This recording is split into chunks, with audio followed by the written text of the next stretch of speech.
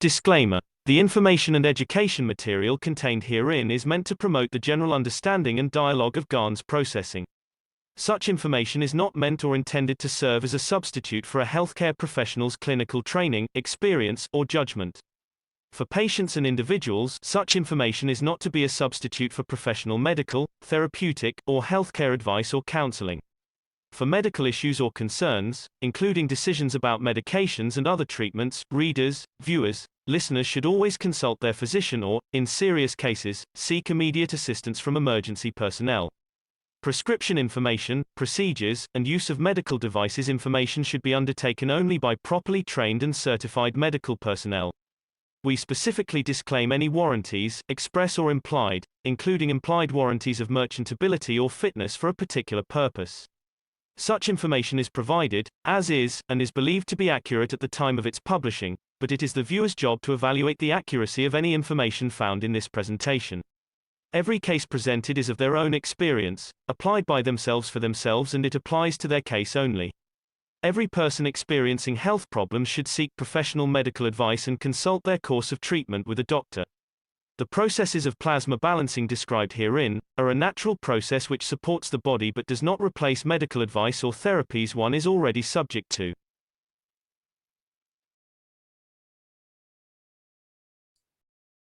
I'm your host, Mark Anderson, and I'm joined by Alex Skorick and many knowledge seekers from many continents around this planet. And we're delighted to be together and joining up and sharing knowledge today. It's June 13th, 2021, and this is the Keshe Corona Telegram meeting in English.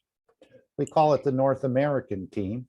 So let's go right into it. I'd like to play the process of creation as well as a clip from the 384. But let's go right and see the universal unit, which everyone around the world that knows of its existence is waiting for its arrival in various places. May I interrupt, please? Oh, sure. Can you set me up to record on the second channel, please? I thought I did, but no problem. Not the one you're speaking on now? That's correct. Okay, let me do that. It looks like you have that ability already. It doesn't give me that option, Okay, it's done. It did. It is done now. And welcome, everybody. It's a beautiful Sunday. Carry on, Mark. Okay, thank you, Alex. And you will promise to return shortly? I promise. Great. Great. And we're all becoming a little bit more familiar with each other. So this is great too.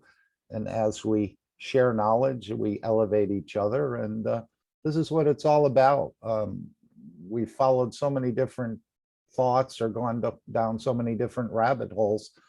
But now that we've found the Keshe Foundation and the knowledge of Mr. Keshe, I think we've landed home in a way. Although the knowledge will never end, we're starting to approximate it rather nicely in so many different areas. And this is the beauty of uniting the whole planet together around this knowledge, and that we're all going to be speaking the same language as far as the technology goes. And as we learn how to use our souls and connect with our souls more and more, we will be able to share that with others as well. But as Mr. Keshe said in the clip I'm going to play, we still need a lot of practice. And we used to hear the old expression, practice makes perfect. And man is a slow learner, as you'll hear him indicate, but once he does learn, he becomes a perfect child.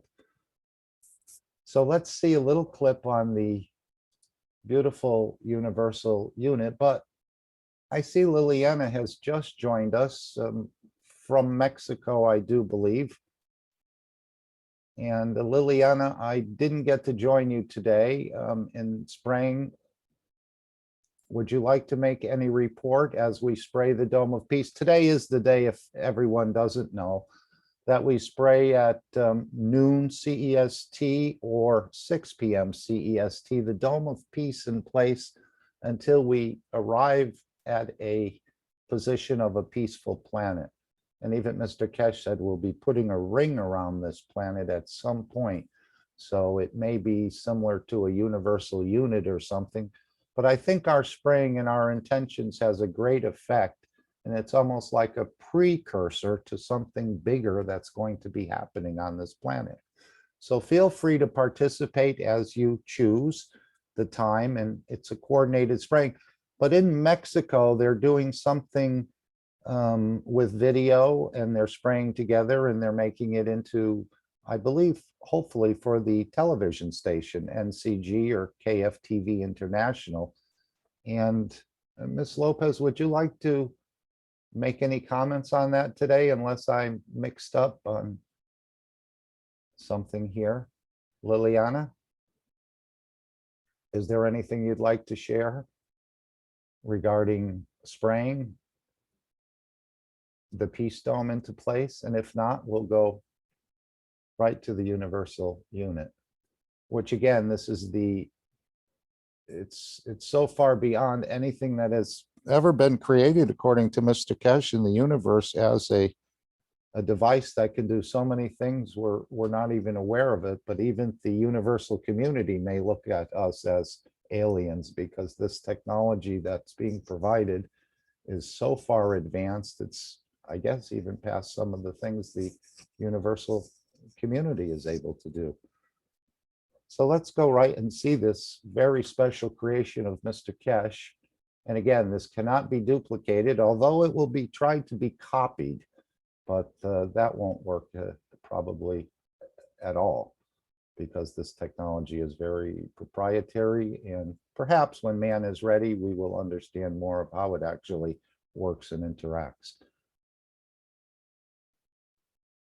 This universal unit and many other products can be found at the Keshe Foundation store, which you would go on keshefoundation.org and click on the store and start to look at the many different products, all using plasma technology, which again, to most people would seem inconceivable that it could work. But we're already getting the testimonials coming in, and we even heard one this morning. And I'll just share it from Daniel, that he had a cyst on his eye for over 2 years. The eye doctor said it would go away, but it didn't. So he did make an appointment to meet with the eye doctor again. He had started taking the Cup of Life 1 about 2 weeks before the appointment, and that cyst on his eye, which was starting to irritate him, just basically dissolved or disappeared or was absorbed or was balanced. And it was a beautiful, simple testimony that was given by Daniel earlier today in our USKF-TV meeting. So I want to thank Daniel for sharing that. And hopefully we'll make it into a testimonial video. I know Leanne is working on many of those.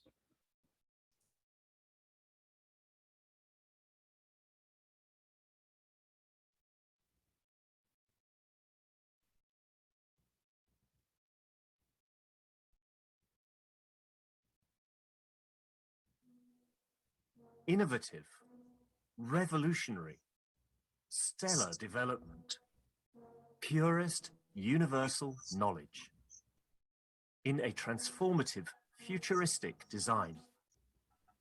The Universal Body Enhancement Spaceship Unit.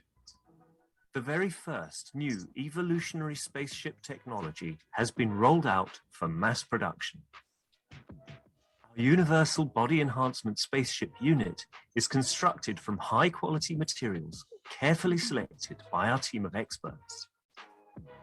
Embedding the essence of the new GAN's plasma science and technology, it uses collective plasma field technology for changing and enhancing the environment of the body of the man. This new plasma enhancement changes the environment of the body to allow it to return to its natural, balanced, energetic condition, as in the womb of the mother, allowing every cell in the body of the man to find its natural, original field strength balance. The shape and field distribution in this new space plasma technology replicates the inner structure of the universe and replicates the balance fields from which the man was created at the point of inception in the womb of the mother, not only receiving balance in the physical, but also in the emotional sense too. For the first time in the history of man, a system has been developed and delivered which not only enhances the physical body of the man, but also enhances the emotional part of the user of the system, hence reducing and eliminating many problems that could not be solved in the world of science, to bring the body of the man into near perfection as at the time of birth. This new spaceship technology can be within the reach of every man today and can be ordered by medical practitioners, sports specialists, and healthcare centers. The Universal Enhancement Spaceship Unit, the future you have been waiting for, is here. The journey from space to spaceship technology has started. Every order is subject to a contractual agreement and might require additional accessories priced separately for applications according to each case. You can order or contact us at office@at.kfm.global for additional information.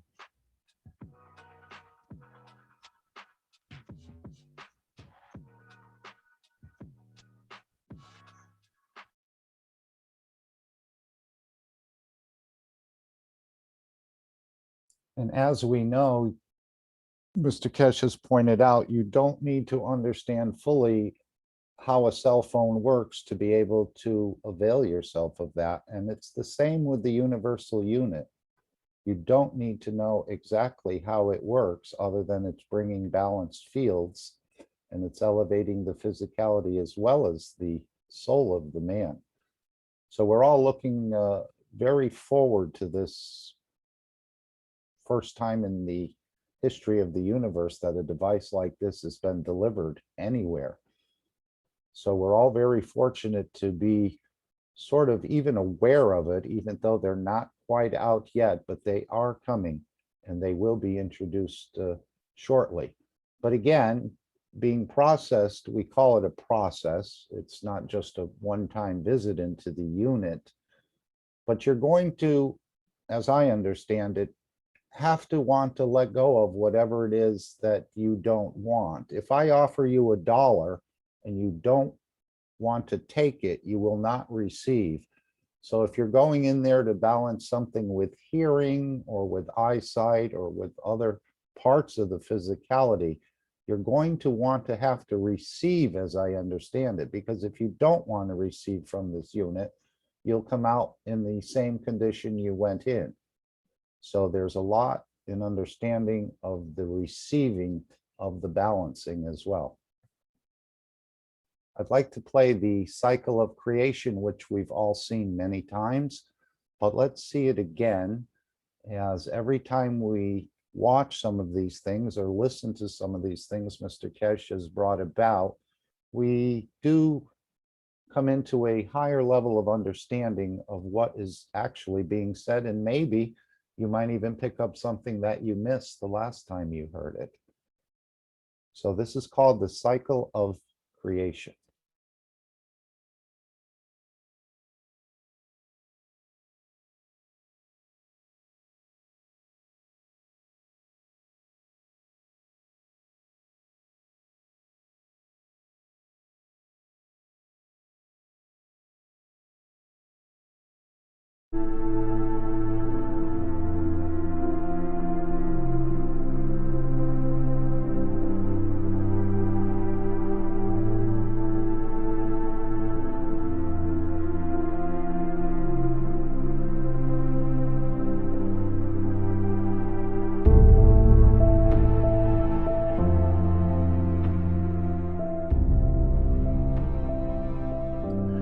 The process of understanding is very simple. The process is, as I explained last time, I explained more in detail. We are created out of the rays within the center of the universe.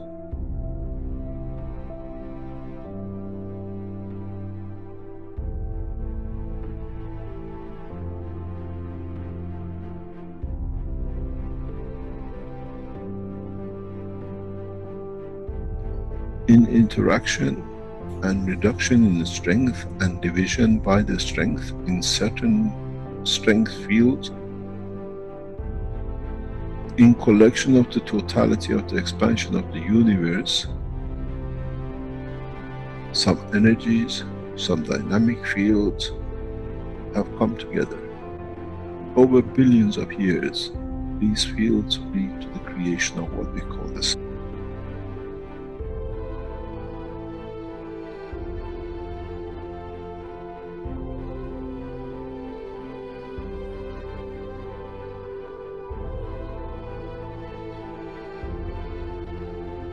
Where the plasma gathers together. The same process repeats again because the sun is the same as the energy center of the universe.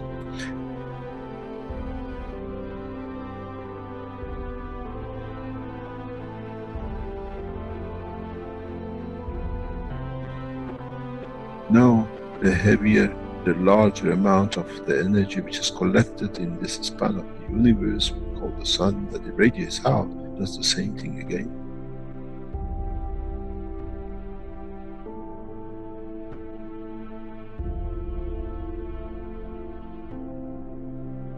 Radiates its fields out, and in interaction with the itself, with the fields of itself, leads to creation of planet.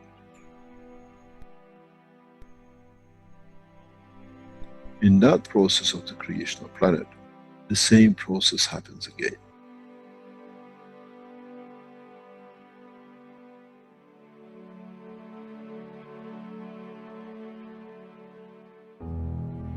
In the interaction of the fields of the earth with its environment and cooling and exchange with the strength of the other things in the environment of the space of the solar system, leads to creation of man, cell, matter state. And that itself, in coming together and slowing down in such certain ways, as we call, leads to another sun. We call the soul of the man. This is the truth about the life and creation of the man.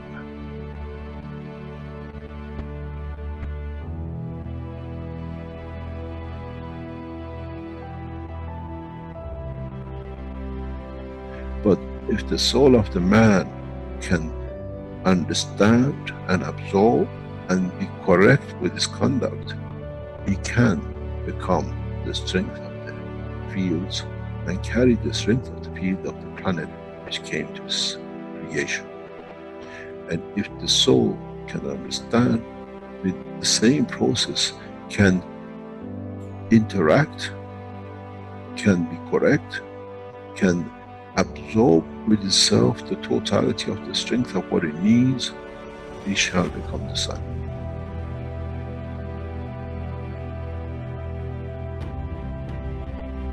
And then the same soul has the energy that it can absorb within the solar system, within the galaxy, shall become the center of the universe.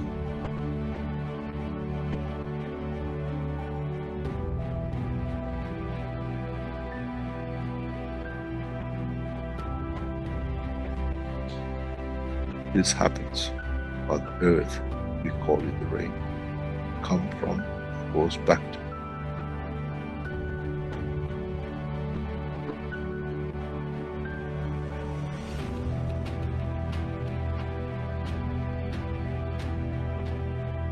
Solar system, we call it planetary system.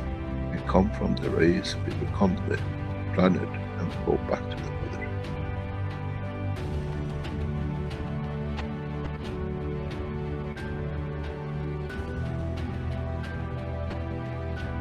The same thing happens with the galaxies, with the solar systems, which they get absorbed back in and chewed up back into the universe.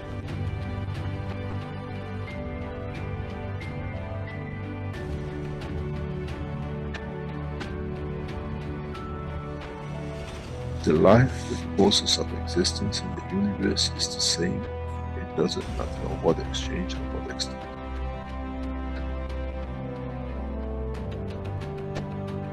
So, what is the man fighting for? Why do we fight for something which has come from the point of the creation, and in the process it goes back to the creation? The soul of the man, as the energy of the earth, gives the face of the man, the face of the earth, and that process is the same for the soul of the man.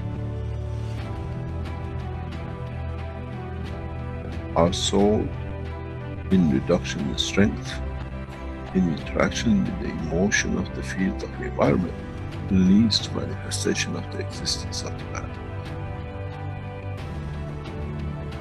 But once it's completed, does it need the face? Or can it be and becomes free from it, what we call the soul of the man, to be free and detached from its existence?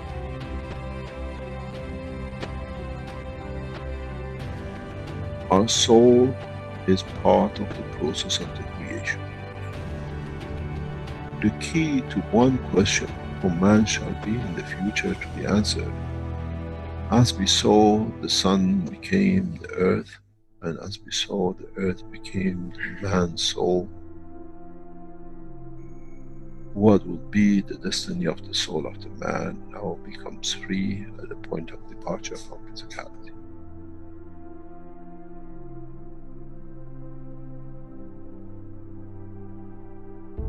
Would it become the sun for creation of another life, or many lives, or correction of lives? This shall be, and this is how it happens.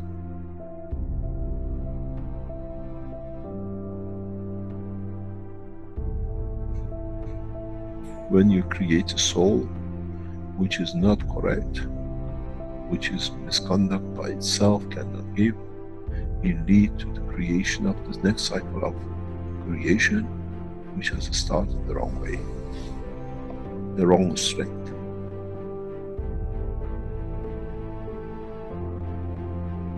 This is one thing the man has never understood. You become the creator of another universe, another cycle.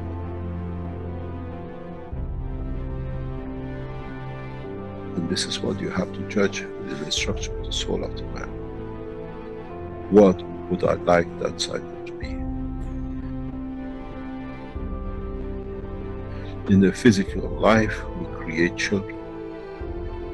In the dimension of the life of the soul of the man, what that man, what that soul will create. If man has thought up to now, that's it, my end, my point, when I die is finished, there's as much fallacy that when the sun is destroyed in any shape or form, there shall be nothing left. But we know the part of the sun becomes part of the galaxy and becomes part of new life. So shall be the soul of the man.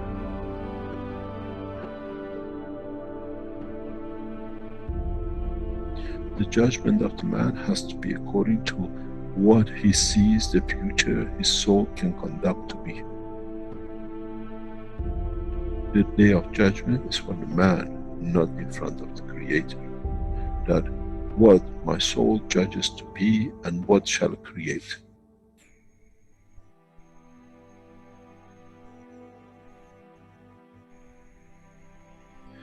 Man never understood and shall never understand till can solve this dilemma within itself.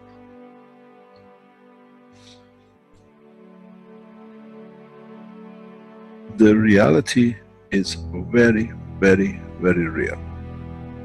And that is, as we've seen, the energy of the galaxy becomes the sun, the energy of the sun has become the earth, and the energy of the earth has become the soul of the man. So shall be the soul of the man, which is the energy itself, another cycle of life. How can you change when you don't understand?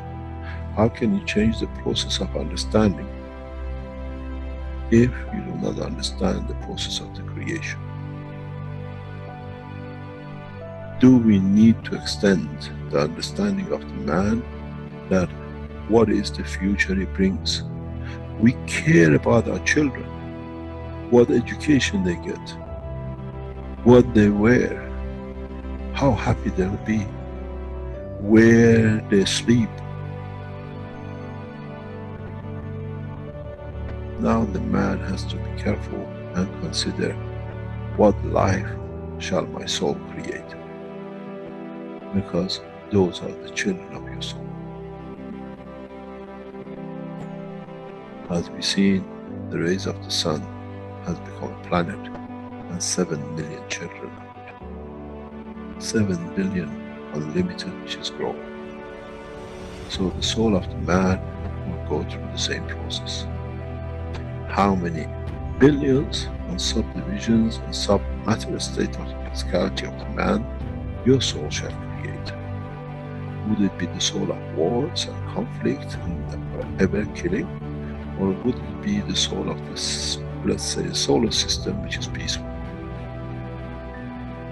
This is the truth and the reality about the soul of the man. First of all, as I said many times recently, we never understood that the soul of the man is within the structure of the man. And now that we understood, we understand on departure from the physicality of the man, the same process will carry on as it did for a star, planet. And the soul of the man becomes another energy source, a higher order, which itself leads to the creation. It becomes the star, it becomes the center of the new cycle of creation.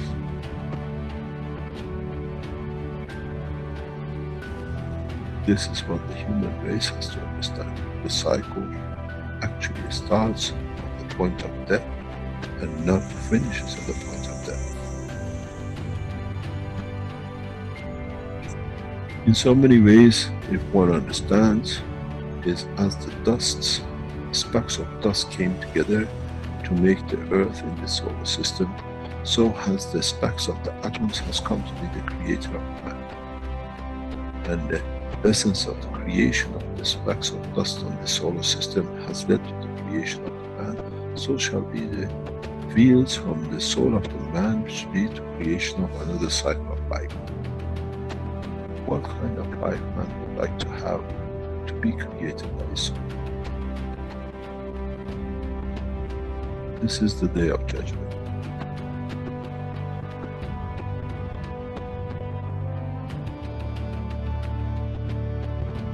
This is what man never understood. Now you have to understand. You have no choice.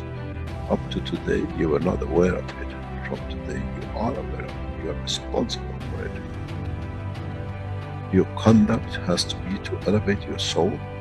That in elevating the soul, what you become the creator of stands correct in the conduct of the citizens.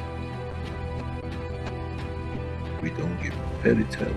This is the truth. But as you've seen, the process does not stop with one sun. The cycle carries on.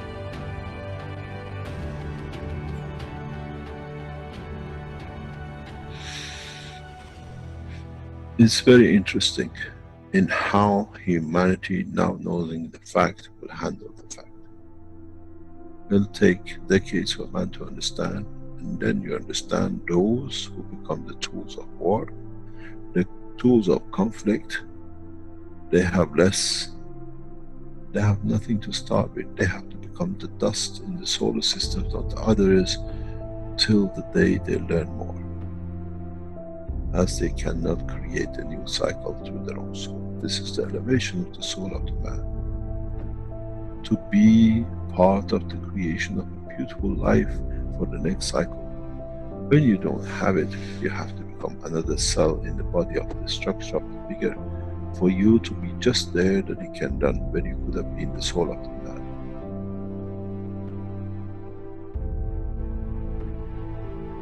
They say, do not create fear.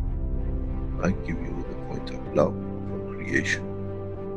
If you cared about your children on this planet to have the best, your true children come out of your own soul in the coming time. How would you like to educate them? How would you like to be when you are in conflict with yourself and the cause of so much mayhem? This is the truth. And the man will take a long time to understand, as now that we understand the soul of the man is an operator for the creation of the future extent of the life of the man. Whatever is gathered by the soul at the end becomes its point of reference of its own creation, of its own dimension.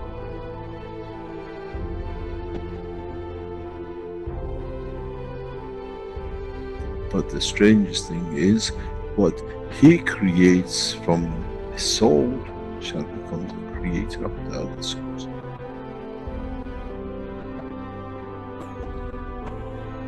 This is the beauty about the creation, and one understands it, understands no limitation.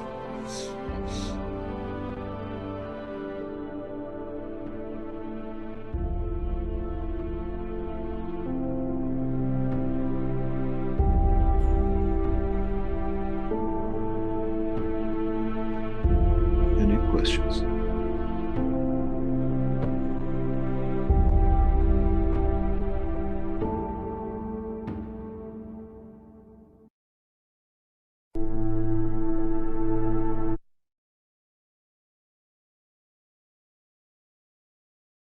And that's a very beautiful video. I think it's been redone recently.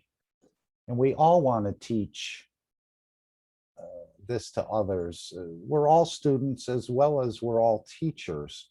And we do want others to understand what we think we're understanding. Let's go and hear from a teacher in the Keshe Foundation, and feel free to make any comments. And this will be Hassan, as he's been teaching in Farsi, I believe, and other places he's been invited. Let's see if we can. Some of the comments he's made regarding teaching.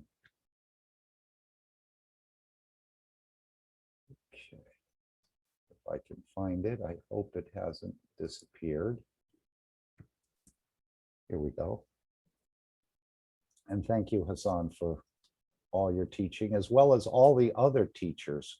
We all have a slightly different style of teaching. And as you can see in this 384, I don't think Mr. Keshe used the board at all. He just spoke the words and shared knowledge with us. Hassan, would you like to go first?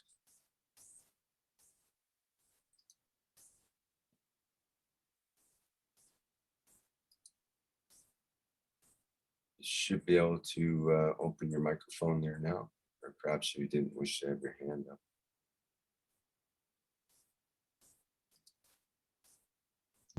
Okay.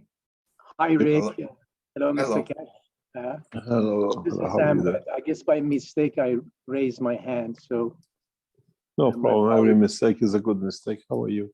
Good, thank you. How are you, Mr. Keshe? Not too bad. How is your teaching in Farsi going on? Well, it's going well, and I hear from the response of the students, so they're very pleased. So, and I can feel it, and that's very good. And I'm also learning more about how to teach, and I'm getting better at it. It's been over 2 years. And also I'm doing some teachings on the side. I've been invited to talk about the science of the creation. They found about me from the video that I did about Corona. So I was invited to a group of 20 people, and they wanted me to talk about the magic water, which was the 1 cup, 1 life dance. And it was one of my live experience, and it went quite well. And then they said to me, we want you to come every month, because they get together the first of the month. So they want me to come the beginning of the month. So it also depends on my time. So I'm planning to go 1st of July and talk more about soul. And also I'm learning more how to present in a live, live audience with them. So how do I teach? How do I talk about the science of the creation to people that they don't know much about plasma technology? And one of them said that she has been to many conferences and she really knows a lot, but when it comes to plasma technology, she gets lost. Of course, I know this. I've been studying for many years. For me, it's easy, but I have to learn how to make it simpler for other people to understand. So that's something that I'm learning, not to basically say what I know, just basically make sure that they understand it in a much simpler way. And I think that's the key, that I'm striving to learn that. That's fantastic. We need many, many teachers to teach in the language of the people that they understand, and how we convey the message of the knowledge of the creation. Thank you very much, Sandra. I wish you all the best. Thank you, Mr. Keshe. And if you need help, don't call me. I don't have enough time. You're on your own. just go to your soul, and I'll be there to support. No, it's true. You know, many times I went to my soul and I asked for your help. You know, when I needed you, and actually you saved me many, many times, and I felt your presence. And other things that I learned is, when it comes to the teaching, we can go actually to our soul. And it's amazing that what I wanted to say from the beginning to the end, when I let go, everything happens beautifully, naturally. And it seems like I've already rehearsed that, but it comes in a more natural way. And I observed myself during the session, and I'm connected with everybody, and I'm looking at their eyes, and I'm looking at the responses, the question they ask. But then it just goes so beautiful and it's smooth. And I think there is also a technique that they learn in a public speaking, how you can actually go inside and allow your soul basically to take over, and things come from not you forcing it, but it comes naturally, because we have the knowledge, we have the understanding of it, but how are we going to convey that? That's the thing. And you know, there are some techniques. Actually, somebody said to me that, you know, she's willing to teach me basically when you put a picture out there, and you don't have to memorize, you don't have to really, you know, have all the details. Basically, then it comes from your soul. And I think I'm already doing it, but I like to learn a technique, and maybe I can be better at it. But thank you for your support, Mr. Keshe. Thank you for being here. You don't need a picture. You just go to your soul. Otherwise, then you need a cow, and then you might have a motorbike to be there for you to get gain confidence in your own soul. And it's teaching. When you teach in a masses or in a group, you're not there, and your knowledge is not at the strength that 20 out of 20 understand. Your soul tunes to the soul could be 1 or 2 or 10 who understand this, are there to be enlightened to a further step. And that's what it counts. Because we can enlighten everybody at the same time. As we say, we can take all the horses to the water, but we can't get all of them to drink, because some of them are not thirsty. And some of them are thirsty, but if they satisfy their thirst, they cannot come back and do it on their own. So when you teach, don't think that I have to have something. Teach through your soul. And 1 soul at a time, maybe 10 souls at a time, you touch part of 1 at 10%, and some at 50%, some at none. But once you start the cycle, the one which is none today could be 100% the next time. So our job is not to measure or to idolize or bring something up. It's to teach and let the soul to decide if it's reached that soul. When you teach, there has to be a soul which is a receiver, otherwise your teaching will not start. And this is the whole essence of it, and the whole understanding of teaching. Because I get requests by many teachers, can you come into my teaching? I need to explain. But I'm there in the soul, and then your teaching will be enlightened. Physically, I'm here for a few more years. What happens to the teachers of the next century and other centuries? You tap into the soul of the man, and you're finally within the man. And then the knowledge is yours.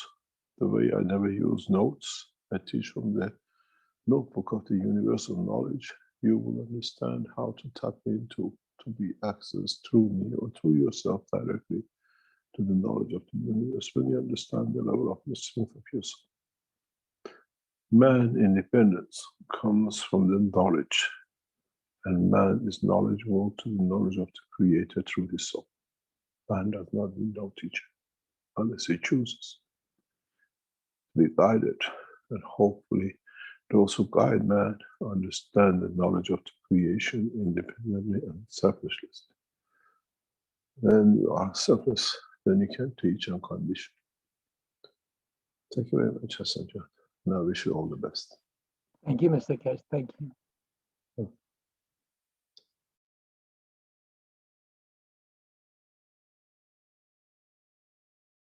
What a beautiful interaction between Hassan and Mr. Keshe. And that's when I heard Mr. Keshe say, you just explain to the others and share with the others what you think you understand, and the other souls will take what they need. It's not a complicated process. So we have 33 teachers here as well as 33 students here. Would anyone like to comment? Because we all want other family members or friends to sort of hook up with this knowledge in a way, or to break that barrier of whatever is keeping them from even a little bit of the understanding. And if you only know one part of a certain part of the knowledge, you can teach that. And it's just basically sharing, as I see it, sharing what you know from your soul unconditionally and without looking for any sort of pay or acclamation from the others or something like this. If anyone would like to share anything about teaching that may help the others, please feel free to open your mic. We know we do have some teachers here, and we're all teachers. This is the part that we need to understand, because if someone knows nothing and you know a little bit, you can teach them. And again, it's for their soul. He said you don't need any teachers, but if others are willing to guide you and help you to understand, all the better. And we know we have a whole planet full of people who are just going here and there, looking for answers, looking for solutions. And within the Keshe Foundation, we have many solutions in the area of health and energy production, space travel, agriculture, and many other subjects that we'll be finding in the future we didn't even know the technology could apply to. And we'll see some very beautiful results. Would anyone like to share anything about teaching or even sharing the knowledge, how you approach it?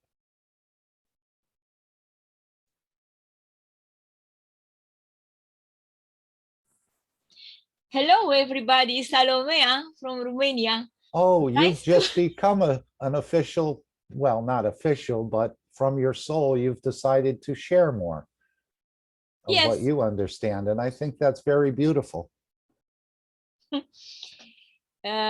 Yes, I came in this group because it was my wish and need to know more about the universe and know more about cosmology, know about gravity and theory of totality. I mean, the holy grail of physics.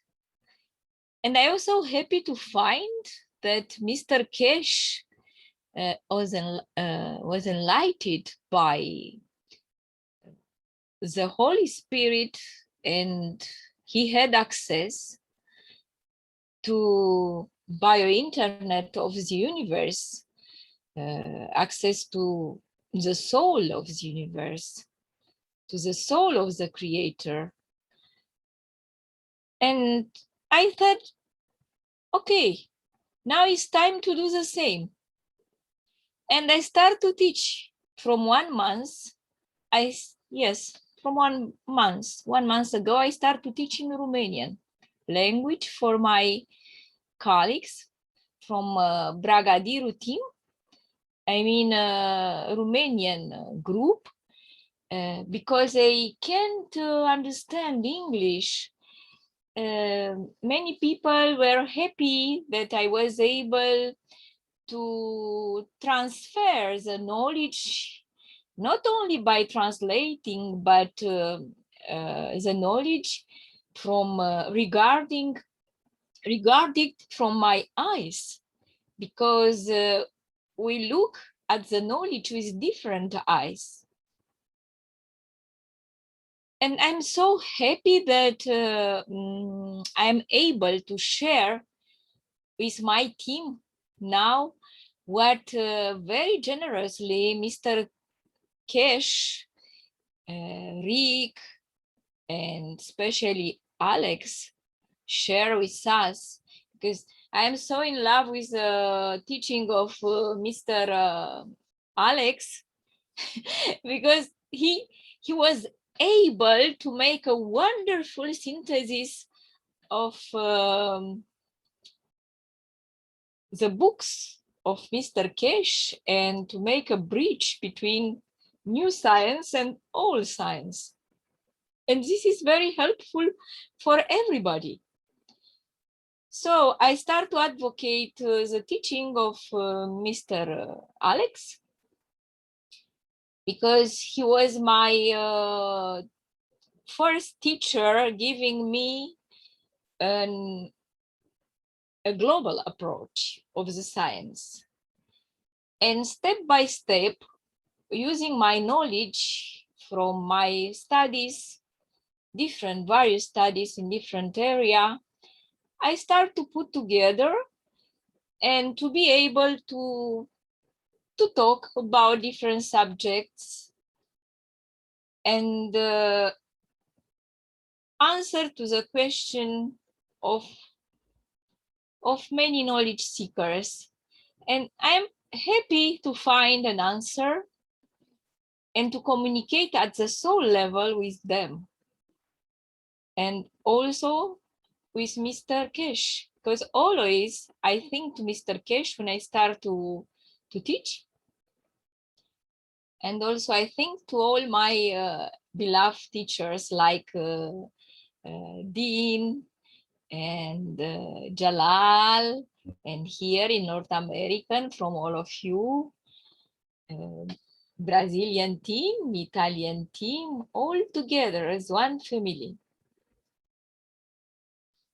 What I found from our teaching is amazing. I think that we can reverse the entropy to make a human being immortal at physical level too. This I discover. It was my big question from long time before, because entropy is very much related with time. We will not have time if we will not have entropy. And outside of time and space,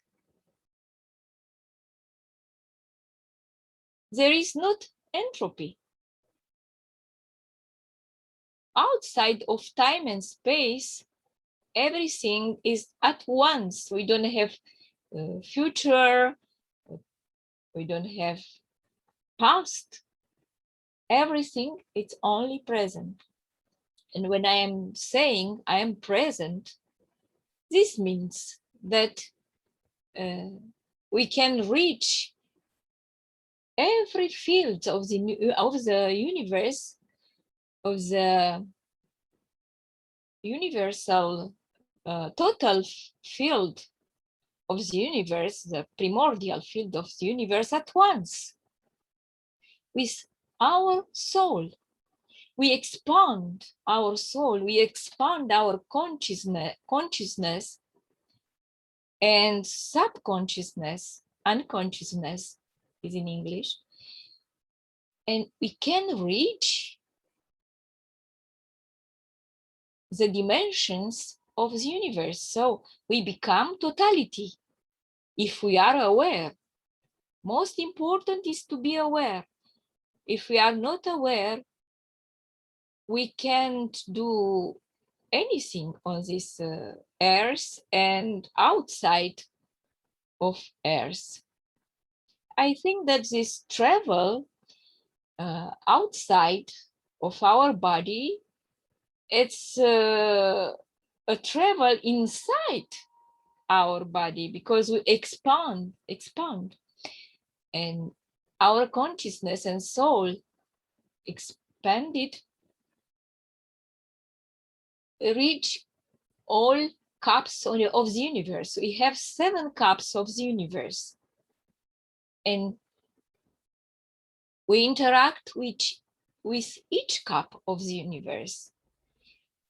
In this way, we find the way to the soul of the creator, to the cup of the creator.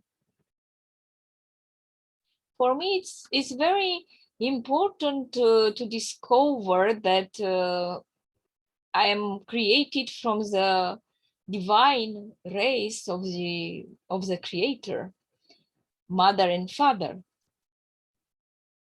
and to understand that our soul is very, very powerful, and we don't have to be afraid of anything.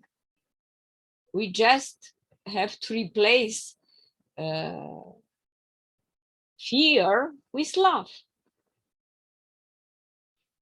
The opposite of fear is only love, because love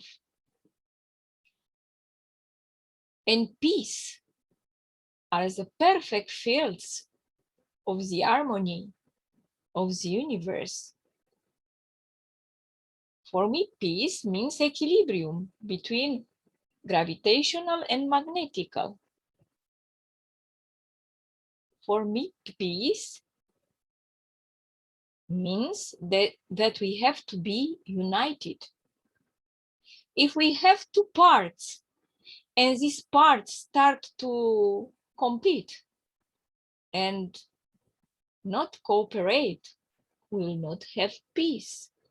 If we look in the world, we have duality. I like Trinity instead of duality, because the world is not dual. This duality, to me, seems to be Trinity. Maybe I will explain later about Trinity, but it's very important, this concept of Trinity, equilibrium between 3, between matter, antimatter, and dark matter. Equilibrium between principal matter, between transitional matter, and matter with big M. So this is a key. Equilibrium between 3 parts, not between only 2 parts.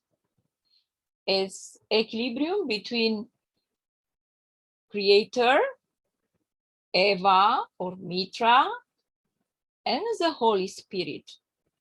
Prana, ether, chi, it's not important the name. And the 3rd part for me is just plasma. The 3rd part is magnetical field of the universe.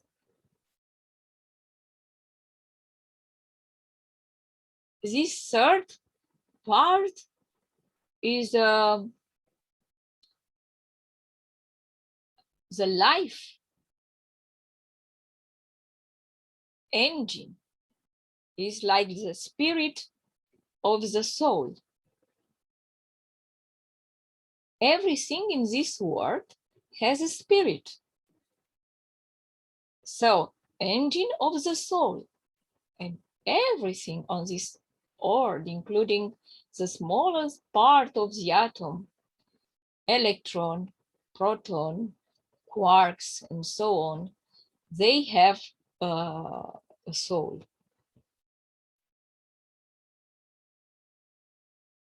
So we are connected at the soul level, and we have to be to understand this, that in reality we are connected.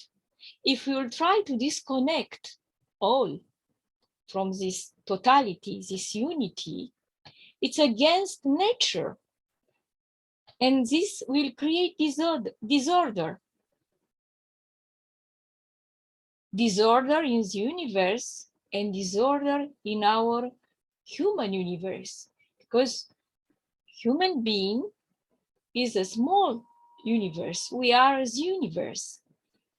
Inside us is all universe. We don't have to travel in space to find the creator. Creator is in us. We don't have to travel in space to find 7 cups. 7 cups interact with our soul of presence, which is a magraph between soul of man and soul of physicality. This soul of presence in equilibrium, magraph,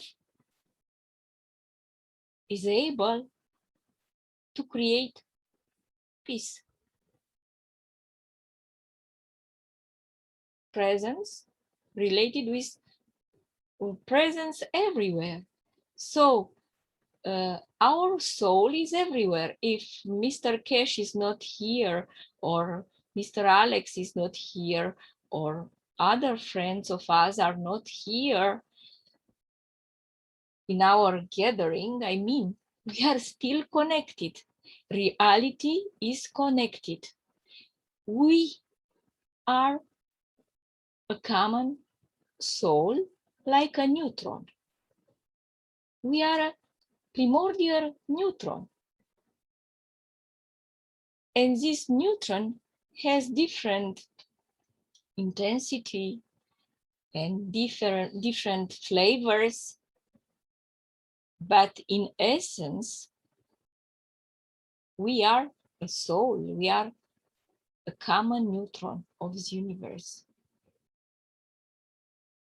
And neutron is a creator. Universe is a creation of the creator. So proton could be Mitra, and electron is universe. Creator is a cup, and the content is a universe, is a unicos, is a creation of mother and father creators. What if you are the last man standing?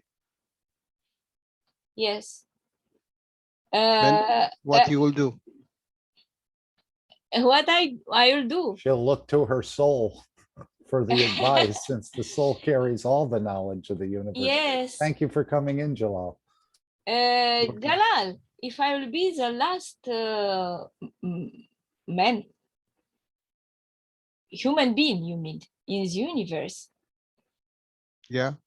Yes. What you will do? I will realize that I am a part of the neutron, and maybe I am the neutron myself. And No.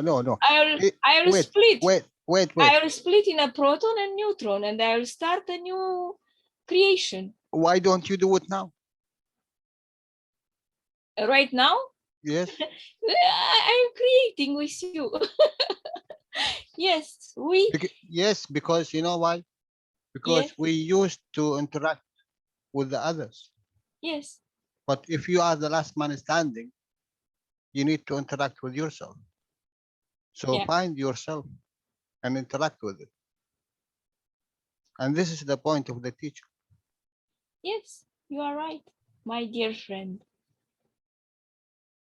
Yes, I thank you very much, because I start to learn from you first about plasma science, and you was my guide, and you helped me to find the way to have a global approach on this lovely science, which is the science of the soul. I am so happy that I found you, and thank you to all friends. Now I have to finish because I can talk hours and hours and hours, and maybe other people are eager to share their knowledge and their thoughts with you. I feel that I am with you all the time, and I am so happy because I'm not alone. I'm not the last man. I am with you now, and I am powerful with you. I feel that you give me energy when I'm sad and maybe when I'm sick. You just help me a lot. I had sometimes pain, and we made a star formation together when Alex finished the third third level, I mean, of the first part of teaching for beginners. And instantly, I feel very well. And I realize that your energy just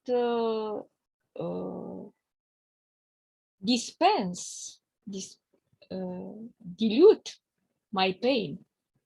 It was an instant dilution of my pain, relief of my pain. Or a balance condition Yes. was created. Mm-hmm. Yes, yes, yes. And your first name means peace, doesn't it, Salamia? Yes, yes, my very first beautiful. name means peace. And I suffer when people are not in peace. I suffer too much because this is my nature to be in peace, to love people. You are healthy and happy only when you are in love and in peace. This is the essence of the teaching of Mr. Keshe, and we have to achieve peace at the soul level, at least. If we are not able to create one planet, one nation, one race, very quickly, at least we have to have peace. Because this is a long process. It takes hundreds years, maybe 1,000. It's not so easy, but we hope to be not so long process, but anyway. Thank you very much for sharing with us, Salamia. It's one planet, Hello. one nation, one race for world Salamia. Or world peace. Yes, peace, yes. Shalom, yes. Myrna's has her mic open. May she come in? Yeah, Hello, lovely. everybody. Hello, everybody. Nice to be with you. It's an honor. I just had a question from Salumia to enlighten me about these 7 cups. What are they? Where do they come from? Yes, we learn. Mr. What is it? Keshe, yes, teach us about 5 only. But we have 2 more. We have the cup of the universe and the cup of the creator. Who said that? I don't know who said, but I have the sensation that Mr. Keshe informed me at the soul level. He did say there were more cups. Yes, but he not said. Yet. Yes, so he said. Yeah. Okay. I just think, as someone who has dedicated her time very much to the science of plasma, we have the responsibility of being very exact of the words we use to be exactly what it is. And it's not easy because it's very new thing. And we are not obliged to go to the actual science to justify science of plasma. It's up to them to come to us. We don't have to justify to anybody who, in my opinion. And then 7 cups, I've never heard Masikai says, universe is everywhere. Universe is everywhere. We are part of it, but there is no such thing as cup of, like people think you talk about. It's a symbol. Yes, Berenice is a symbol. We are talking No, about we symbols. don't. No, Yeah. we cannot Yeah. use it in Yeah. Keshe plasma vocabularies. Maybe it's in other religions or other philosophical. No, it's Keshe Foundation. Yes, Mr. Keshe said No. to us, we have the cup of man. We have the cup of man formed by cup of lives, 2 cups of life. Cups of the soul of soul of the physicality of man, cup of the soul of inertia, cup of the air of the earth, and cup of the soul of the universe and of the creator. What's that cup of soul of universe? You mean 5 cups? You mean 4 cups? Yes, the 5th cup, the 6th cup. We have to ask Mr. Keshe what is it, but he said, yes, he said like this, that at my knowledge is the soul of the universe is the sun, because sun is soul, you know. Have you done 5 cups? 7 cups? No, I don't know how to do it, but I know 5 cups. Yes, 5 cups. Have you done that?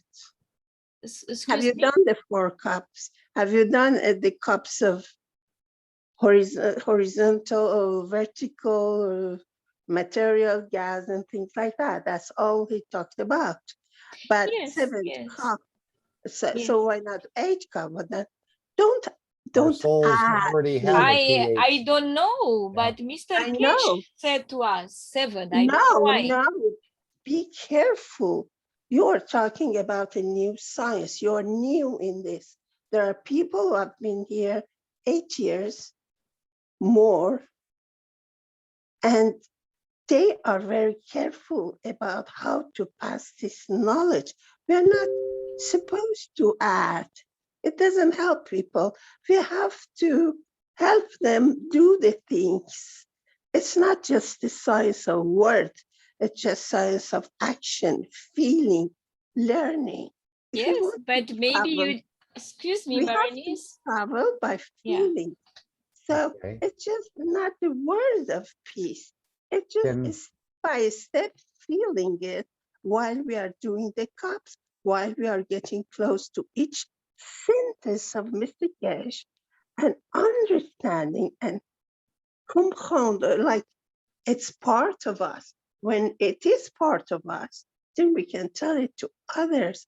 Because if they learn wrongly and they give it to others wrongly, then they don't know where something was wrong. Yeah. It's very difficult because we cannot feel it. We cannot see it. The only thing is that we do the exercises. We use it on the plants. We use it at home. We use it ourselves. Then we get close to what it can be. And there are a lot of words, flight to the space, flight. But these are words, peace, things like that. Peace comes when people have agriculture. Agriculture is when we can help people to have fields of grains which feed them so they don't have to do things they do not. I mean, this has to do with the action, with the things we do and learn at the time. It's not the words that we learn and give it away. So each word has a space, place in our feelings. When we learn it, exactly what Mr. Keshe says, then we learn exactly what is not there. And we just have to do all these things, have to do the cups, have to drink it, see the difference. And people don't listen to what we say. People do what we do. That's the only thing peace comes. When I do something which helps me, I'm so enthusiastic in my feeling that people know it's something there. But if I only talk to them about that without feeling it, people don't buy it. Well, So we have our Yeah, responsibilities. thank you very much, And Berenice. Thank you very Mr. much. You don't know what I'm doing, but Thank as a you. teacher, you teach. You see? Thank you, Mernez, Yeah, and thank yeah. you, Is it, Salamia. good morning. Is a couple of housekeeping. First of all, Yes, this is Ada. First of all, there is no Hi, such a Asa. thing. Hi. Mr. Keshe says always monkey see, monkey do. Whatever the hell you want to do, just go ahead and do it. You understand the science, you want to with 8 cups, 9 cups, whatever you want to do it. Because you have to add to the knowledge. Second thing is, if somebody is in the foundation for 9 years, doesn't mean somebody else will come in the first year, doesn't know anything. yeah, Somebody could be coming for a month, but know the knowledge immediately. So yeah. being in a Keshe Foundation for 20 years doesn't mean you know anything.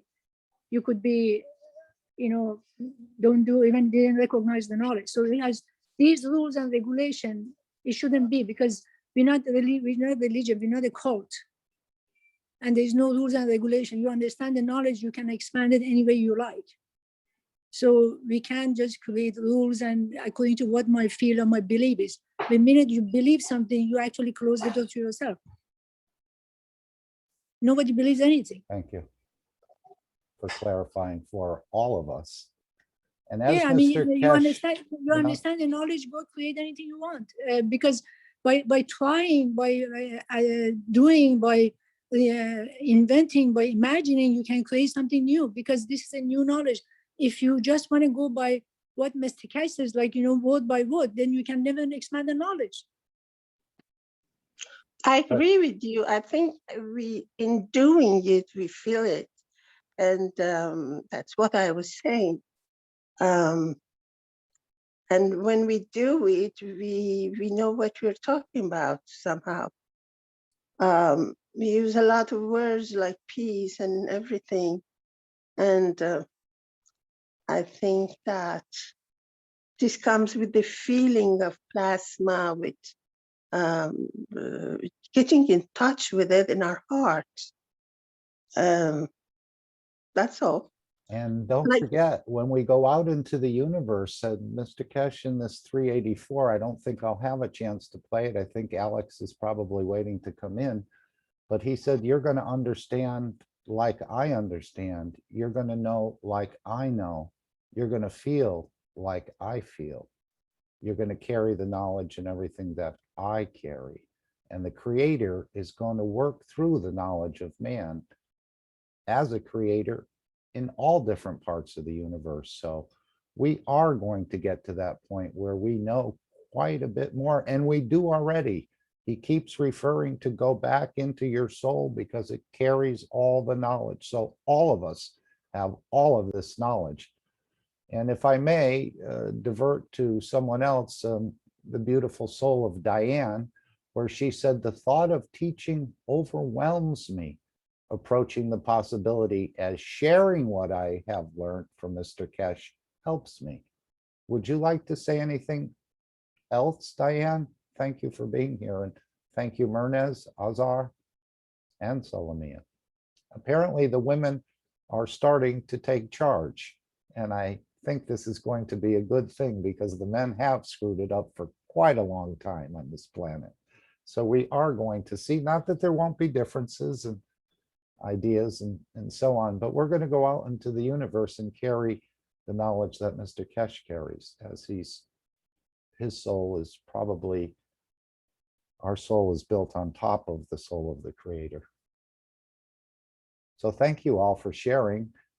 Diane, is there anything you'd like to add? And again, if you only understand one little piece of this knowledge or what you think you understand, you can look inward towards the soul and it's carrying all the knowledge. We just need to be more in touch with our souls and not think of it as something far away from us when it's come to our own creation.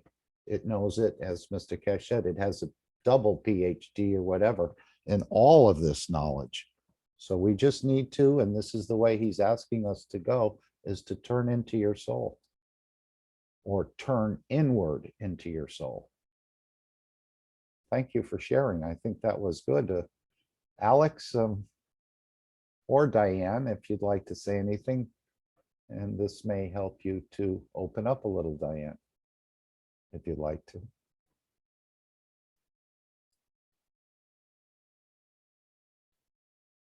All right, Alex, I know you've been waiting and we've given you plenty of time. If you're ready to begin, I think we can go there for the next bit of time. Thank you very much, everybody. Good afternoon. It's a beautiful Sunday, and I want to welcome everybody to the North American Corona Telegram meeting. And as you can see, with all the participants, it's turning into an international event. And as Mark says, it's an excellent forum for bringing on one of the things that we really, really need, and that is more teachers. One of the purposes of this class, of course, is to help the new, help the mature students, and of course to help the teachers as well. And so each of us has to take what we can from this. So Mr. Keshe teaches one way, I teach another way, and everyone else teaches in their own way. And that is what's important. But the most important thing is to understand our position with respect to the universe. And that is one of the things that I've been trying to create. And it's a very touchy subject.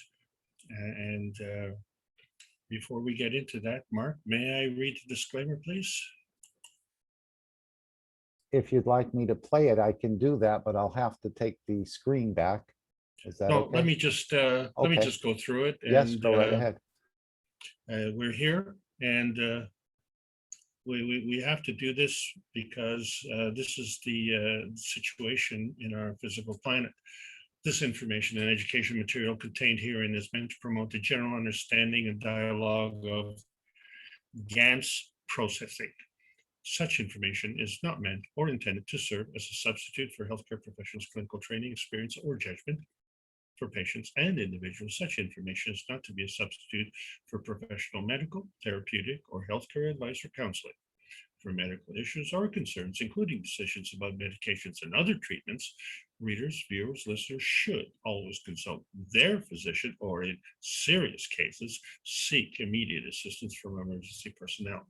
Prescription information, procedures, and use of medical devices information should be undertaken only by properly trained and certified medical personnel. We specifically disclaim any warranties, express or implied, including implied warranties of merchantability or fitness for a particular purpose. Such information is provided as is and is believed to be accurate at the time of its publishing. But it is the viewer's job to evaluate the accuracy of any information found in this presentation. Every case presented is of their own experience, applied by themselves for themselves, and it applies to their case only. Every person experiencing health problems should seek professional medical advice and consult their course of treatment with a doctor.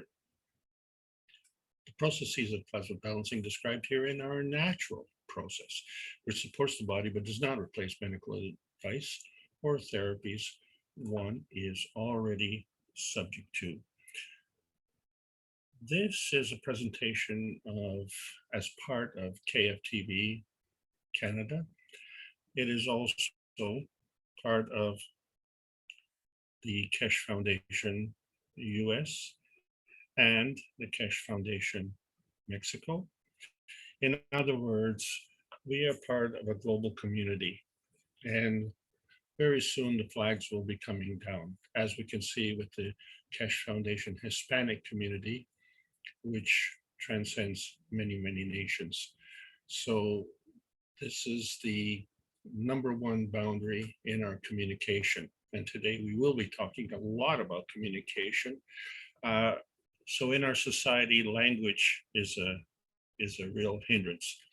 And one of the transcenders, shall we say, of this hindrance, of this wall of communication, is the plasma science. So this is a presentation of the Keshe Foundation Spaceship Institute of the teachings of Miran Tevakoli Keshe, who is the founder of modern plasma science. This is a continuation of the basic understanding. This subject today is hormones. My name is Alexander from Canada. It is June 13th, 2021. And this is probably going to be the last presentation of the Keshe Foundation Canada Plasma Education Series. It is a continuation of the basic teaching, which we started in Brazil. And of course, we always had to start with terminology. And for the purposes of teaching, we repeat this terminology and we try and repeat it in different contexts so that we don't use the wrong terminology in the wrong context. It makes for common sense. It also makes for clarity in communication. And so we use that to move ahead to intermediate and advanced teachings. But we've revisited the basic understanding because we've gotten involved with understanding dimensions. And part of these dimensions is the X, Y, and Z axis and how they interact with the body. And so many things in the body that we have discovered, things like the Krebs cycle, the DNA, and the codons of the DNA. And then, of course, somehow it affects our brains, our bones, our memory. And last week we discussed transmutation because that's where we're going. And when we talk about transmutation, how do we do this? And as always, life is for learning. And one of the beauties about life, the vertical people teach us, the horizontal people teach us, the universe teaches us. And one of the best teachers is our bodies, and one of the worst students is us. So let's carry on with these hormones, because one of the things that I've tried to achieve is to get a better understanding of the limitations of the physical science, and in the successive classes, what we've done is try to break some barriers. And we've have a better understanding that the speed of light does not have a maximum. Science has always had to grapple with the second law of thermodynamics, which is basically has to do with entropy, and also has to do with the fact that the neutron math doesn't add up. There are deficiencies in the mathematics, and something is missing. And as we discovered there's something that's missing, we've had a lot of misconceptions. So one of those misconceptions, of course, has been the fact that we have introduced the concept of superconductors and superinsulators. And this is a representation of the plasma science because it doesn't have these limitations. And what is the biggest limitation to the superconductors and superinsulators? Of course, one has been temperature. So we were talking about going to the lowest possible temperature to get the highest possible superconductivity. And now we know that we can do this at room temperature. So if we can do this at room temperature, that means we can do this in our kitchens, in our basements, in our garages. Everyone can do this. And so all of us can become plasma scientists. And of course, so that's what we're doing here on this planet. So what's going on in outer space? And so another barrier that we had to break down is the vacuum theories. And that's the problem, of course, is that the vacuum is considered empty. And we know with the plasma science that it's not considered empty. It is considered actually quite active. And so we have been introduced to PM ticks. And that is something that we will be hopefully discussing next week. But the definition of science has in fact been quite limiting because it requires the verification and validation by man-made means. And if it's man-made means, it means physical science. So physical science, by definition, is limited to physical science. So it really doesn't even recognize plasmatic science. And we see this constantly. And so we use the speed of light to define that limitation. We also use nuclear decay to define that limitation. So I don't know about you, but you know, as we learn about our history, and especially with the dropping of the atomic bombs, and this is one of our first introductions to the nuclear world, is the destruction, massive destruction, and the lingering effects of what we call nuclear decay. And so we see the decay of some of the elements in the periodic table of elements taking 20 to 50,000 years. I don't know about you, but I can't wait that long. But you know, it really impacts on your psyche if you figure that what you're doing today is going to have an impact for 50,000 years. And so you really have to think twice before you drop a nuclear bomb because of the lingering effect. And of course, this lingering effect has lingered because of the constant debate on the grand unification theory. And so we have an advantage here is because we have a grand unification theory that actually works. And that's one of the problems with theories. Theories linger until, because they are constantly showing opportunities for success. But actually, you only have to show failure once and disprove a theory once, and then the theory is no longer valid.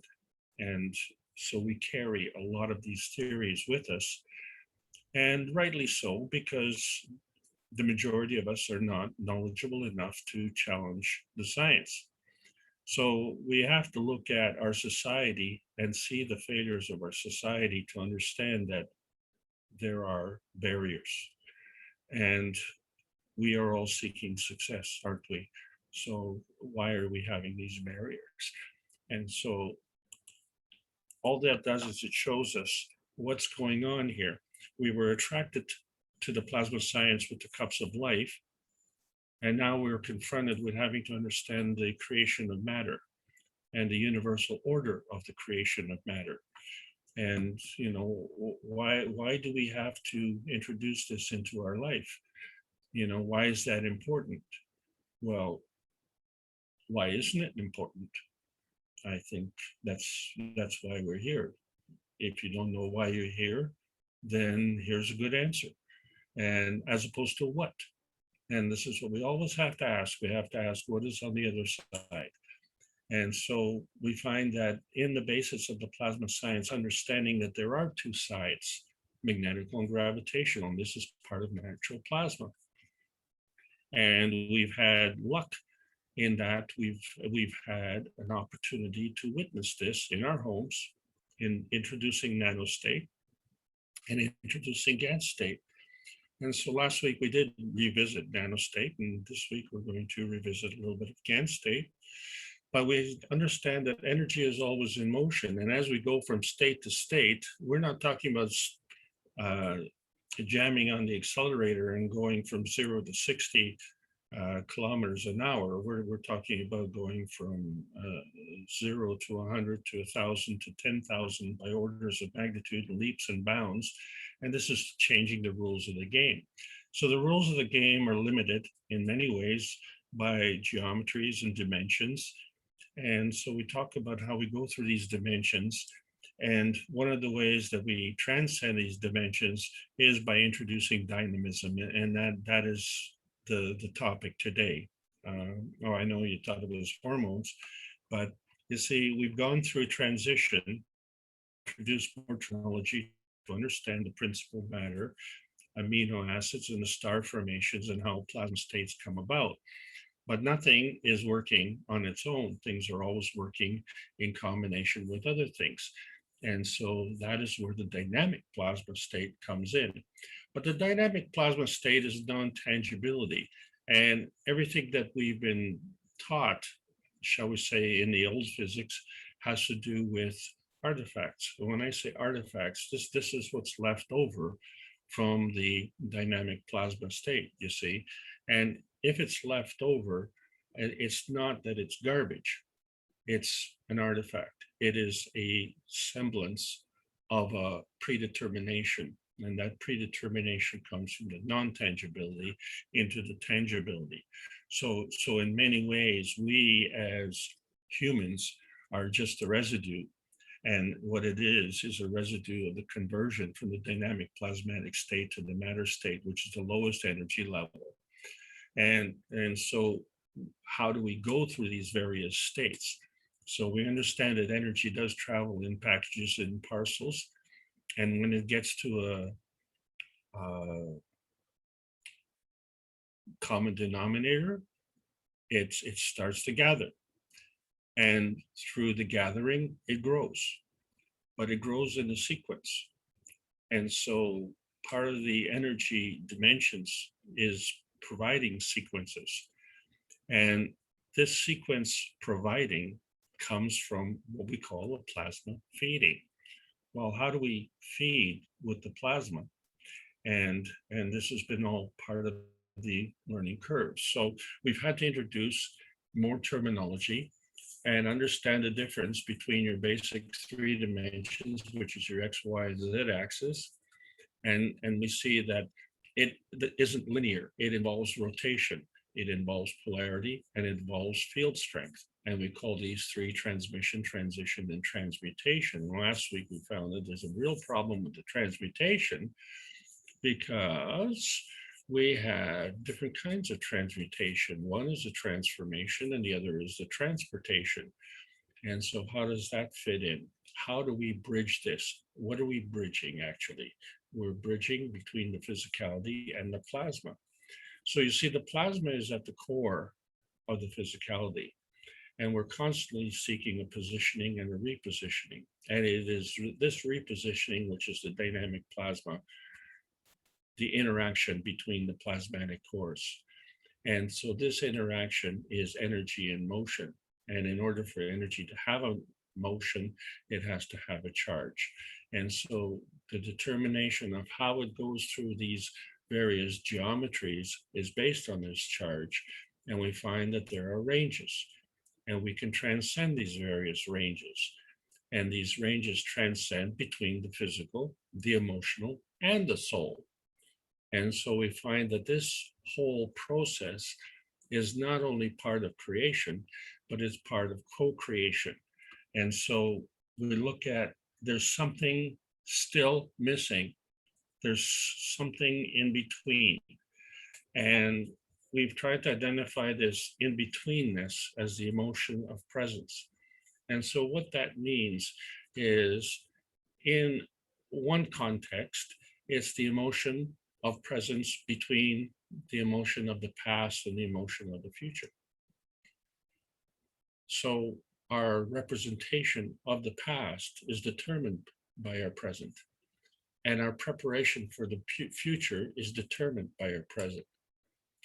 And our presence in the present is basically a transformation of some kind of energy. And so we have a home for the soul of man. And as such, that represents the emotion of man and its effect on the emotion of presence. And in the context of the relationship between the sun and the earth, we find that we've created a transportation mechanism, which we call the physical body. And the physical body is governed by the soul of the body. And so the determination of this physicality is through the emotion of physicality. And it, in combination with the emotion of man, determines the emotion of presence. So it's interesting to note that, yeah, we have a brain and we have a left side and a right side. We call them hemispheres, but we find that there's a cross channeling. And so in effect, the right side of the brain affects the left side of the body, and the left side of the brain affects the right side of the body. But in fact, also, the left side of the brain affects the right side. And conversely, the right side affects the left side. So this cross-channeling is done on a different dimension. And it involves a couple of glands, and to mention the pituitary gland and the pineal gland. And we find that there's an interaction there. So this is not to break down an extreme knowledge. This is merely for reference.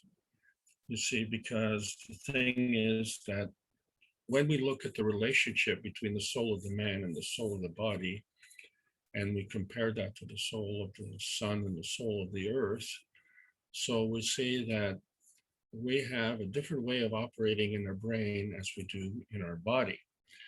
But different is in the physical manifestation, not in the plasmatic manifestation, because the soul of the man has the brain and the soul of the brain has the soul of the man, and the soul of the body exists in the physical body. And there is a likewise communication. The soul of the brain and the soul of the body affect the emotion presence. The purpose of this is to show the relationship. And this is where the transmutation comes in. The transmutation of the energy of the soul is different in the brain.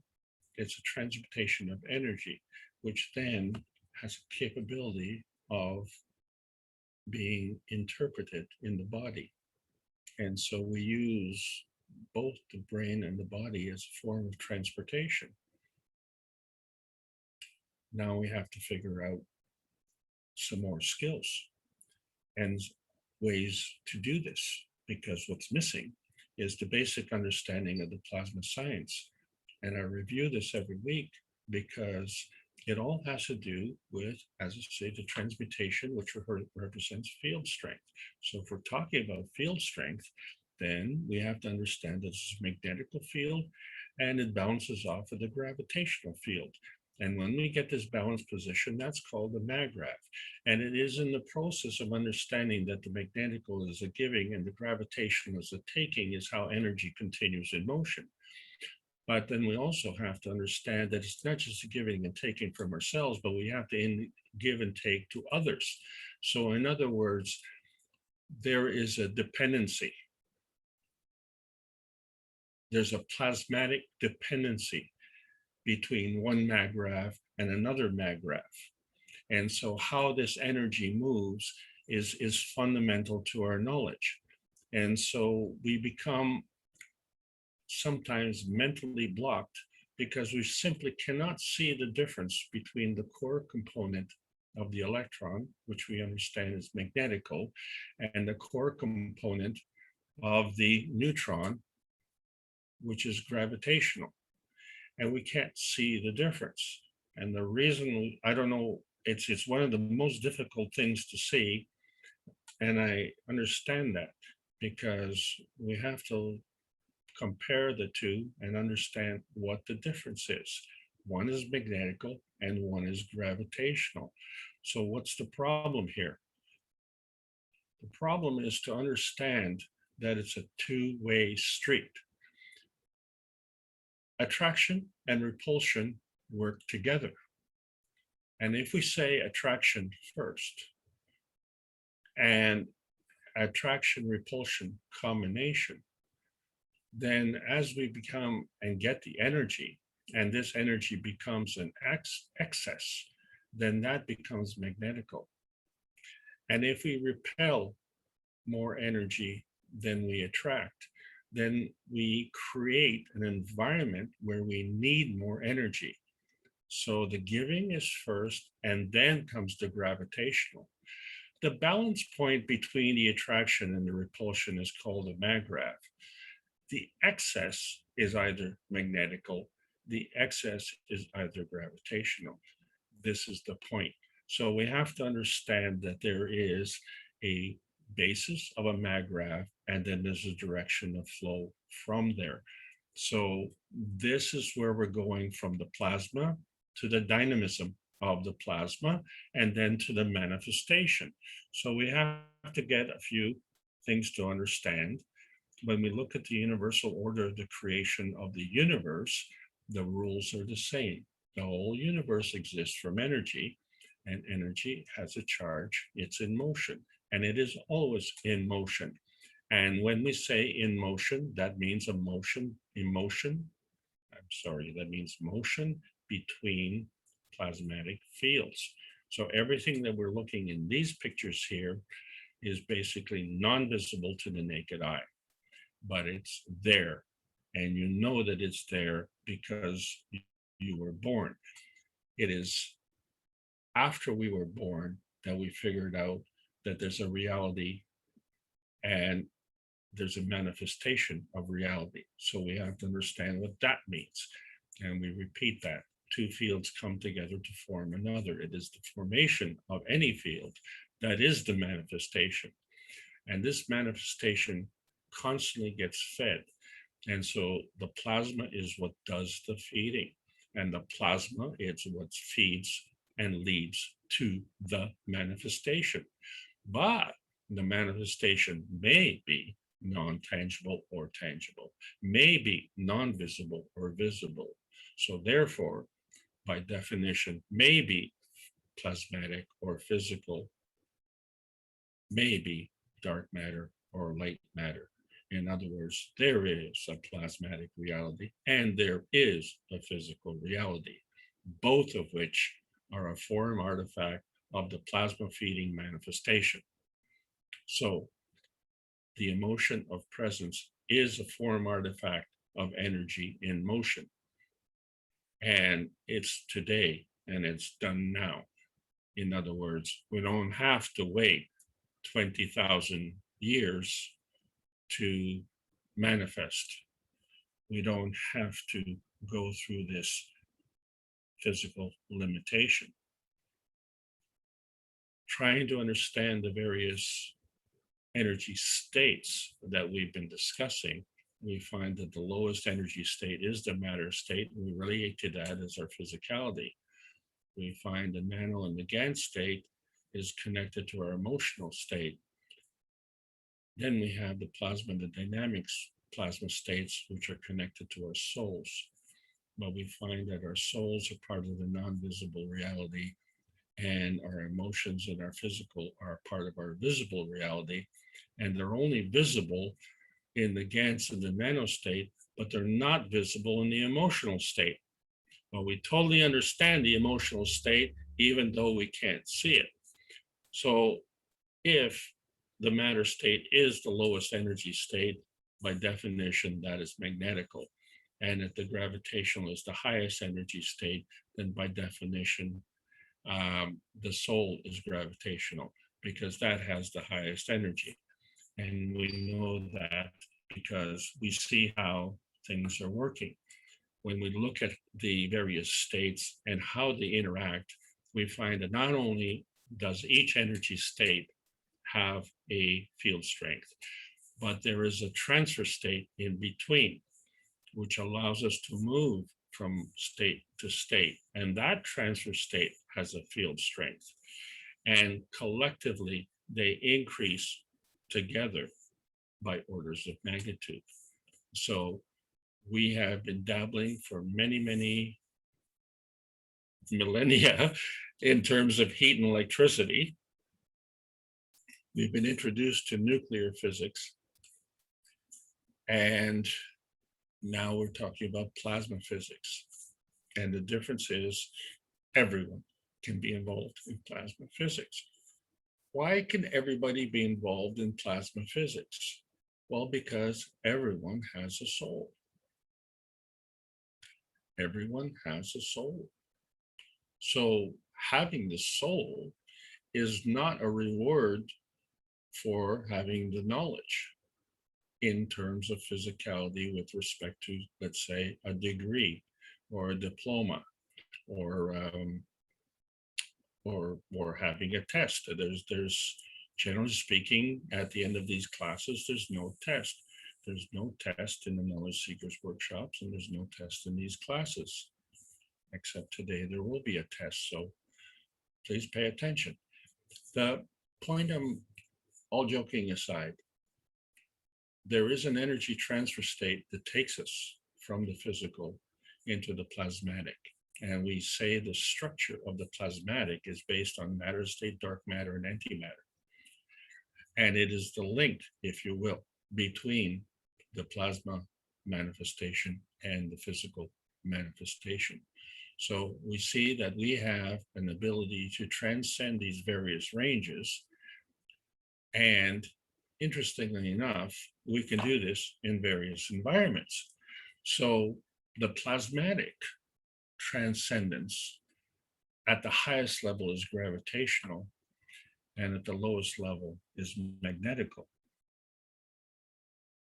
But on this planet, the ground is gravitational and the sky is magnetical.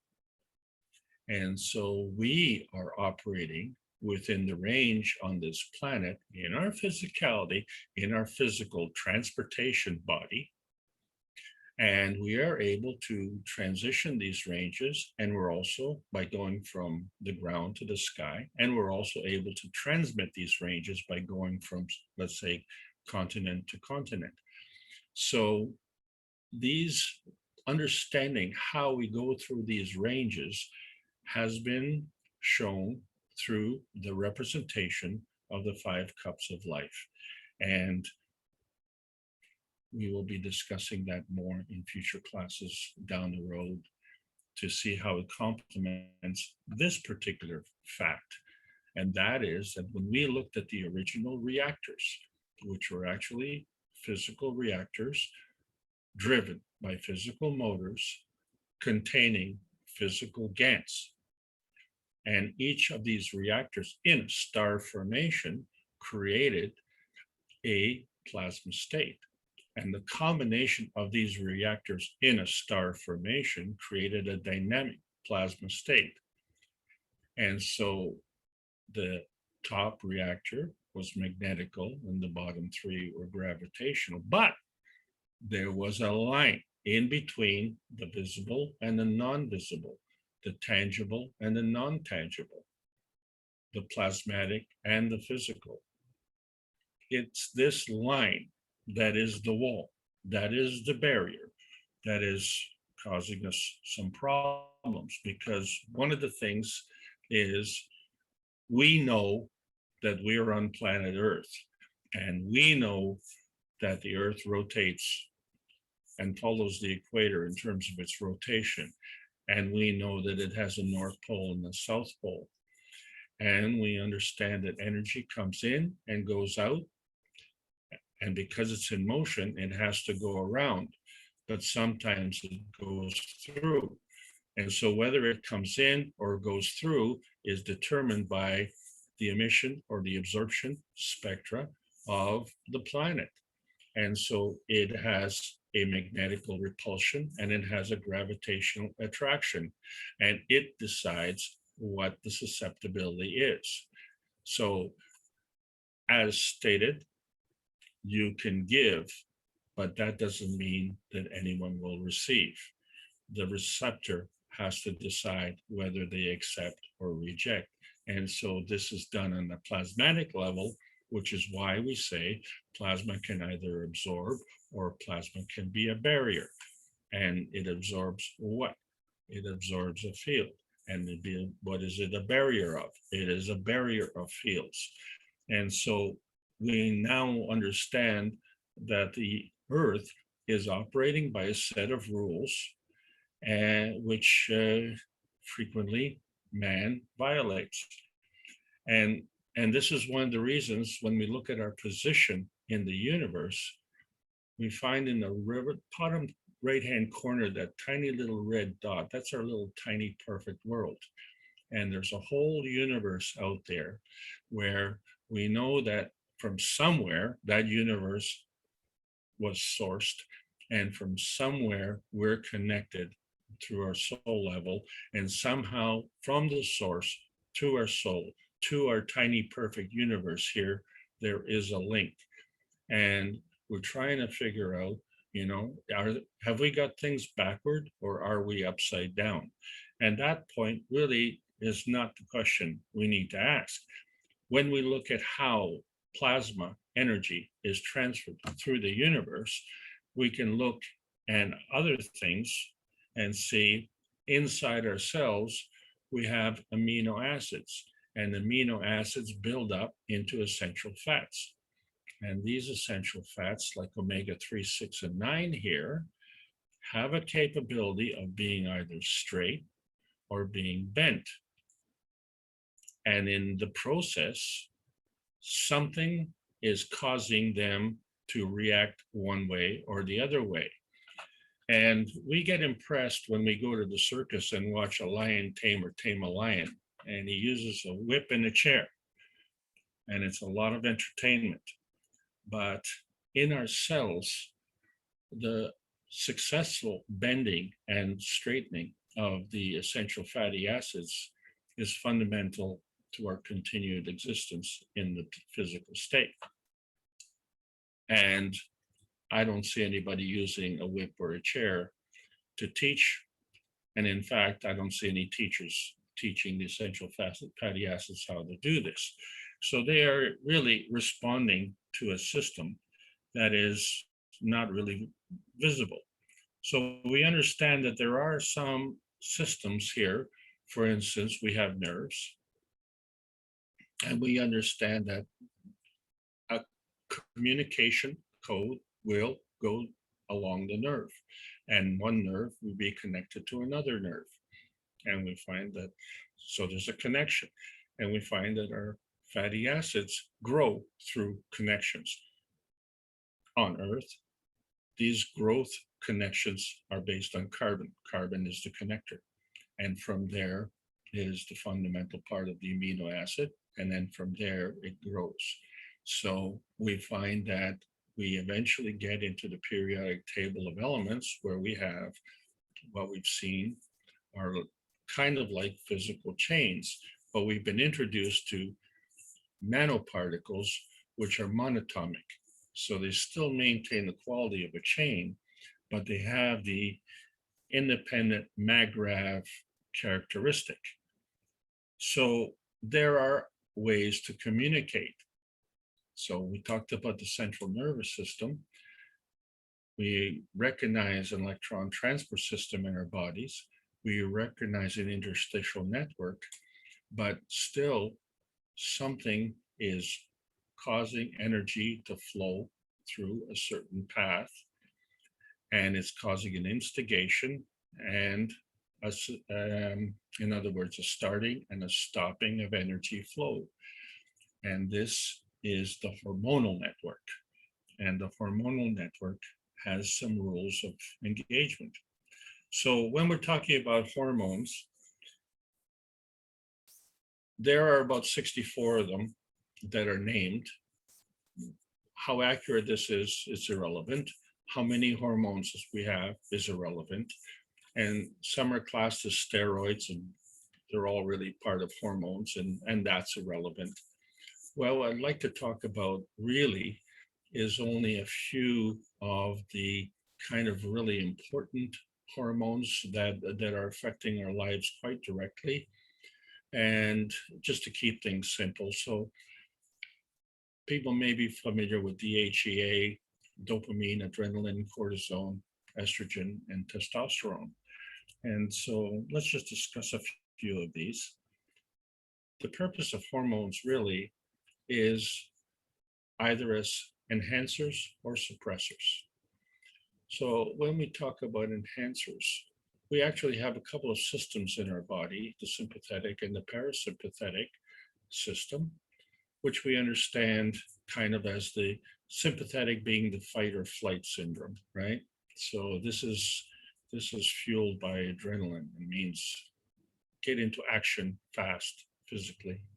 Then we have the parasympathetic system, which allows us to rest in comfort and peace. And it's also called the rest or digest. In other words, we digest our food. It's not something that we have to do under stress.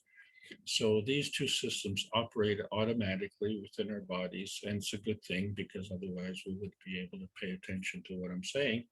we'd be too preoccupied because we have over 70 trillion cells in our body, which are constantly being enhanced or suppressed. On the suppression side, pain is a problem. And so the body naturally secretes cortisol. And then, of course, there are times when we don't want to be overly excited, so we have the secretion of dopamine. What is most important to understand is that in all cases, there's either a giving of an enhancer or the giving of a suppressor. When we give an enhancer, we allow. And when we give a suppressor, we don't allow. But it isn't that we don't allow, is we stop the allowable. So we find that the interference, man-made interference of a suppressor allows the unallowable. And this is one of the problems in our society. The sorting of the allowable and the unallowable is organization, and it follows natural plasma rules. And when we violate these rules, then the unallowable takes over. Well, interestingly enough, the plasma doesn't work in the unallowable situation, and there are consequences.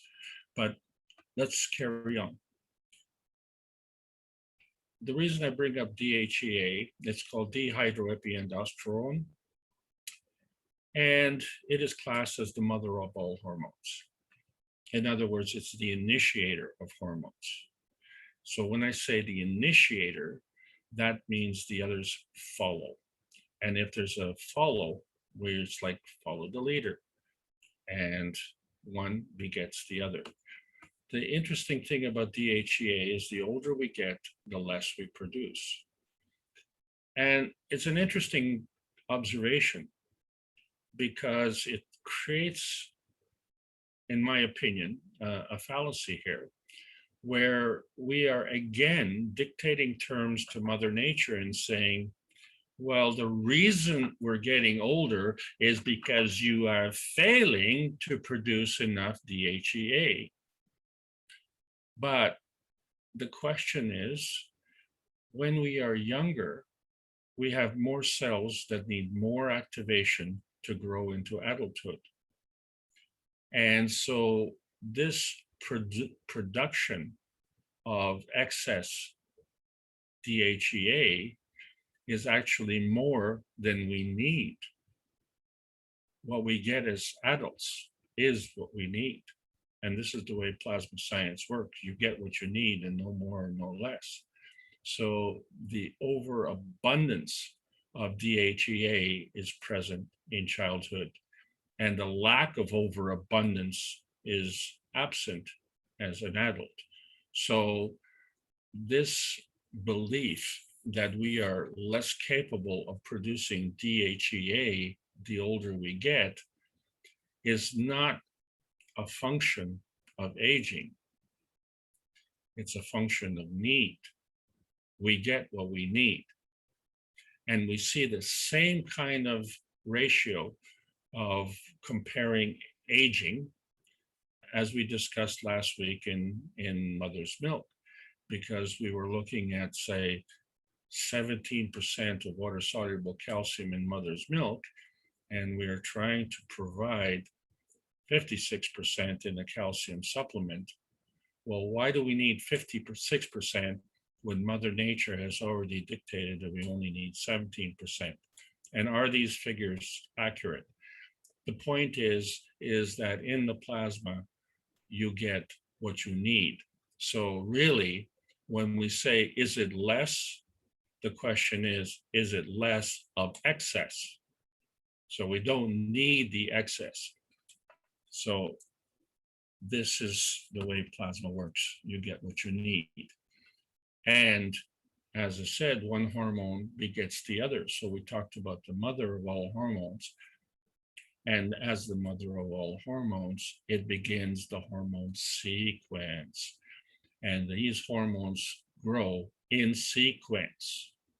And this sequence becomes a pattern. And this pattern becomes a communication sequence. And when we look at, we're going to return to this communication sequence because we have to talk more about energy and motion, because we've seen the transition from atomic to monatomic state. Okay, so this is a representation of the nano state. But we know that we've gone another level into the GANS state. So we've taken the chains of man and unchained them and introduced the GANS of man. And so our bodies are a bag of GANS. Our spaceship is made of GANS. And we know and we can see this GANS in the physical state. But this GANS has a capability, and there's a reason why it has that capability. And that is because we've changed the relationships. So fundamental relationships through the three dimensions involve singularity, duality, and trinity. And to understand which dimension we're operating in, we have to establish a context. Once we have this context, then we can establish a relationship, and then we can figure out which field reference we're operating in. So this is a review. So we started with the nano state, and we've seen when we look at, let's say, a nano coding from the top down, and we see the layers, and we say here in this case, the black layer is one layer and the blue layer is another layer. And so they're in different positions, and there is a link. So we see the nano coding, but the link in between is absent, or it's non-visible, but there is an activity and it creates a star formation. And so if we look at it from the side view, and we see that one layer is above another layer, and that because they create a star formation where you have three on one and one on the other, in order to balance things off, there has to be one on one and three on the other. So there's an up and there's a down, and it doesn't really matter, because, well, what matters is that the synergy that is added together creates more than the sum of the parts. And this is called synergy, where one and one is greater than two. And then when you add the nano coatings together, we don't know if they're upside down or right side up, but we know that in our cells, we can be head to head or we can be tail to tail, but there is a synergy that is going. And as we see in the brain, it can also go from the left to the right. So this is your basic nano technology. But we know that there is a plasmatic core component, and then there's an interaction.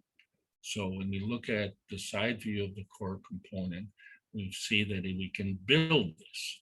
And as we build this, it has more energy. And at some point in time, it becomes dynamic. And to be dynamic, it has to interact with something else. And it is this interaction of the dynamic point of the core component, which interacts with the interaction point of the plasmatic interaction of two other plasmatic fields. And it is this in between that we're talking about today. So we see that we can create more through the combination.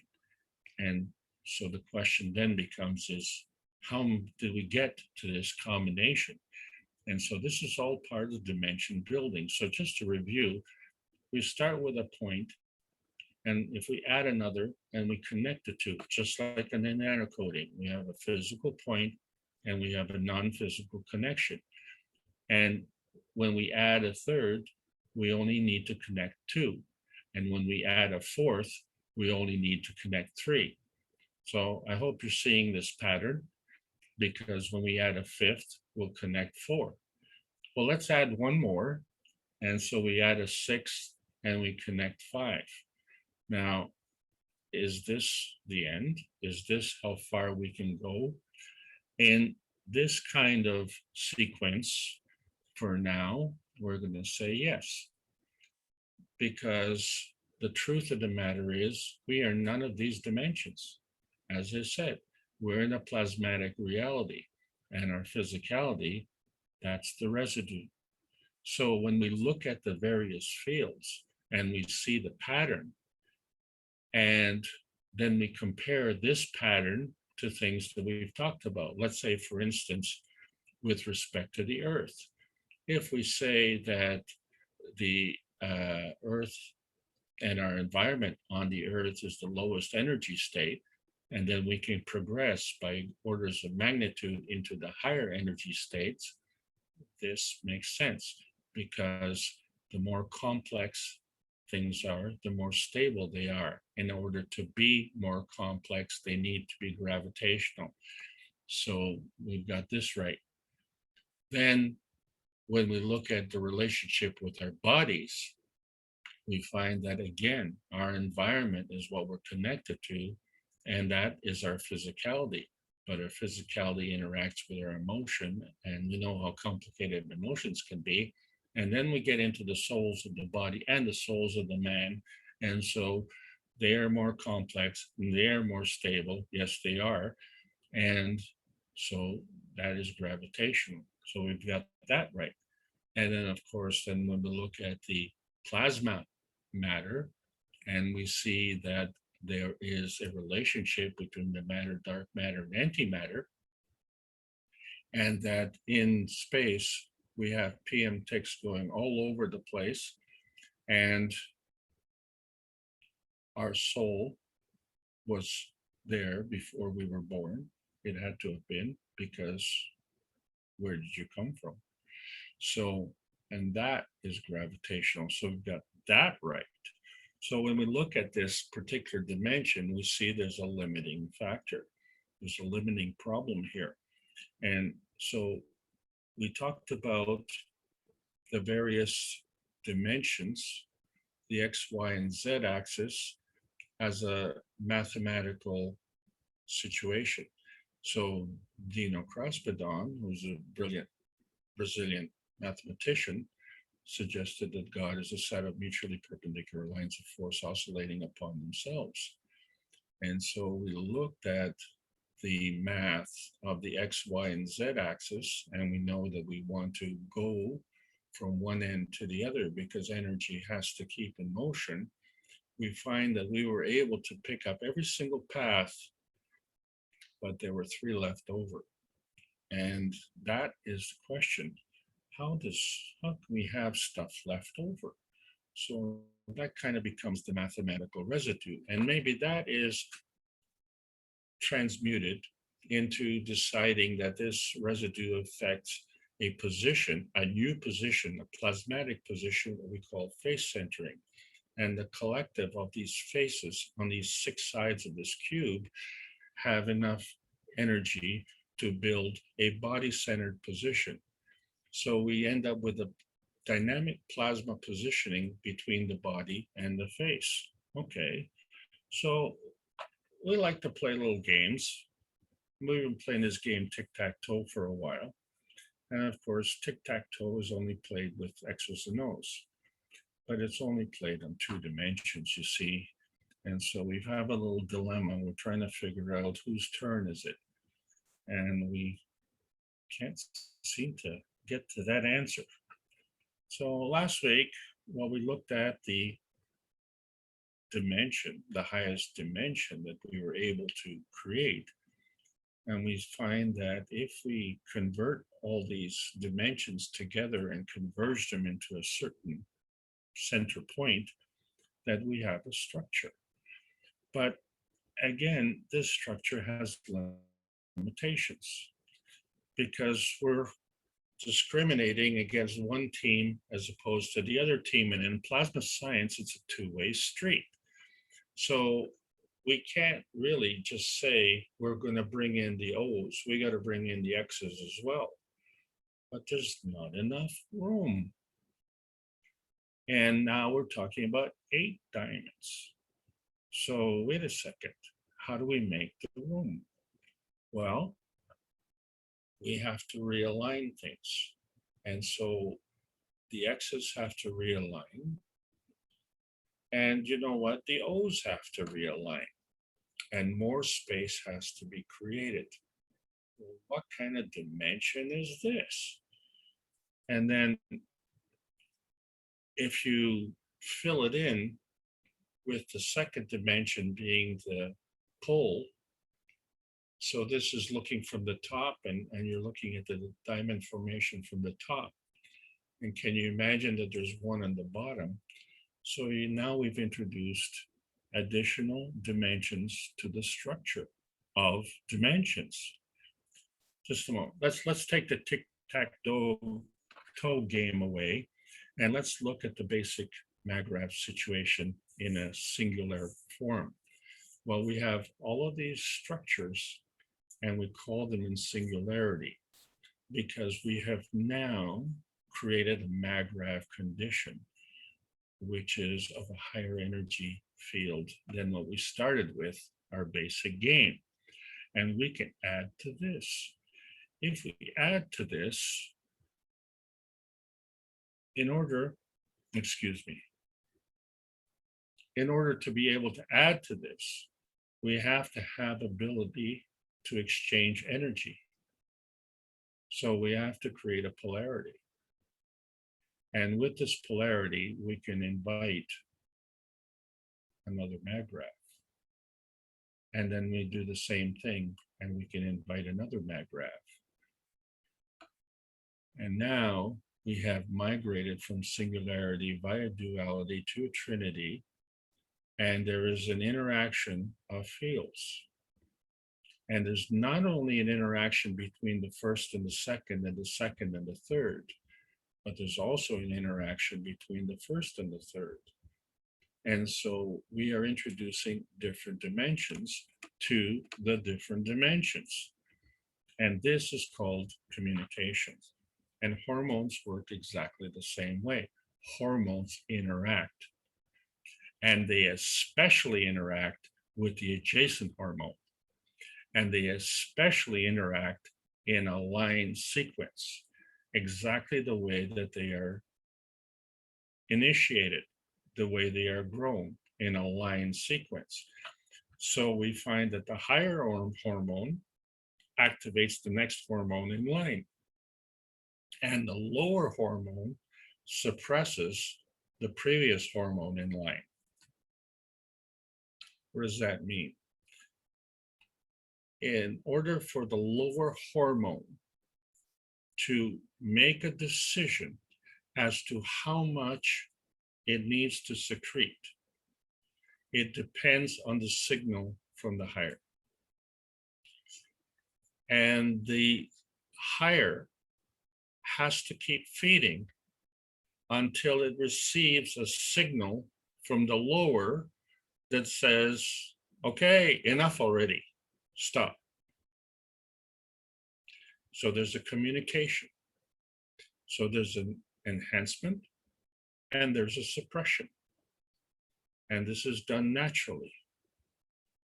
And it's done naturally through all 64 of the named hormones as shown in on the internet, okay?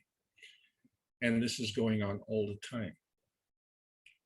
And it's not done with the cell phone or the internet.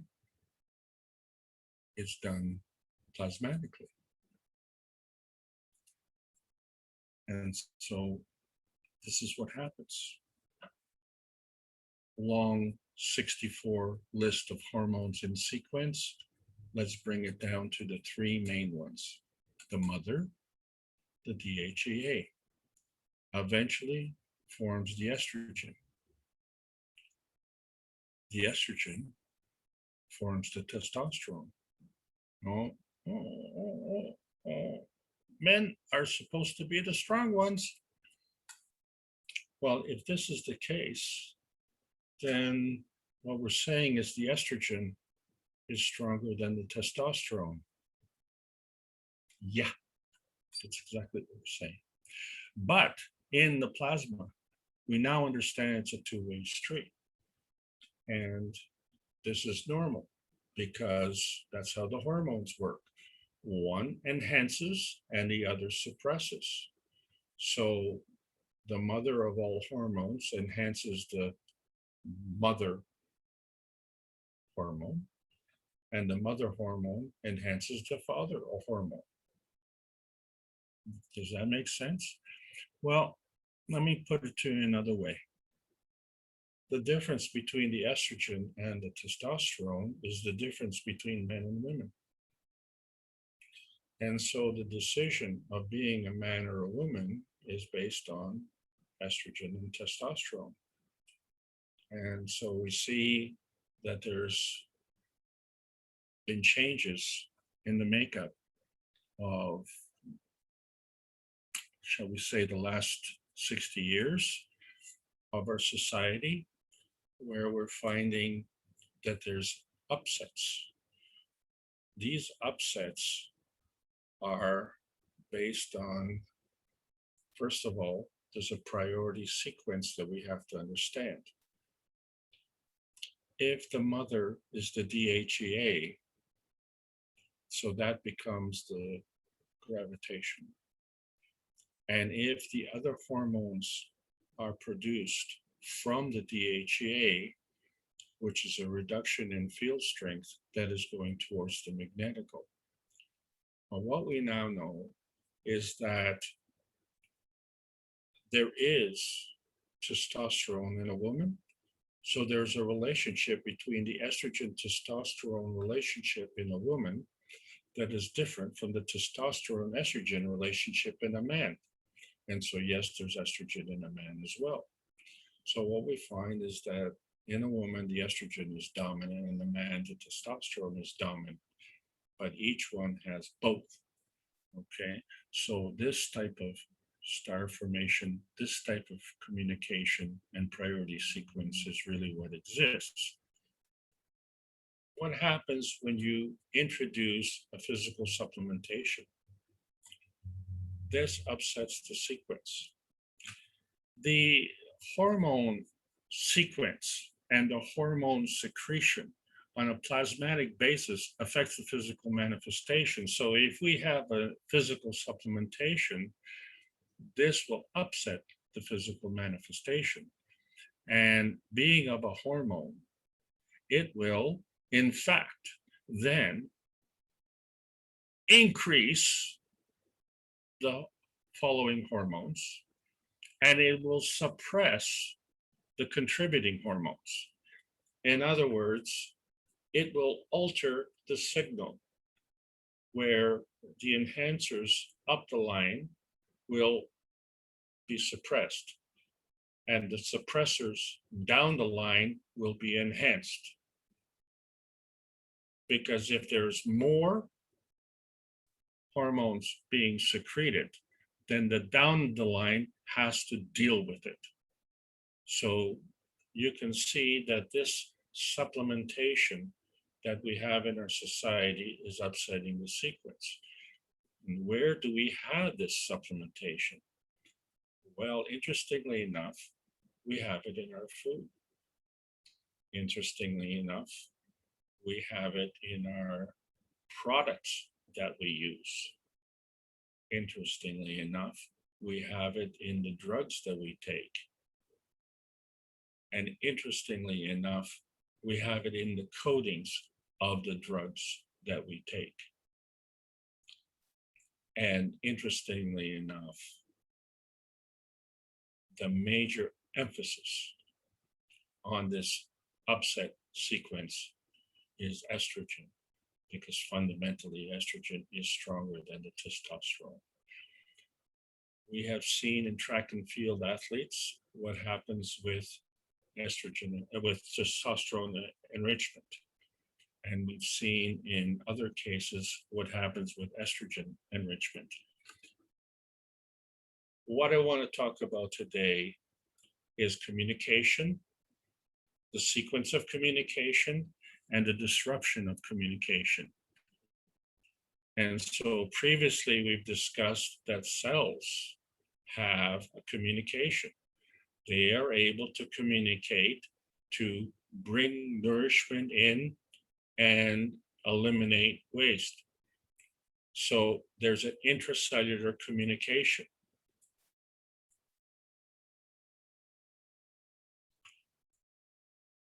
Then we find that cells communicate with other cells. So there's an intercellular communication.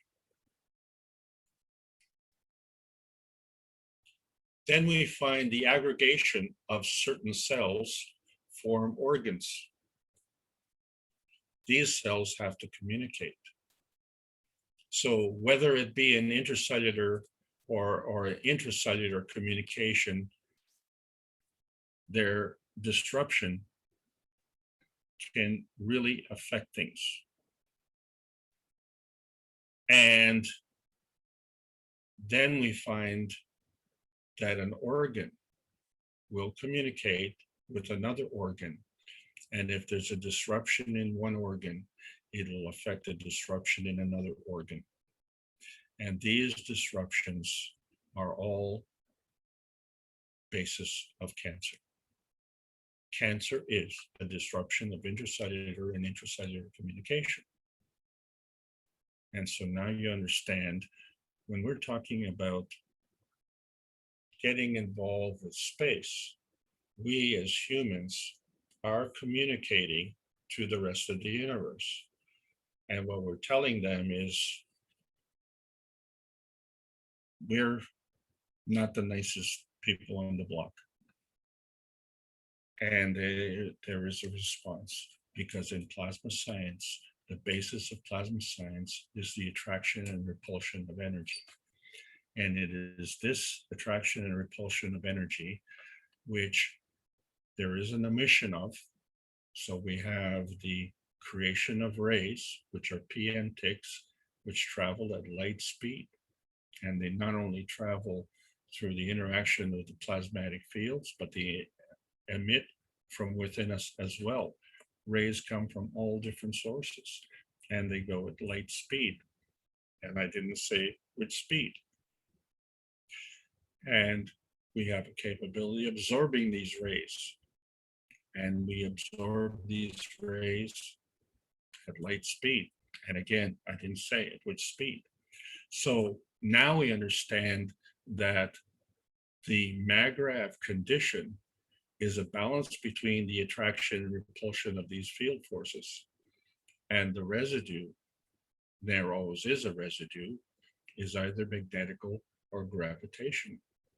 So when we talk about that, we're saying it's a MAGRAV plus magnetical, or it's a MAGRAV plus gravitational. And so see the similarity between the disruption capability of hormones. If we understand that the female is an estrogen testosterone compound and the male is a testosterone estrogen compound, we understand that in plasma science, we have a gravitational magnetical field, and we also have a magnetical gravitational field, the MAGRAV condition. And the difference between them, whatever is the residue, determines whether it's magnetical or gravitational. But the direction of flow is what determines the manifestation.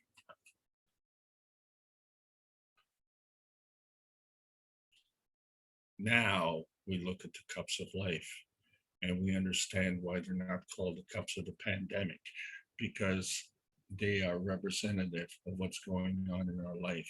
When we look at the basic cup and we see we started with a zinc plate and a copper coil and a nano-coated copper coil. And as mature students, you all know this. So why do we have to keep discussing this? Because the situation is getting more urgent. We have more disruptors, and these disruptors will continue for a long period of time.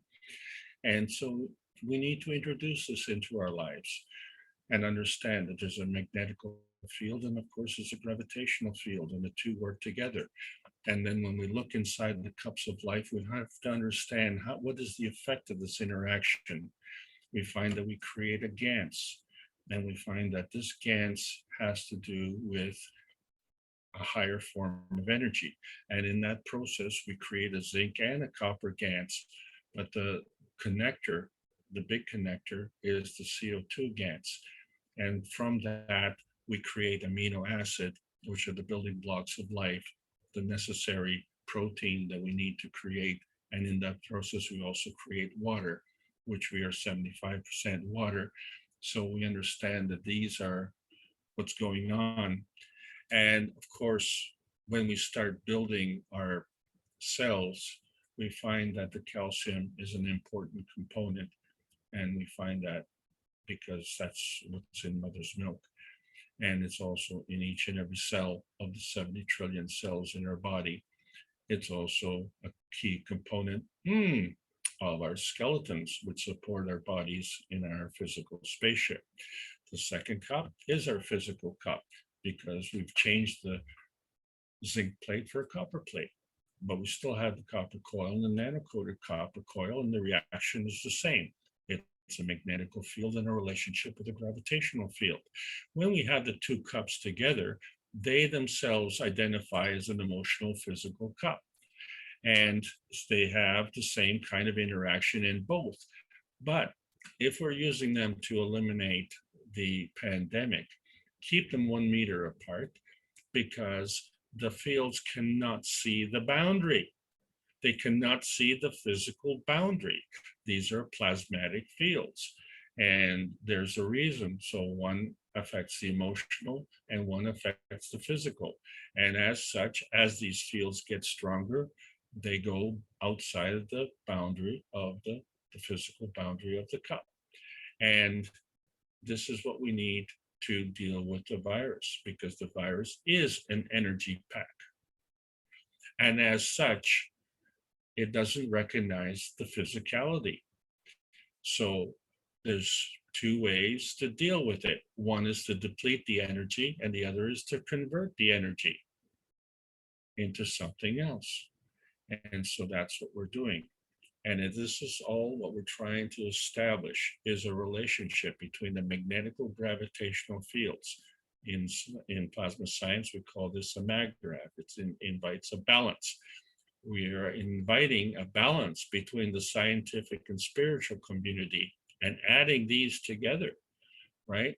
Which is the same thing as the plasma matter and the cell matter, which is a manifestation on this planet. And this manifestation really is a conversion of energy between the light mass and the soul mass. And so everything has to do with relationships and our understanding of these relationships. And there's no limit on how fast we learn or how long we learn. It's irrelevant. It's all up to the individual. So there's a giving and there's a taking.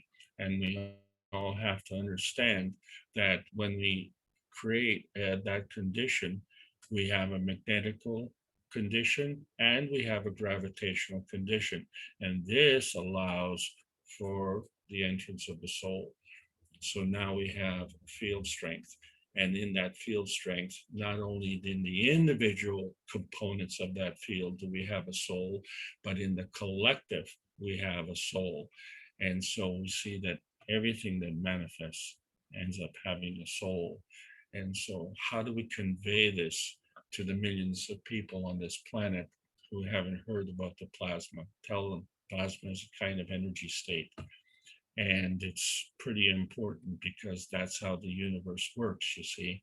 It isn't just an earthbound energy, and it isn't just a spacebound energy. It is our energy, the whole thing. And the important lesson is that the plasma energy works on ethics, which involves morality, compassion, and courage. Because if life is for learning and life is a product of growing, then creation is the learning process, and the manifestation of the creation is life. And this is the plasma-bound science we are looking to deliver through the Universal Body Enhancement Spaceship units, plasma satisfaction, which involves the restoration of physical and emotional vitality. All right, this is a plasma satisfaction. And so this plasma has to interact in a magnetical and gravitational pushing and pulling action that creates a mag-rav condition. And the physical manifestation is the residue.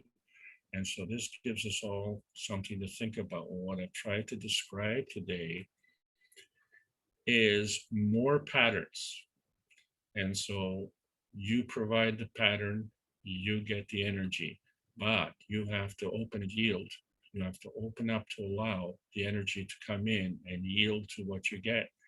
And you will then receive that energy. And yes, you choose. You actually choose. And so we find that by definition, life is dependent. There's a dependence in the universe.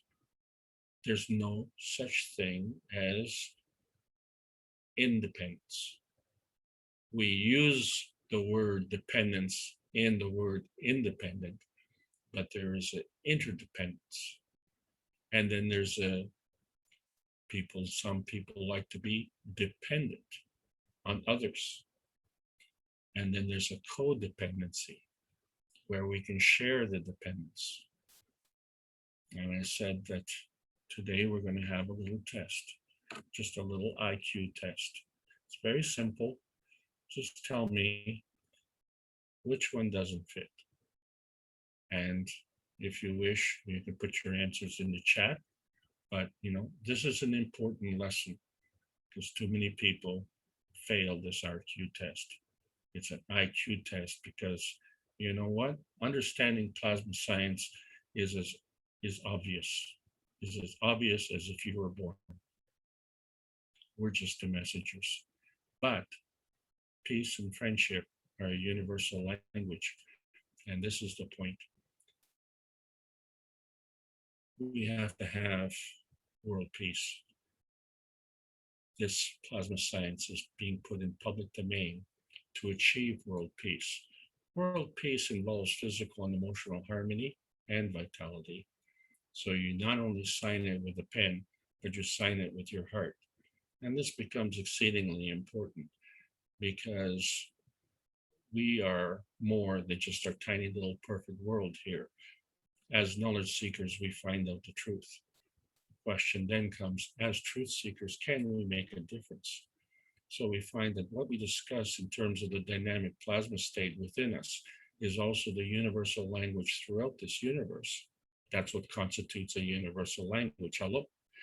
And that's why plasma science needs to be delivered in exchange for peace on Earth. Who's the delivery man?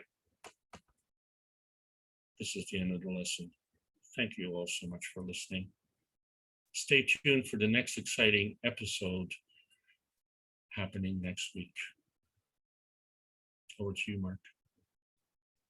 Well, great. That means you are going to join. This is not the final lesson. We're not doing things the same way. We're in that in-between zone. Because the teachings are never supposed to stop. They're supposed to go on to infinitum, as they say.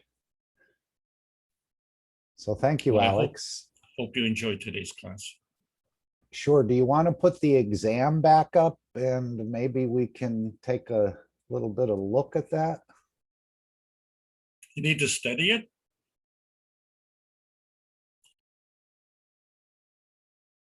Which one does not fit?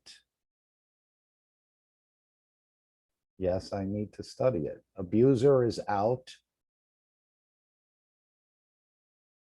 And I guess the rest are in. But isn't a dependent or a codependent more like this kingship or queenship? When you have a person that always seems to be codependent on someone else?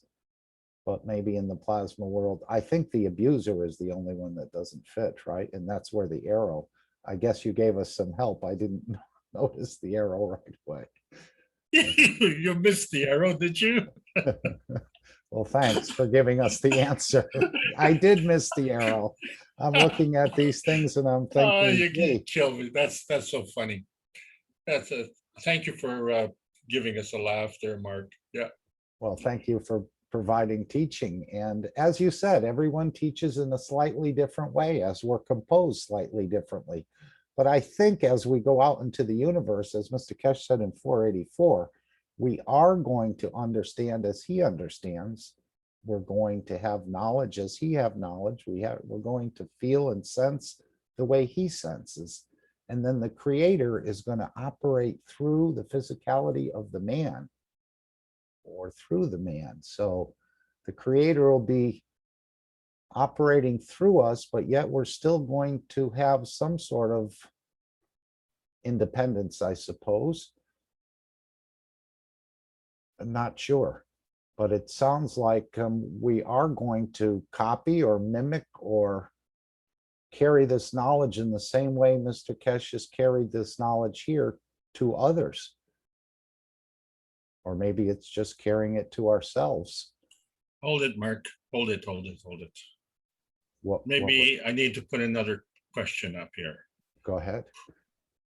Who will be the last man standing?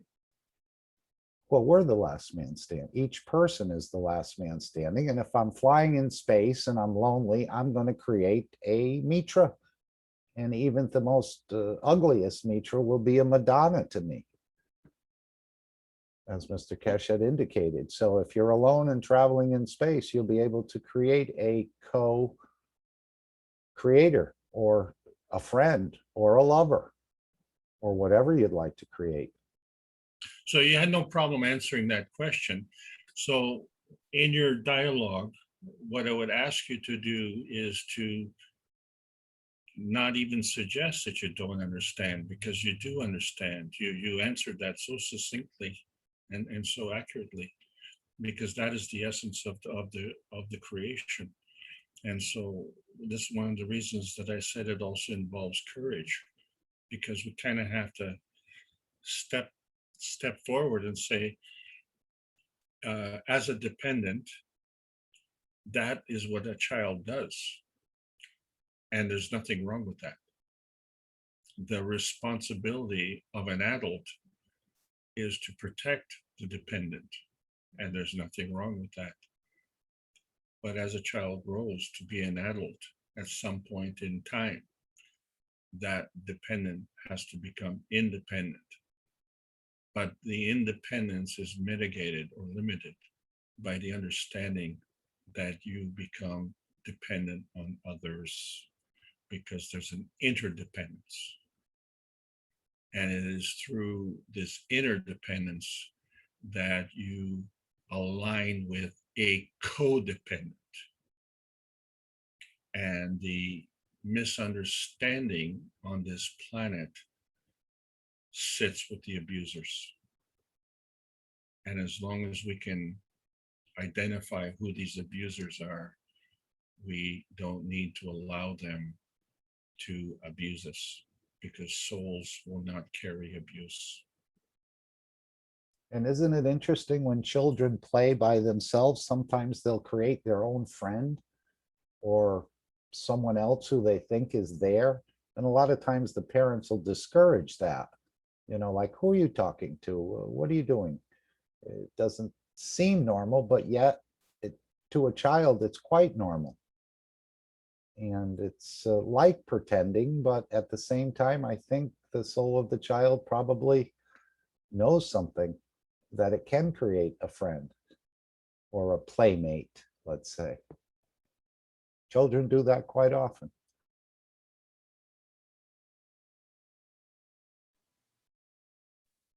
He is the last man standing in that aspect.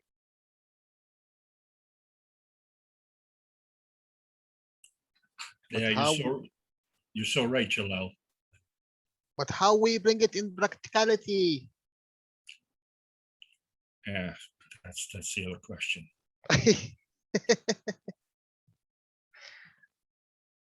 So, Jalal, I tell you what,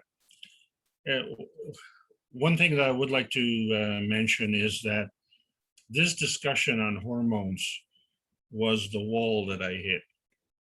Because this question that you just brought up, that this was the wall. And how do we go through that wall? And once we discussed the subject of hormones, and we found that the disruption of hormones was kind of fundamental, not only in our drug systems, but also in our food systems.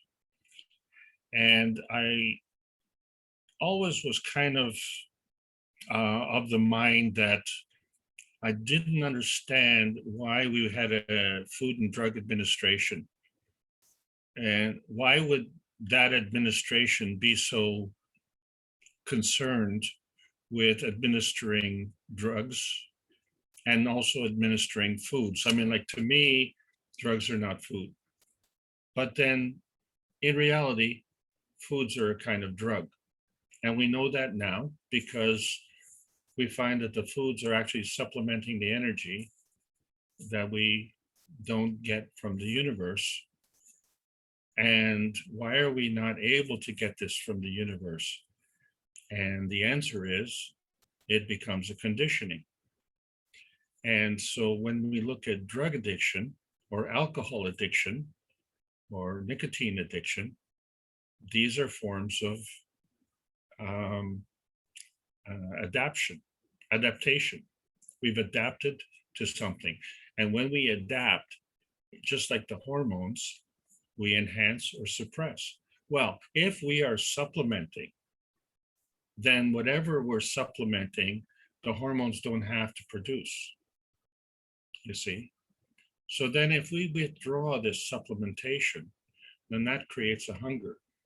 Now the hormones are scratching their heads and saying, hey, why aren't you supplementing? Oh, I even forgot that I had to. And then you say, well, how much do I supplement? Well, I don't know, just bring it. Just keep bringing it and I'll tell you. Well, you've been asleep for so long. You've never told me for all these years. And this is why I had to take a supplement, okay? Because you're asleep at the switch. Well, now as we're getting awake, we're finding out who's asleep, who's awake, what's the repercussion of the communication. And then we find that the fundamental part in our life here is the food and the drug. So this is why we have a Food and Drug Administration. But what is wrong with our food supply? And so we focus on agriculture. And then we find that, it becomes very important when we go to the grocery store to read the label. But then you look at the label and you see misrepresentation on the label. And you say, well, wait a second. Why is deception on the label? The whole purpose of a label is to disclose the ingredients. And so we find that the food then ends up becoming a weapon. And we already know the problems with the drugs. So now comes the plasma science.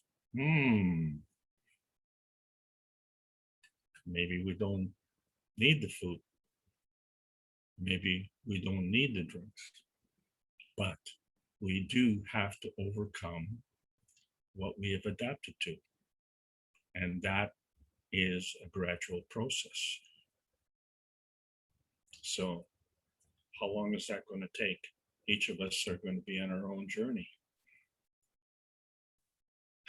When we go into outer space, we're going to have to really react fast. We don't have the luxury to delay the consequences like we do on this planet. Over to you, Jalal.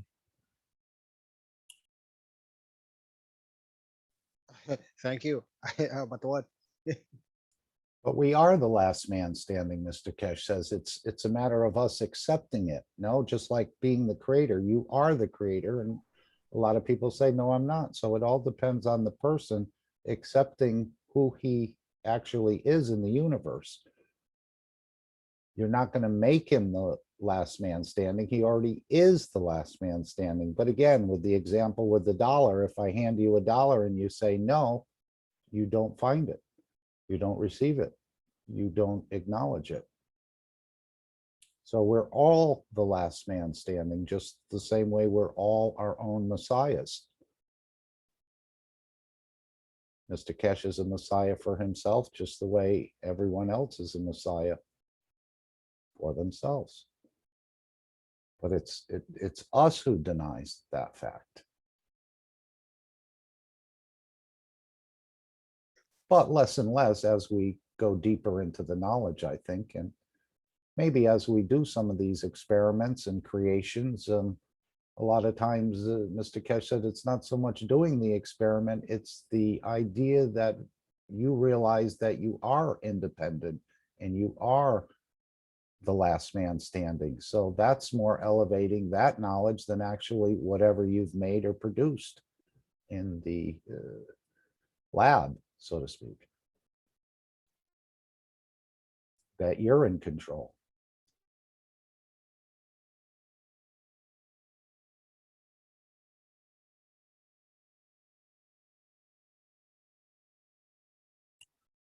See, it's really hard to explain about the plasma science to someone who's never, had any kind of experience with it, because it's the same like, say, going to a music concert. You can't explain in words what the music sounds like, and you can't explain the feeling that you get from hearing those sounds. So being in the moment, being in the present moment of the concert and experiencing that emotion at that point in time is unique, which is, why you buy the ticket. And the whole purpose of having a tape or a record is so that you can mentally recreate that emotional experience for yourself. But, for someone to hear it off the record would never be able to reproduce the experience of having been there. But when I talk to people many times and they say they don't understand, or this is, too much for me, I just say your soul understands exactly what I'm saying. That's exactly what the 100% The right. soul has the PhD in all of this knowledge. Mr. Keshe just told us this in the last workshop, and we've known this. He's already said that the soul contains the knowledge of the universe. So the soul has the PhD and knows this whole technology backwards and forwards. So I think it's upon us to find that soul within you and interact with it more. So from this point of view, we have the luxury of delaying the consequences. But, if you have, say, someone who's driving a car, they have plans. They're in the car, definitely going to a certain place. That's their plan. And say they have the misfortune of having a fatal accident. That kind of changes those plans, the physical plans, very quickly. And so there's no delay there, is there? You go from the physical to the soul level in an instant. And how do we do this as a culture on this planet? That's what we are. We are a culture on this planet. And this planet really needs us. So, this business of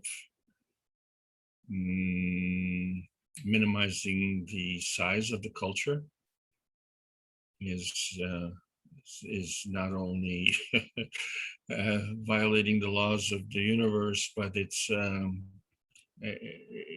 illogical, in every conceivable way. So if you understand the codependence and the interdependence of the universe, why are we participating in that game? You know, because your survival, shall we say, imagine you're a soldier of fortune, right? So you're acting out in what? In exchange for what? Money, right? That's really, you know, your primary motivation. And so you're dependent on someone who promises you that money to give you that money. And then if they give you that money, the condition that you are accepting that money is based on doing what they ask you to do. If you fail to do that, then not only do they not want to pay you the money, but the activity that you are participating in is the exact same activity that they will use to, shall we say, break the relationship. So if you're a soldier of fortune and your business is killing, then your, shall we say, master is working by the same rules. And so it's only a matter of time before you become expendable. So why participate in the game in the first place? It makes no sense at all. So to understand dependency and codependency, you have to understand the laws of the universe and compare them to the laws of man. And you see, something's missing, something's not working. And yet we claim to have this higher education and this higher knowledge. Yeah, it's through this education and higher knowledge that we see the problems. And that's one of the things that I have personally had the experience of in my life. So I've been able to see all the problems. What has been missing is seeing the solution. And so, as I say, the discussion on the hormones, we hit a wall because we came into the realization that our environment, you know, which involves the food and the drugs and everything else that we take, is affecting our survival on this planet. And how do we go through this wall? And now each and every one of us has the cup of life, and this is going to not only drill through the wall, but is going to transmute the wall into being invisible, just like the glass cups and the cups of life are invisible to the plasma fields. The plasma fields will transcend all of these dimensions.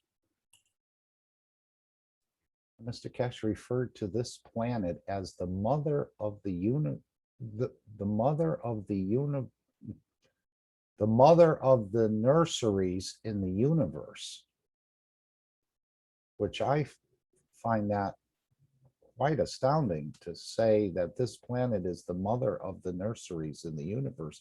It must be for souls, because even a plant is going to create another cycle, their soul, or a dog, or a cat, or us. So this is some sort of mother nursery place in the universe. And I know we're way out on a limb in the location in our own galaxy, but he did say we were insignificant dust, but now we're going to become a very important dust in the universe. I'm really glad you brought that up, Mark. Why is that? Well, because, you know, if you have something and you feel that it's unimportant, you will either give it away or throw it away. Different from a gift, right? It's if you feel that something is insignificant or is not working, you can either, you know, tear it down or throw it in the garbage. But there is a battle for this planet, and it isn't just us in the physicality that is fighting for this planet. The universal community is also, shall we say, fighting for this planet. It's just that the way the universal community fights is through the plasma understanding. And so we're in the quarantine until we correct the situation. But it's a very important point to correct that situation, because there's an interdependence between what we do here and what other planets are doing. And so, this point that you just brought up emphasizes the importance of this planet. So thank you very much.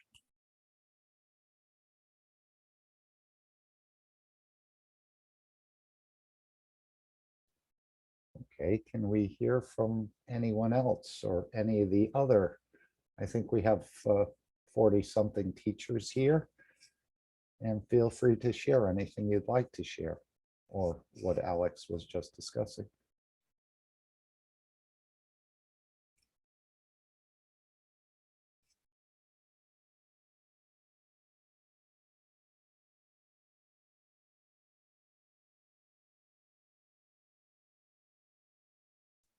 I guess you've wowed everybody again, Alex.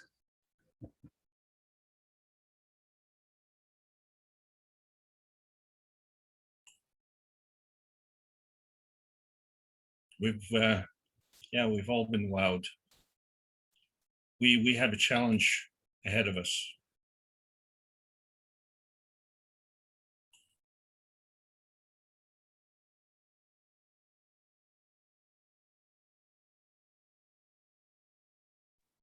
You have put a stick into a beehive, Alex.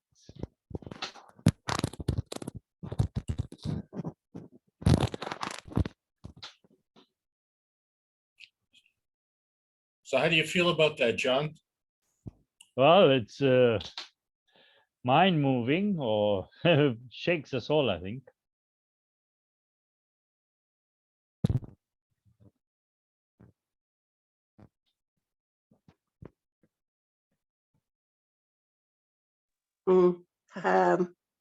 I liked your disclosing. I mean, the way it turned out, beautiful. Alex and Mark, and I think actually we potentially have all this in us. We probably have been aware of it in some very, very past of all these. Maybe before we start talking, we could use more of these potentials. And in our culture, as you talk about Food and Drug Administration, I remember the first, where the first Greek doctors said that your food to be your medication. And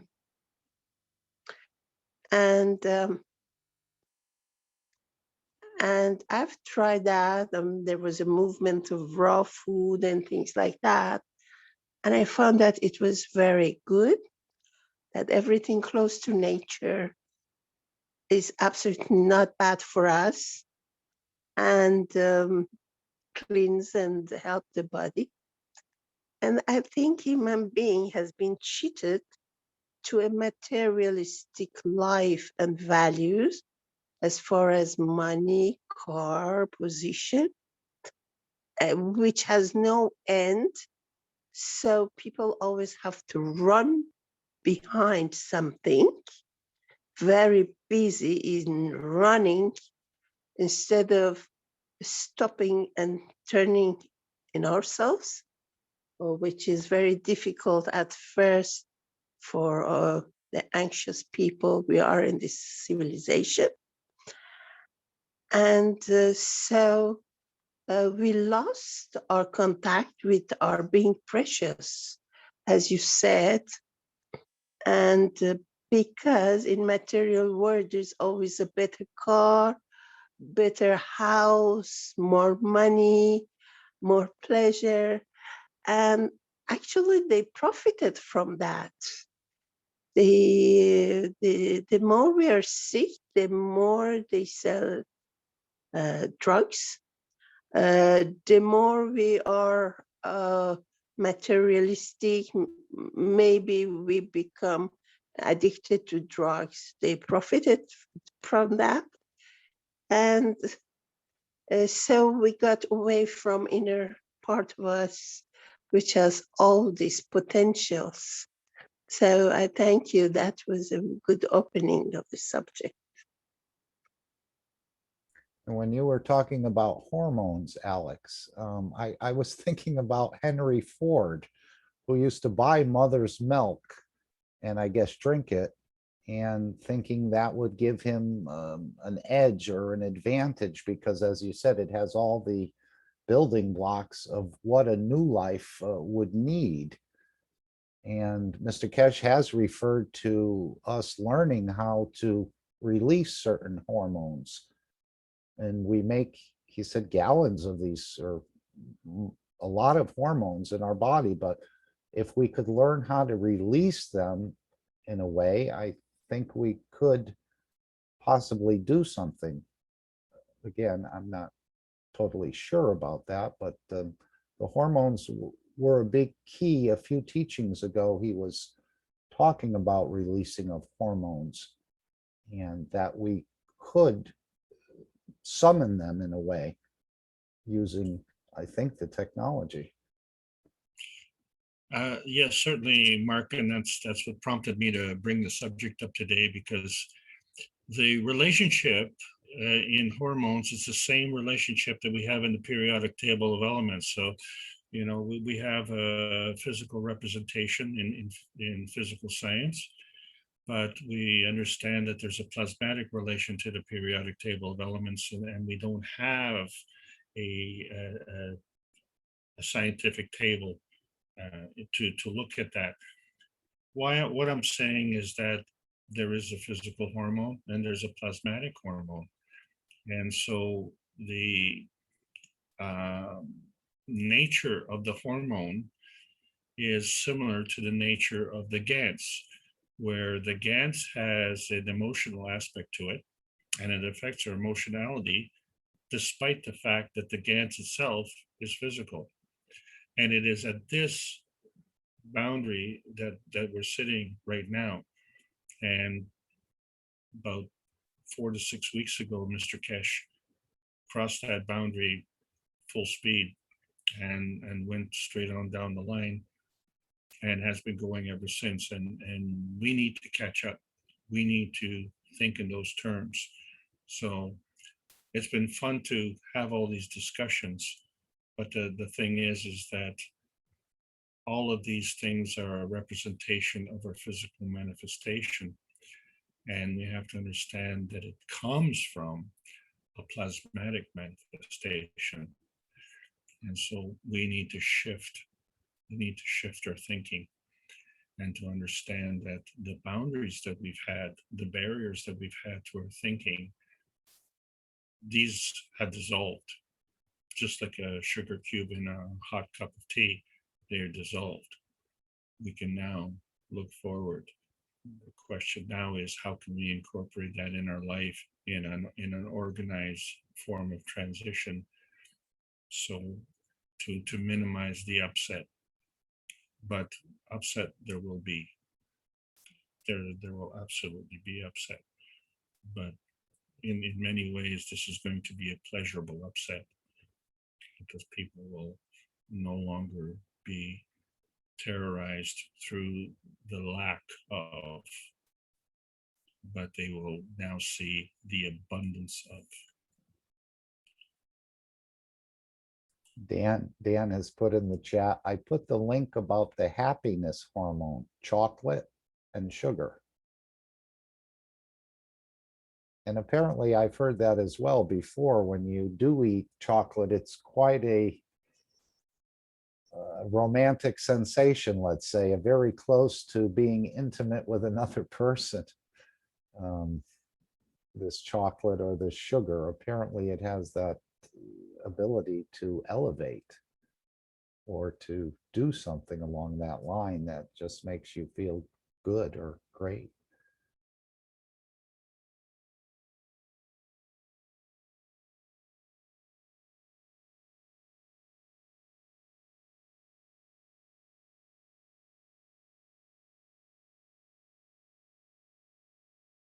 Misty says cocoa transitioned. So yes, there's something about the chocolate, but do we have to actually eat the chocolate, or can we trigger that hormone in a different manner without taking the energy from the cocoa plant?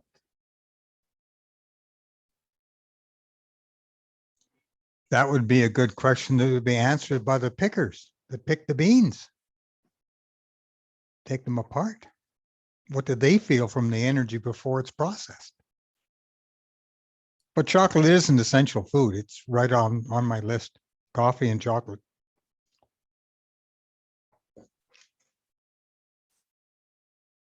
And that's, too. go ahead. I said, make it two. I always order you extra coffee, Jalal, you know that. Thank you. And from your teaching the other night, I tried it. I Yeah? put a glass of plasma water on the deck and went on onto the tractor. I worked for 4 hours and then I decided I should have a drink. I had half of it, went back out, did another 3 hours. And when I come in, I didn't want any supper. I'd taken enough energy from the universe riding around the tractor in the yard, cutting the grass, talking to the flowers and all the butterflies that were around. I didn't want any food. So do we really need food? I think, as we said today earlier, it's all a matter of conditioning. I pass the talking stick back to you, Mark. Dan has put in first 5 minutes of the 19-minute fragment of the 76th. That must be the 76 workshop. Can you run 5 minutes of the video?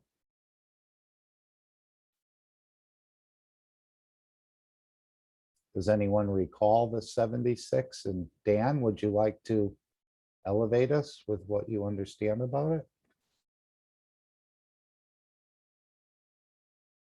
If you can, I know you might be not able to access the mic.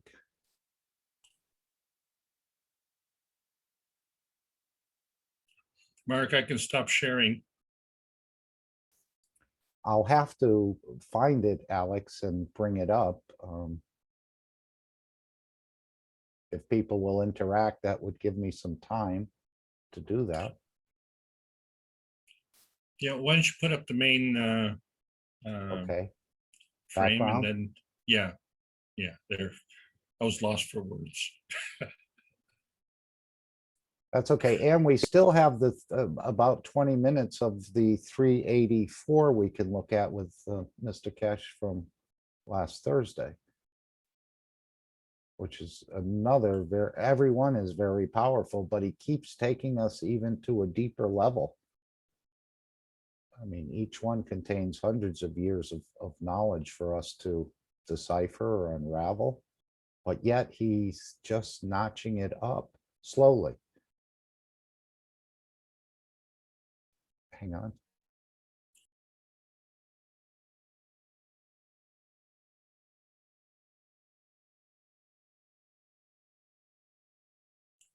Yeah, just let me know when you're ready. Okay. Okay, it's up. Oh, Dan is not able to express right now verbally, so he's probably multitasking. Mr. Keshe, 76 George Washington University. shall I find that, Yvonne, and bring it up? Might take a minute. I'm not sure what he means first 5 minutes of the 19 minutes. Okay. Perhaps he can be clarify on that. I was going to ask for a timestamp if he had one. The workshop. This is where George Washington University published something, and it was definitely KF.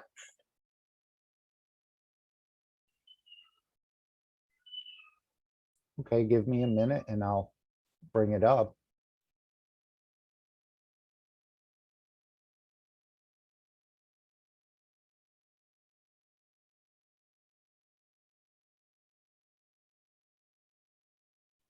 But I've got a segment, so I'm not sure what time he was referring to.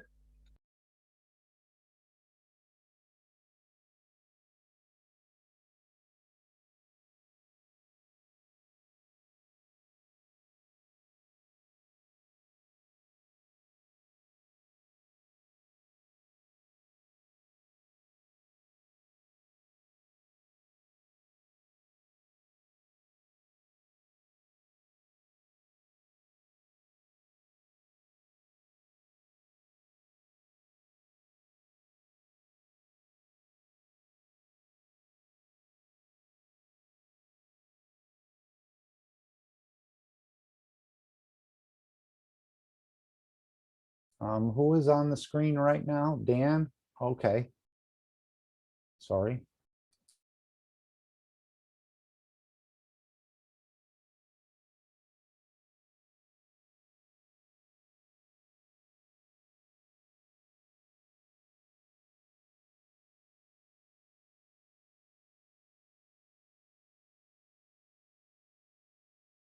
This is from August 27th, 2015, the 76 Knowledge Seekers Workshop, which is 4 hours and 44 minutes long.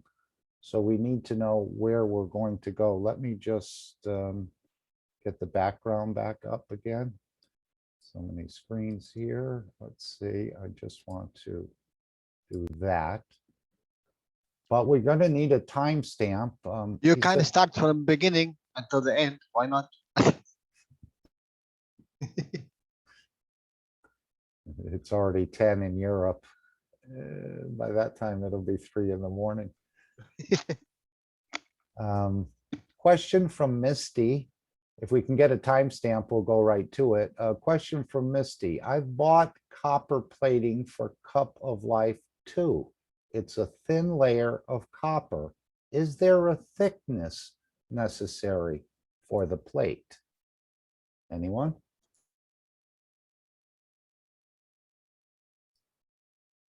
I've bought copper plating for Cup of Life number 2, which we call the copper cup. Everything in it is copper. It's a thin layer of copper. Is there a thickness necessary for the plate? In which one? In the nano or the normal? She doesn't say for the plate, so I would say it's not the nano, it's just the straight plate. No, it's not the problem. Yeah. It's a thin layer, yeah. I think it'd work till it possibly dissolves.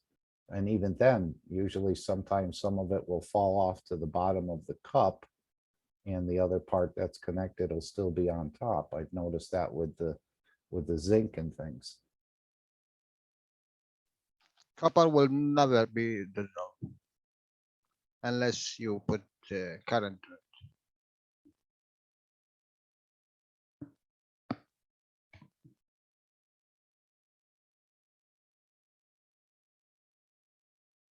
Dan, can you give us an indication where the timestamp is you'd like us to go here? And I noticed Mr. Keshe has been in and out of the meeting at least 5 or 6 times today. I don't know if he's having a connection issue or having multiple meetings at the same time.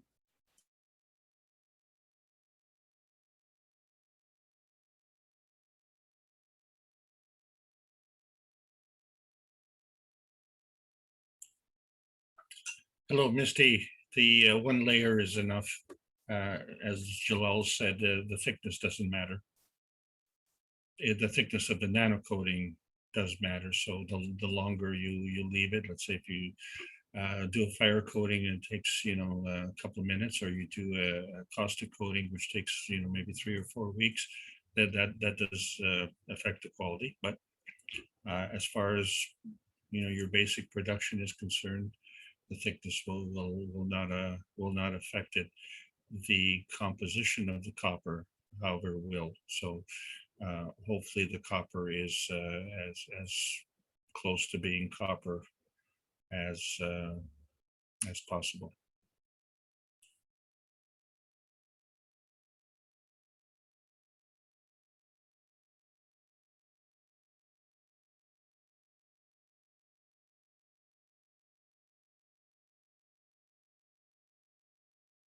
We can also go to the 384 and hear more about connecting with the soul and what's going to be transpiring very shortly. And maybe some people have already arrived there. As we're learning, everyone's coming into the foundation at different understandings.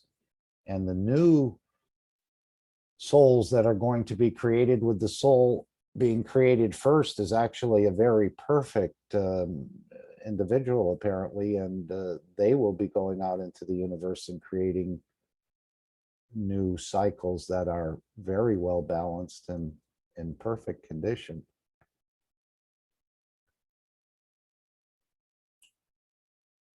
I think the timeliness is quite right, Mark. I think that's what you should do.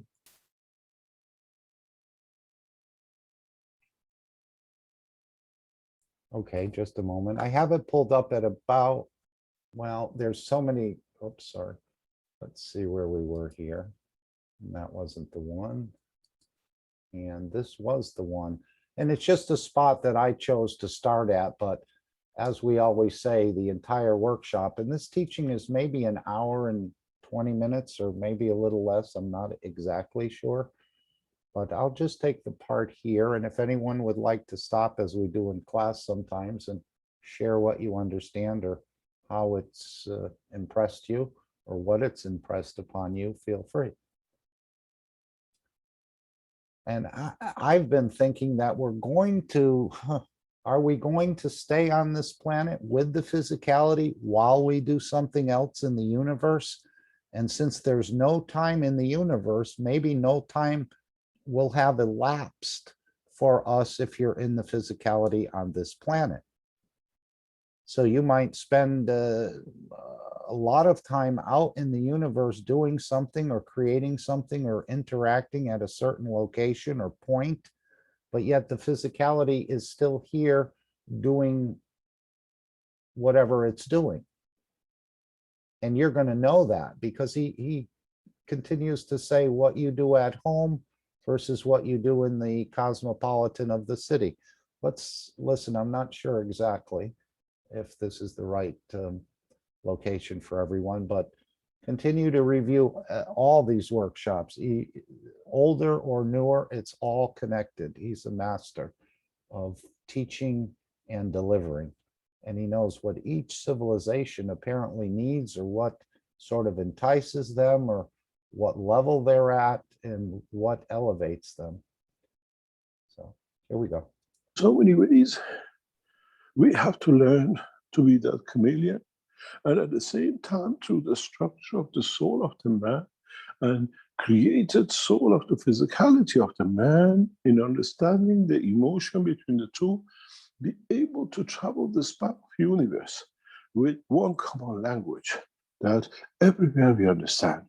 Unless we come back home to Earth and we all speak the Earth language, and that even at that, we have to speak the language of where we land.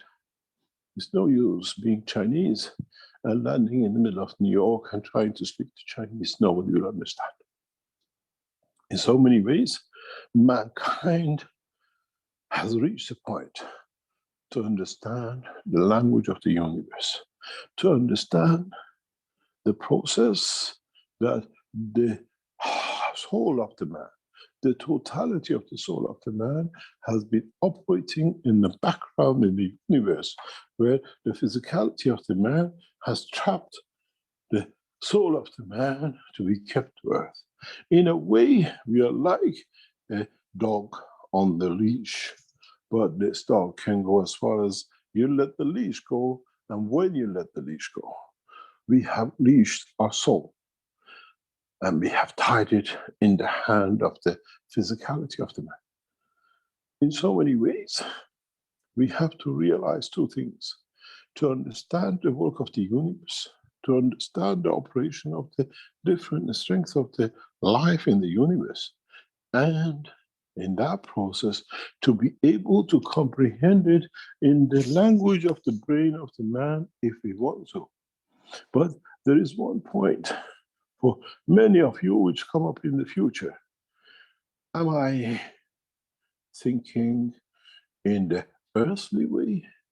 Is my emotion the earthly emotion? Or am I speaking and thinking in the dimension of the universal way? We'll come to that point. As I say, when you start dreaming and thinking and moving for a while, in the strength of the universe, you become, you will think, and you will live the life of a universal person. But till that time, you have to practice. Till that time, you need to learn the ropes. You need to learn the ways to understand and live in both dimensions and directions. So there it is. You need to learn and live in both dimensions and directions. And prior to that, he said, while we're here in the physicality, the soul is out in the universe doing things, interacting with things, even though we're not aware of it. And he's always said the soul does have a secret life, but now we're going to not really confront the soul, but become aware of this soul that's doing all these fantastic things around the universe. And then you become a universal citizen, let's say, or a universal part of the universal community, when you know that you can do both. And we all have that ability. There's no one, no matter how much you deny it, it's there.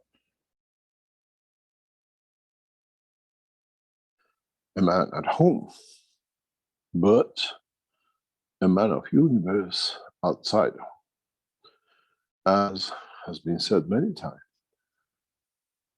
we have to accept the condition, as is us who wants to be part of that new condition. Is us who's pushing to understand the ultimate goal of the creation.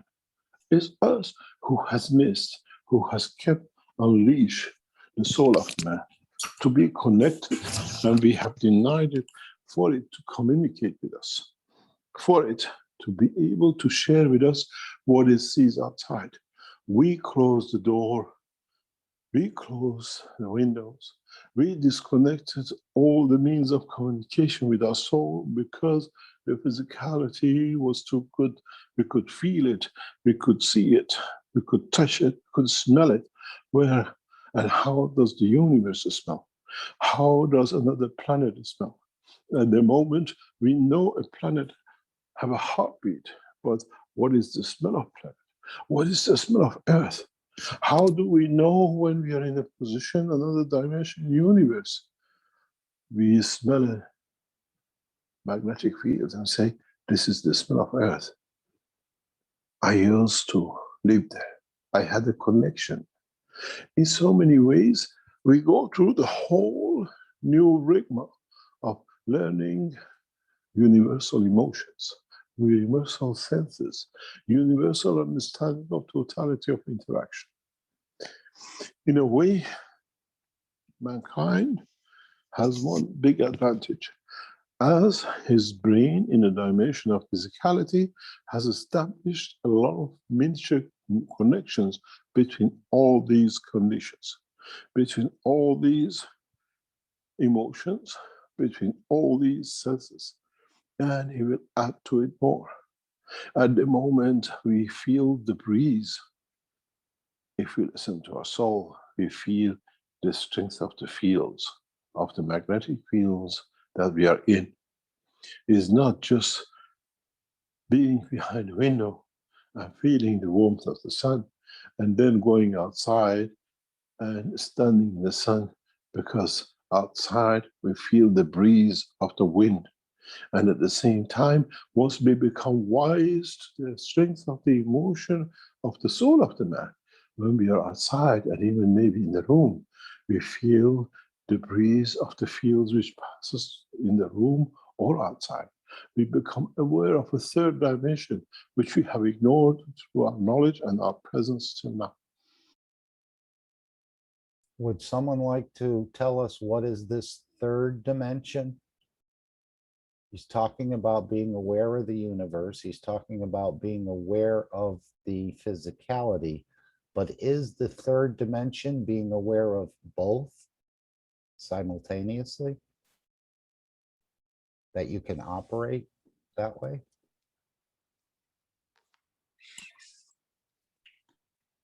I think you got it right, Mark.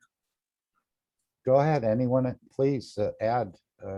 I'm not sure if I have it right. It's just what I think I understand he's saying. Well, in terms of the dimension, so there's dimensions within the range, and then there's various ranges, and each range has its own dimension. So we have the dimension on this planet and the dimension in space. The difference is that on this planet, we have a delay in consequences. And one of the observations of, shall we say, going into outer space has been that the astronauts coming back have not aged as much as the people on this planet have during the duration of the trip. So if, let's say, for instance, if we were to conventional traveling into outer space for 20 years and then come back to Earth, probably a lot of our friends wouldn't be here. So the difference with the plasma travel is that our souls can travel at a faster rate and accomplish much more than we can on the physical plane here. And so that operates, we can operate in both dimensions, and the collective is the other dimension. So that's my opinion on that subject at this point in time. We have a couple other mics open. Go ahead. Either Yvonne or Ed. Mark, Yes, dear. you have a video arriving in about a minute or two. It's what Dan Ballas wanted to show from 76. It's from about 3 hours and something minutes in. It's from Renan on sugar and obesity.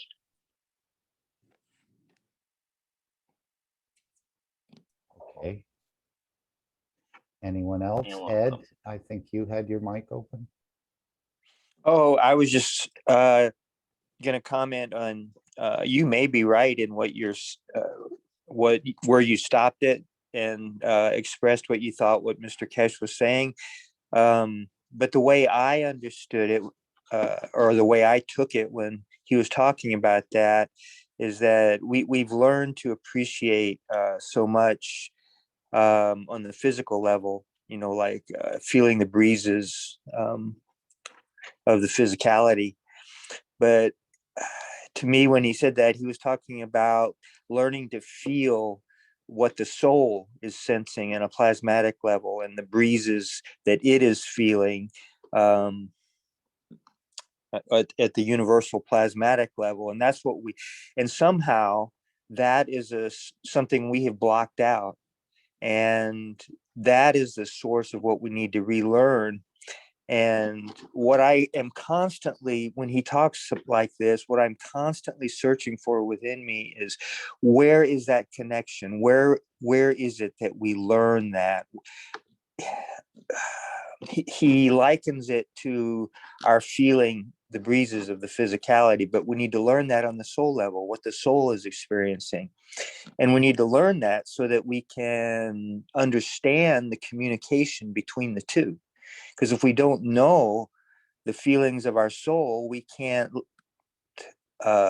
even appreciate the communications with it. So I guess what I'm trying to say is that the way I understood what he was saying there is we need to learn that, the feeling that we have somehow lost. And I'm often just at a loss to understand what that is. I constantly go back to that there is an emotional awareness of some kind that we have blocked out, that we need to become more and more sensitive to. And I think sometimes we just dismiss it. But anyway, that's my input on that. Is this the practice he keeps referring to? We need to practice? Well, for me, the practice, it comes after the awareness of, you know, your first sensitivity to those feelings of the soul that he's talking about. And then once we become aware of that, yeah, we need to practice that so that it becomes second nature. And then maybe we can begin the communication process between our soul of physicality and our soul, and then get adept at that.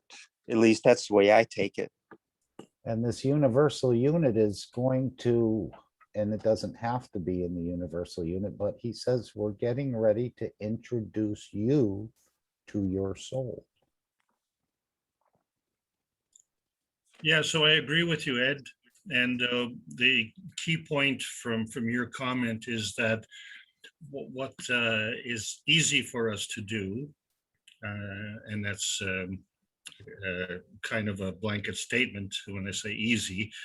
The thing is easy because in your comment, you don't know what to do, but what you have identified is what you don't know what to do. And that is the part of the awareness. And so I think we're all going through that at this point in time, that it becomes easy for us to say, well, oh, you know, this is not right, or this is not working, or whatever. Okay, well, great. Appreciate your observation. Can you step forward and tell us what the solution is?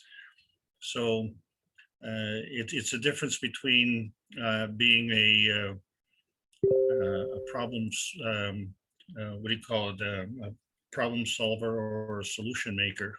Can I jump And- here? Yes, Jalal, please give us a solution. It's easy. Convert. You are a converter. You are very special professor converter. So convert the hate and anger to happiness and joy. The interaction between the two make love. That's all what you want to do. Everything changes for happiness. Start with this one. So Jalal, there's a physical happiness that we have experienced and we know, but is there a deeper emotion that is a happiness of the soul that we need to learn to experience more frequently? Yes. What Mark said in the beginning about this child who's playing the last man standing with himself. Be an actor.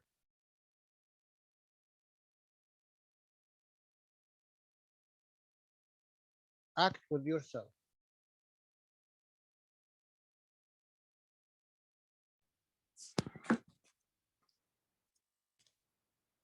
You do not need 2 plates in your box.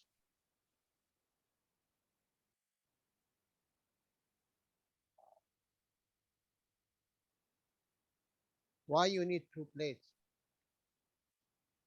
Why you need another partner to interact? Why you need an action to have interaction and reaction to it? Be it yourself.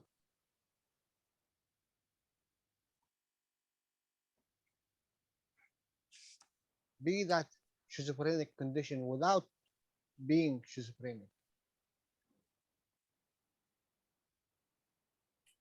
Hey, Jalal, can I, yeah, you really, I have to give you a standing ovation on that answer. You brought forth an idea, if I may. Yes, of course. There was a question about entropy, and it reminded me of the experiment of a famous Russian scientist. His name was Kozyrev.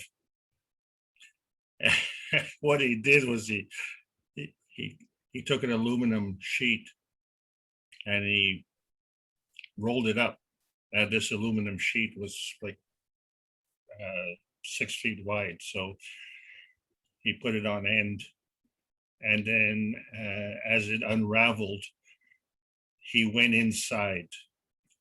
So the aluminum sheet made a spiral, and he went inside the spiral and he stood in between, and he noticed how much heat was being generated.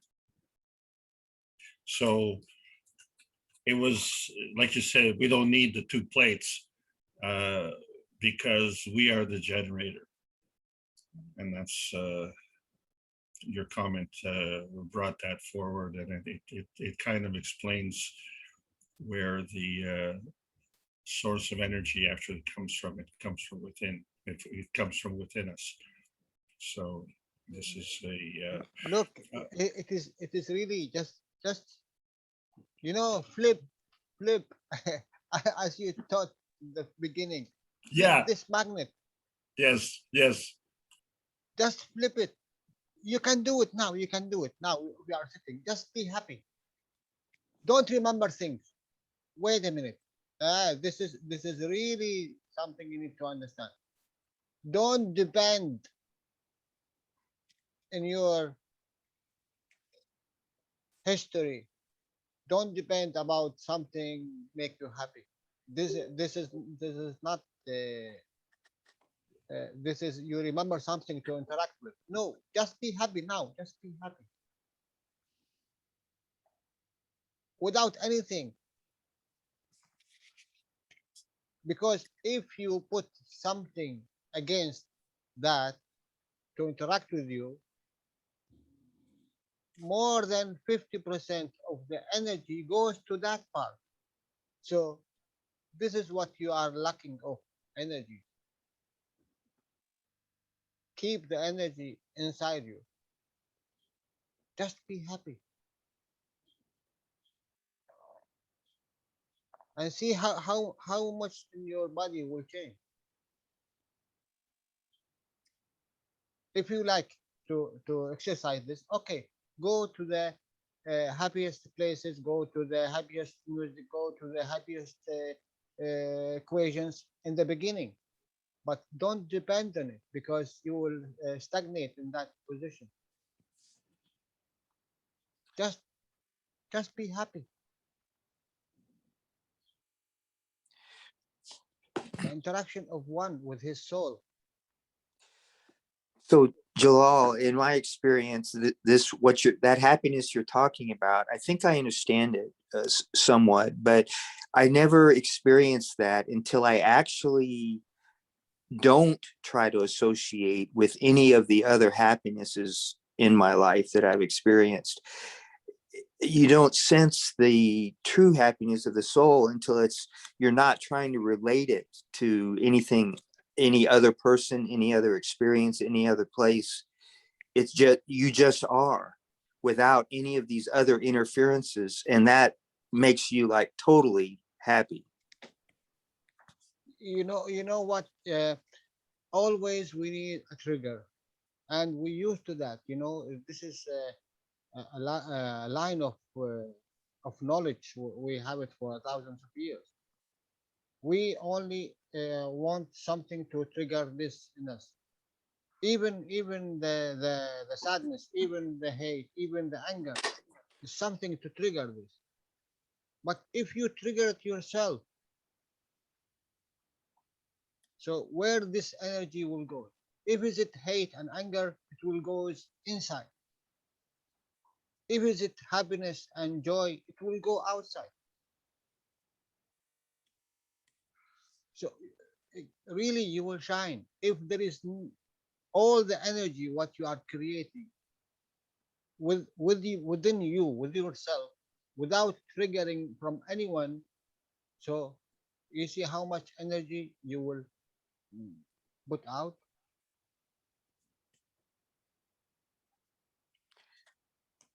And this is a long time, Mr. Cash teaching that, but it seems that a lot of knowledge seekers didn't capture it. Even in practicality, you do not need another plate. You can't be in this schizophrenic condition. And remember when he speak about this guy who have 9 souls, one physicality with 9 souls. Yeah, advisor to how you can presidents. create that? Yeah. Easier than drinking water.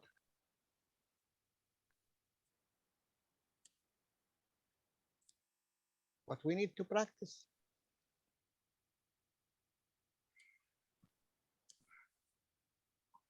And because we're slow learners, we need to practice. But once we learn, he said, man will be a very good child.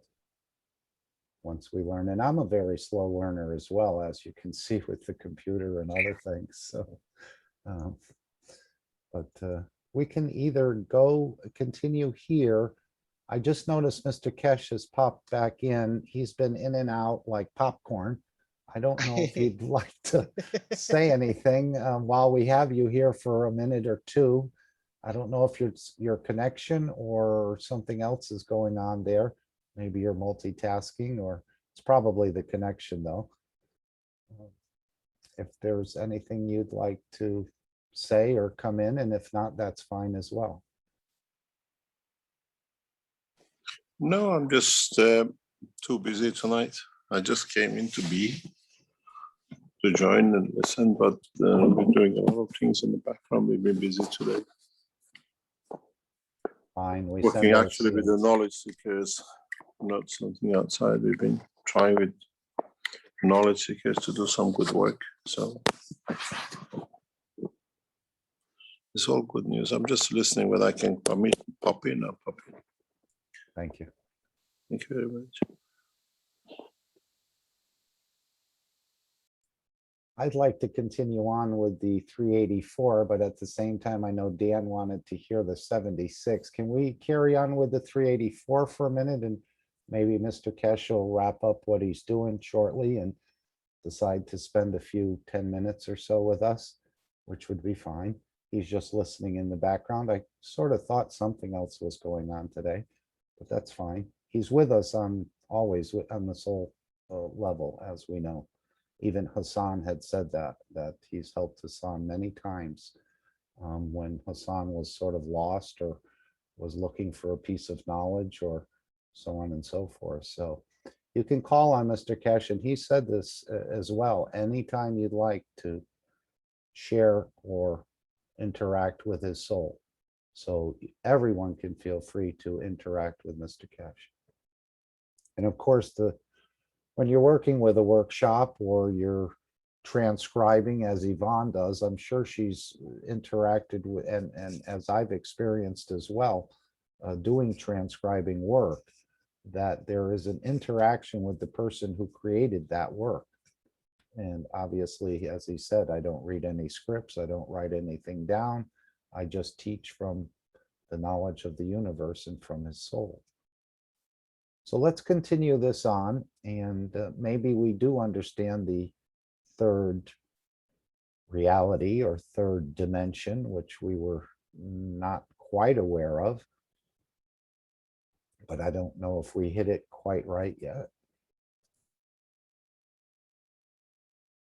In so many ways, we go outside and we say it's nice and warm and windy, but we go outside and we say it's nice, it's warm, it's windy, and the field flow, the magnetic field of the universe or the planet are in such motion.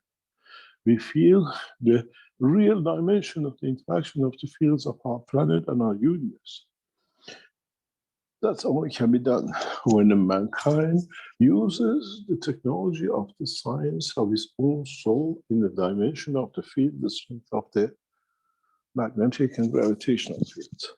Then we understand, as we create different gears for different acceleration of our car, then we will understand how to create and bring different strengths of the fields of the universe to be able to travel faster or to enjoy the breeze of the time. As I said, unfortunately, there is no such a system in the universe that can measure these, because the gravitational magnetic fields created by the interaction of the fields of the universe, which in interaction and collection of it has for temporarily become your soul, is part of it. That's how it was created, out of the interaction and the balance and connection and emotion of the totality. In so many ways,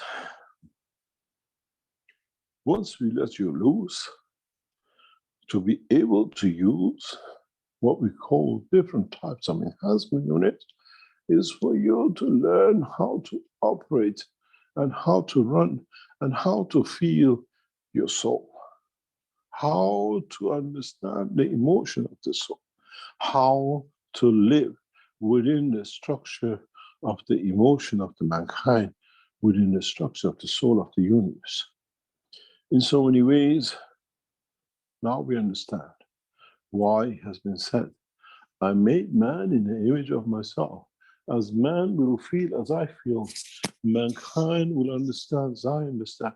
Mankind will be at the same time zone as I am, and will travel with the knowledge and the energies that I travel. As I travel to be the mankind, as I travel to be the part of the essence of his creation, and within it, I operate as me, as the creator and the created at the same time. In so many ways, our soul is a reflection of the interaction of the fields of the creator and the higher order than our physical dimension and the strength. In so many ways, we can, if we endeavor to understand, in a coming time, to go to our dimension of our soul, to the dimension of strength of the work of the universe, to the understanding of the operation of the universal community with the knowledge of the man, but with the emotion of the creator.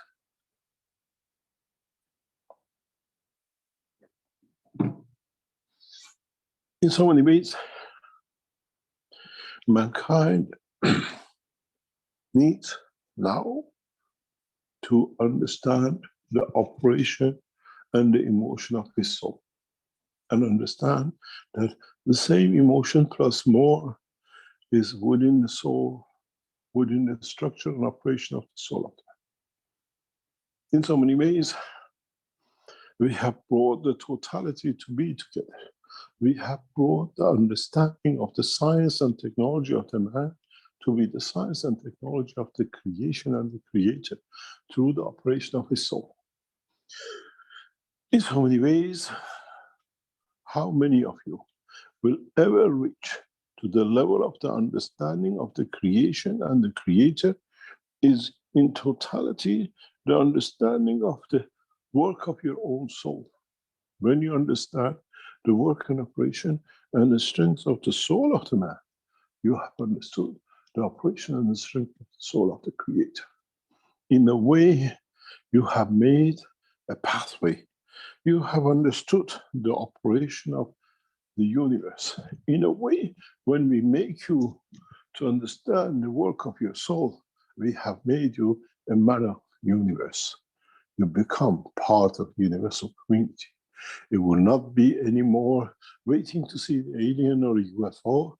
It's you understanding how you can travel this part of the universe, and there are no UFOs and there are no aliens, because we are all part of the same. We are all part of the same structure, the love of the Creator, which by His love, which is the giving, has become us. In so many ways, in what He gives and what He takes to consider and to create us, we are created to be Him, to understand the totality of creation of Him. In other words, when would mankind will become wise to understand that he is of a kind of the Creator. He is not only creator of his own children in a physical dimension, but in essence, in the world of the creation, he is the child of the Creator in the dimension of the soul of the man. Then there shall be no profit, as we have the knowledge of totality from the Creator itself. How many of us in this cycle of existence on this planet at this time will become wise to final knowledge and ultimate understanding of the creation? All depends on our openness to understand the totality and work within the structure of its work. I made man in the image of myself. Think the same, do the same, and work the same. And in so many ways, mankind will come to understand the totality of everything that exists.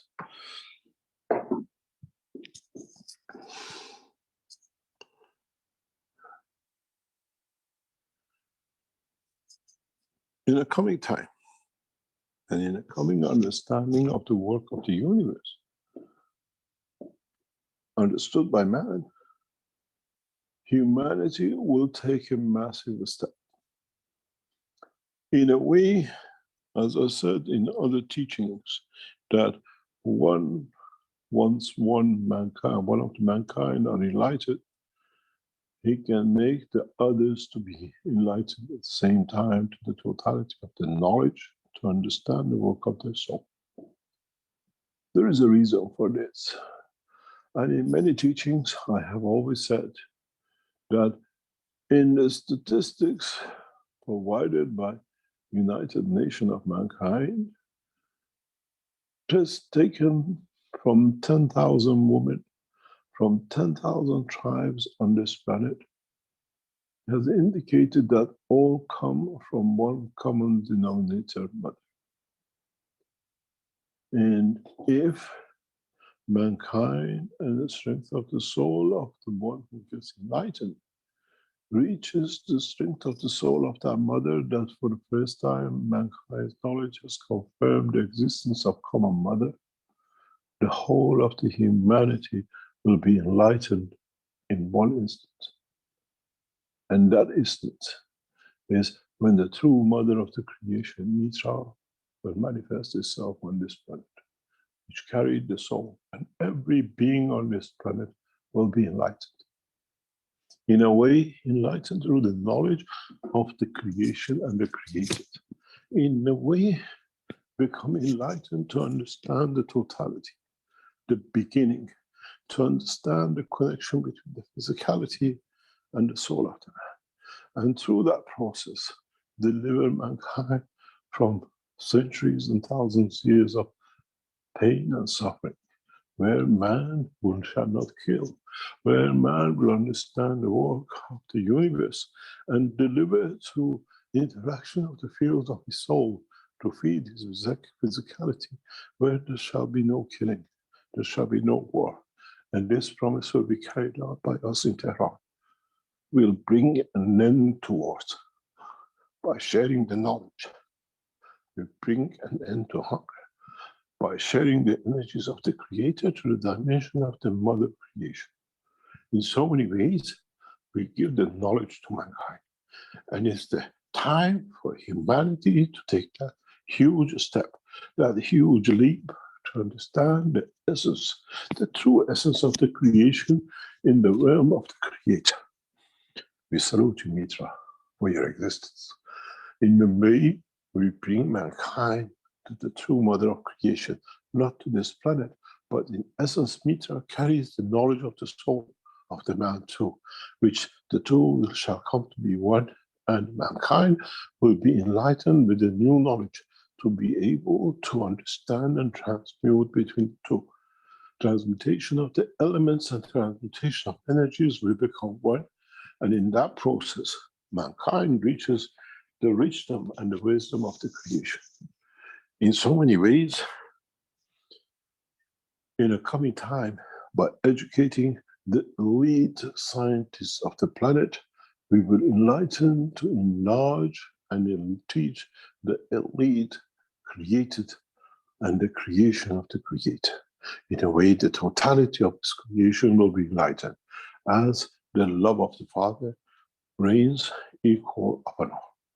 In so many ways, the elevation of the soul of the man will come through understanding of the operation of it, of existence of it, of being there to be able to share, being there to understand the emotion of it, being there to understand the work of it in how to interact, the dimension of the strength of the physical state of the fields, and the dimension and strength of the fields of the matter state of the man in respect of the place and the position anywhere in the universe. In essence, we give life to our soul through the dimension of physicality of the earth. But once it's created, it becomes part of the universal community. We are just the nurseries of the creation of the seeds for the whole strength of the universe to interact, to communicate, and to become part of and to join in totality as one. In a way, maybe for the first time, as I've said before, mankind through this technology become wise to understand that the wisdom of existence is understanding the wisdom of the creation and the creator through the operation of his physicality in any dimension and dominion, and the strength of his existence through the soul of the man. We come to understand the elevation of the soul of the man comes only through understanding the work of the universe and being open to be able to work within it.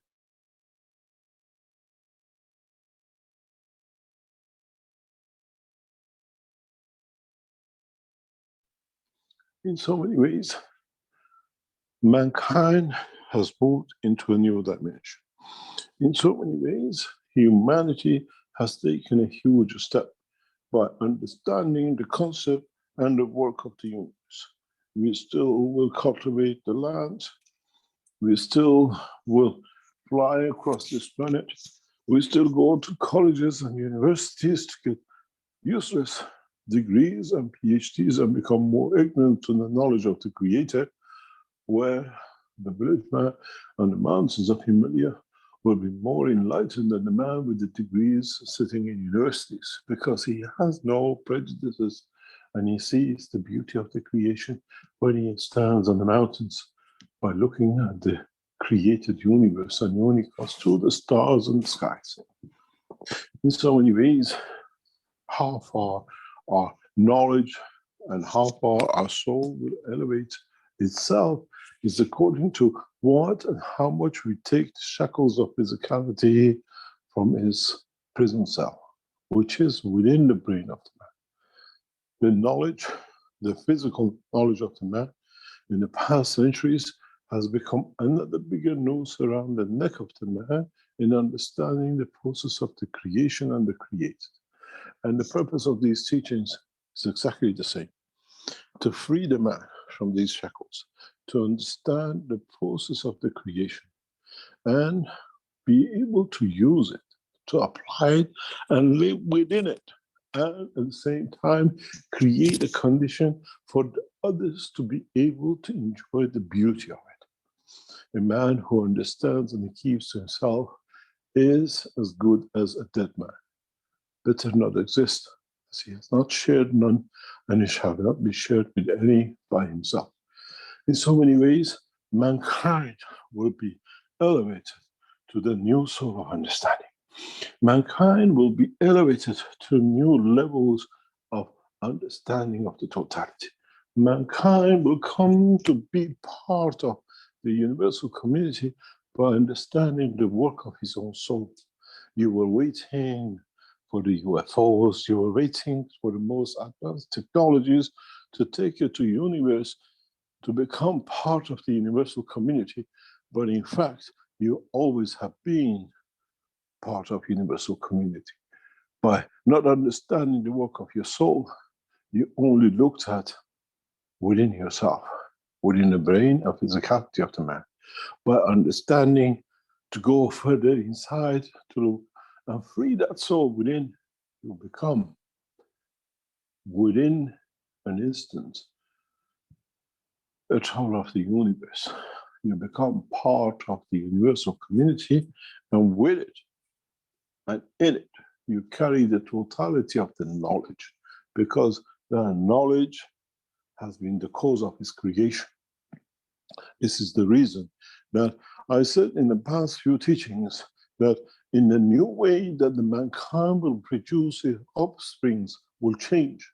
We will see that in the womb of the mother, we lead to the creation of the soul first, and then through structure the physicality of the field of the planet and the womb of the mother, the physical life will start. As today, you start the physical life with sexual interaction to create, to bring two pieces together, then create the soul.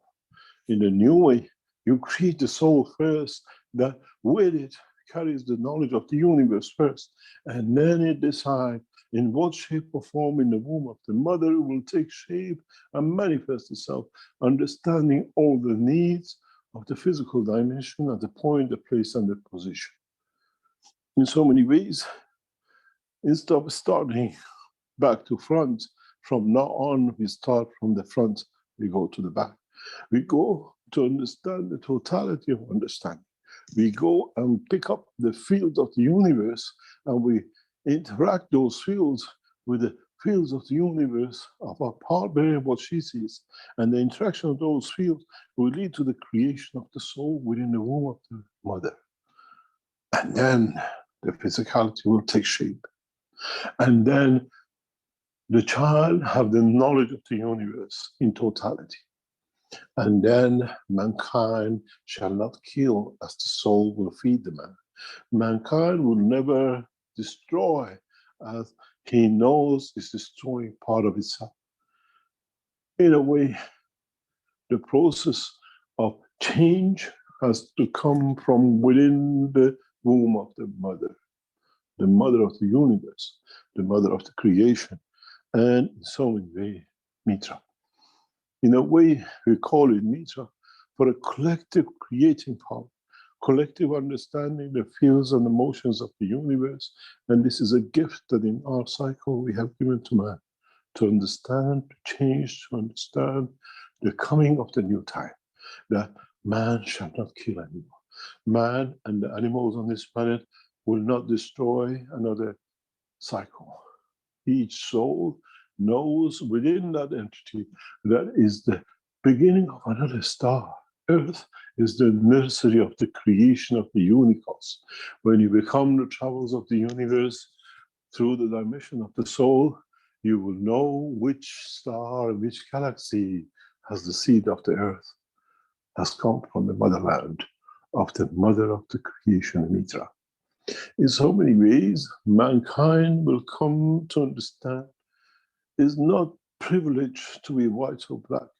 It's privilege to be the soul of the creator. It's a privilege to be the beginning of the soul of other beings in the realm of the creation and the created. In so many ways, how would you like to see your soul? Now that you understand, you have the capability, and you're not only capable, you've been made to become that shining star in the center of galaxies. And some of you who elevates to a higher level understanding of the creation will become the center seed of the universe. In so many ways, there is no education, and there is no university, and there is no dimension and direction of the emotion of the creation, except in the strength of understanding the totality of knowledge of the Creator. Now you understand, as I repeat again, why we have created the enhancement units. For you to see your soul, and through understanding of that, to be able to elevate your soul. Our job is not to give you and keep you away from cancer. Our job is to create a condition that you take your soul with the knowledge of the creation and the created in the beauty of its creation to the other dimension of the universe. In a way, we allow you to live a perfect life. The death and the killing and destruction, which has been the pattern of the physicality of the man, this time, by allowing the soul of the man to be created first, will not exist. We create the perfect man through the interaction of the soul of the man, to become and to be created first. In so many ways, mankind is a different kind of man when it comes to understand the work of his soul. It comes to understand the operation of understanding the strength of his soul. Try to look not with the eye of the man within, but try to look with the sense of the eye of the Creator within, and you shall find your soul is operation misunderstanding. Maybe there is time for humanity to take the next step. the next leap in education to understand that the next step for man is to understand the creation of his soul, the mother, the seed, and through it to live and exist through all dimensions of the existence. I hope I have enlightened you to understand what is to come. And I hope the work of the man scientist will create the dimensions and systems that allows you to know your soul better, that through it, we will not have the physician of the physicality of the man, we'll have the scientist to understand the process of the elevation of the soul of the man. Not in the name of the religions, but in the name of the work of the soul of the man himself. As he enlightens to understand more, as he understands more, he reaches closer to the dimension, the totality of the knowledge of the Creator, which led to the totality of what we call creation. In so many ways, now, in the process of coming time, we have to keep busy. Not just because understood our soul will desert and we go. In so many ways, we don't want to see what happened in the Southern America, that we find the cities without citizens and abandoned and is given back to the jungles. We don't want to see the mankind, by understanding the work of his soul, to abandon the earth, that then creating a new souls and seeds for the creation of the other universes to stop. Mankind has to understand that there is a beauty in the structure of the mother nursery of the universe, planet Earth, where Mitra took the first step to convert itself from the soul of the mankind to the soul of the physicality. And then we have seen what has led to the rest of it. In so many ways, every plant, every created, every animal, every being is a soul seed for the next step in the universe. When we cut a tree, we take a soul. When we kill an animal, we dismantle this dimension and direction in its evolution of the maturity. And this cannot be done. In so many ways, mankind has to reach to a total understanding of the purpose of its creation and why everything around him is being created. As we go to the dimension of the universe, we'll find that Earth is just another cell in the structure of a bigger jungle, a bigger structure of life of the universe. We are just one cell in the totality of the structure of the creation. In so many ways, try to understand the operation of your soul.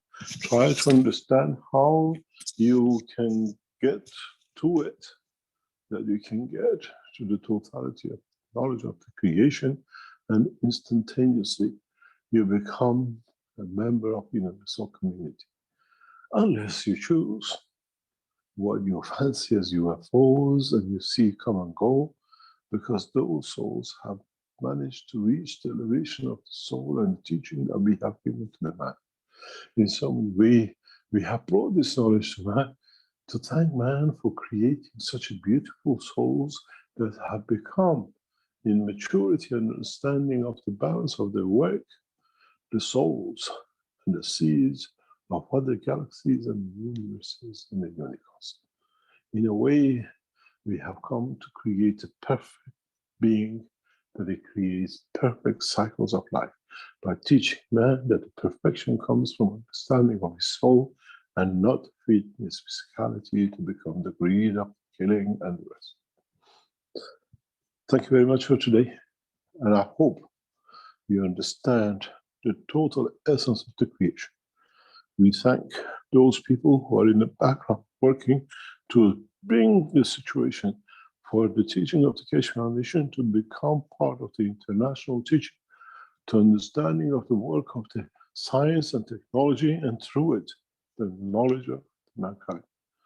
We salute His Eminence Ayatollah Khamenei of Iran for opening up new science to the world through the new education which will start in Iran. And at the same time, it's not just Iran, but it's totality of us that the banner of mankind will elevate to that point. In so many ways, the beginning of the knowledge of the universe will start in Tehran in the coming weeks.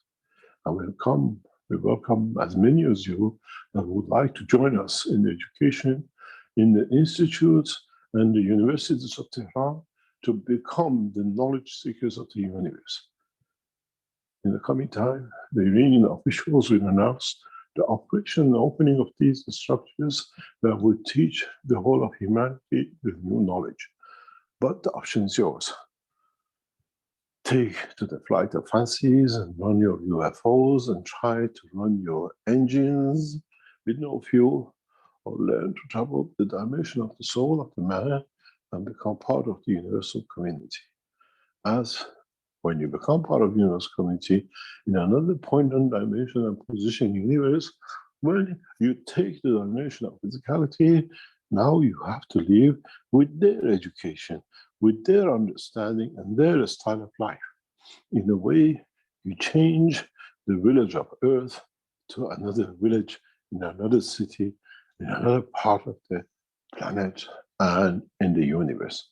In so many ways, we open the knowledge of universe to humanity in the coming days, and we do not expect much. As man has always been a slow learner, but when he learned, he became a perfect child. Thank you very much for today, and I hope we go back again to our normal 9 o'clock Central European teaching next week, and with it, as we travel to Tehran, we'll change our time to Tehran Central Time of Teaching, but European standard that we can understand the totality. I would like to thank the Iranian officials and the Keshe Foundation Iran, who's working relentlessly to bring everything in operation, especially those who are running our operation in Tehran and across Iran. Thank you very much. And if you like to go through a break, we come back and we answer any questions. So we learn from each other as we share knowledge. Would you like to go to a commercial break? Very good. Thank you, Mr. Keshe. And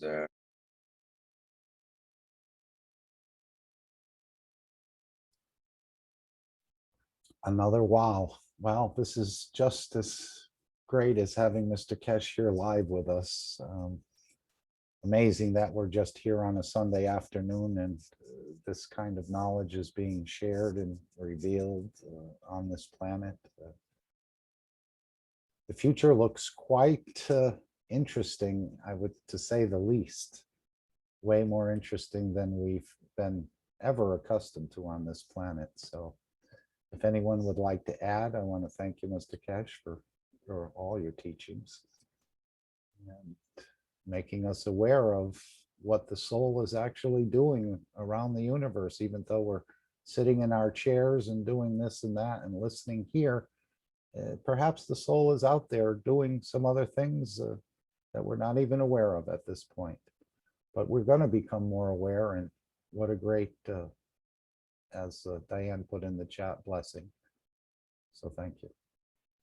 And thank you all for being here, because your souls brought you here to hear this and to share this and to help the others to get out of whatever confines they find themselves in. Would anyone like to share anything at this point?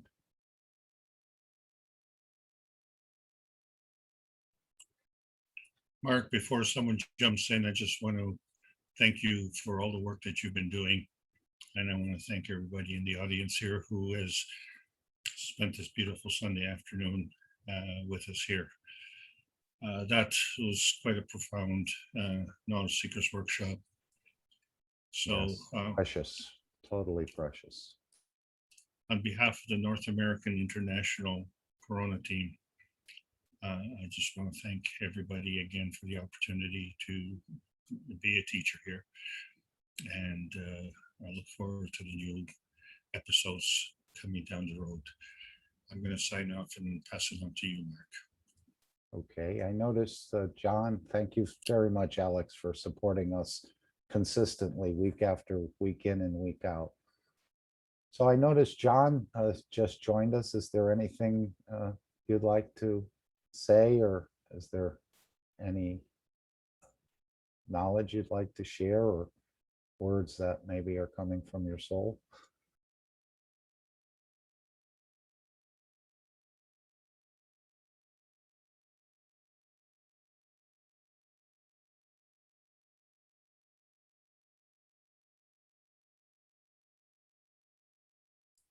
All righty. Well, thank you. And hopefully we can create some water out there in Arizona and the surrounding area as we learn how to do more with this technology.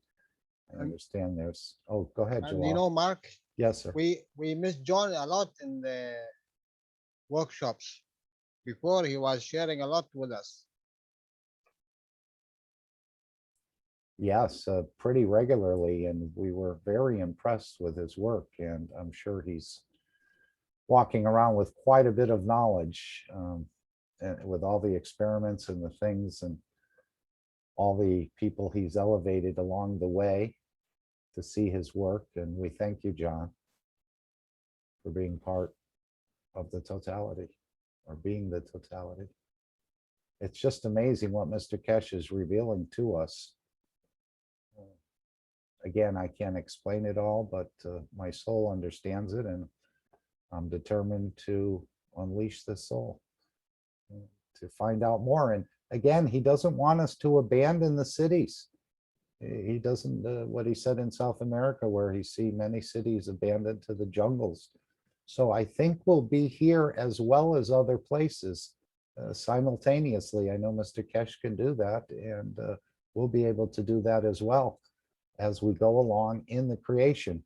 And also what struck me was, you know, you cut one tree, he said you take a soul.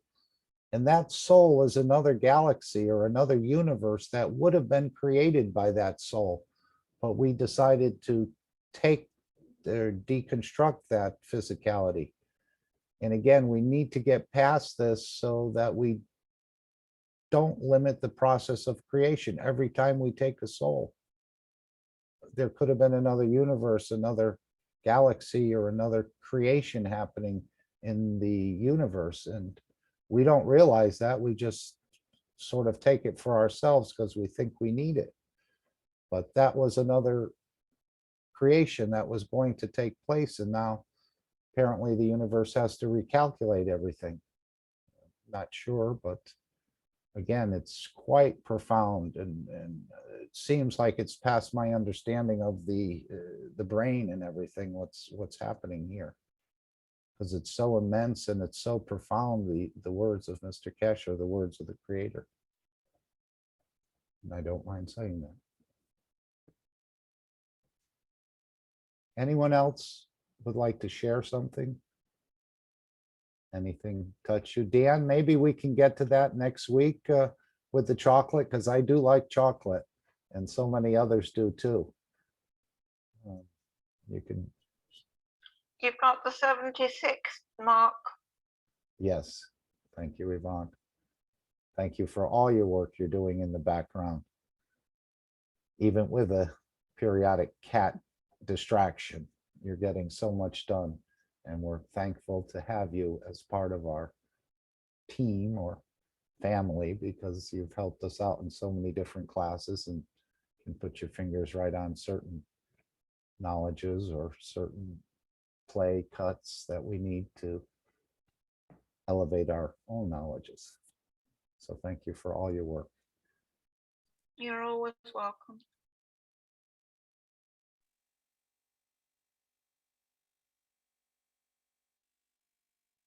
Hello, Mark.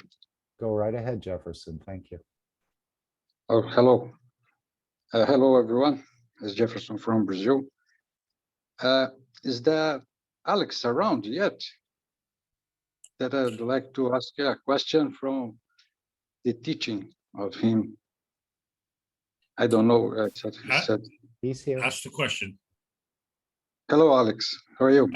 Terrific, Jefferson. Nice to hear from you. The same. Just considering about the hormones that we were talking about, and these hormones, they are very, very powerful because they are, I believe, in their composition, a kind of a radiation that moves us. And you said, if you take some of these as in the physicality, and it can create unbalance in the body, in the physicality, and it consequently affects the emotional part. And if it is, or those hormones are created in the glands, just like the hypophysis or the pineal,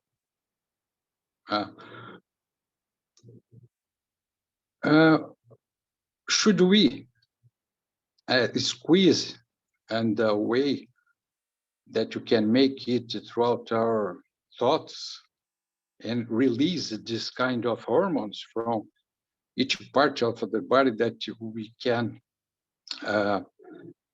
not correct, but give what you need, because it's going to be plasmatic, I think. So it will balance by itself. The thought is how we can squeeze or move or vibrate or create a pulse in the glands as in such as way that we can benefit ourselves from it. It's throughout our physicality, probably. It started with this, with your emotions, and the control of this energy to touch exactly those points, because so close to the soul of man, that's a little bit ahead, above. I don't know if I make myself clear, Alex. Yeah, you do. And the reason it sounds so murky is because, again, as Jalal has pointed out, that we have to turn around in our thinking. So I think I can answer your question by drawing on an example that is not confrontational. Well, it is confrontational because we were talking about genetically modified foods. So one of the things that we found in the agricultural system is that we can retrograde this modification to its prior state. And so what does that imply, in fact? You see, the comedy of this whole thing is that we have the capability of moving around, but we need all these lessons. And the vertical community does not have the capability of moving around. And they manage to abide and use these lessons very, very effectively, because they go through the seasonal changes and they go through the changes with respect to the environment, and also through the zones on this planet. So we see that there are different plants in different parts on this planet. So they have learned to adapt, and they've done this on a natural basis. So what school did they go to? You know, who was the teacher?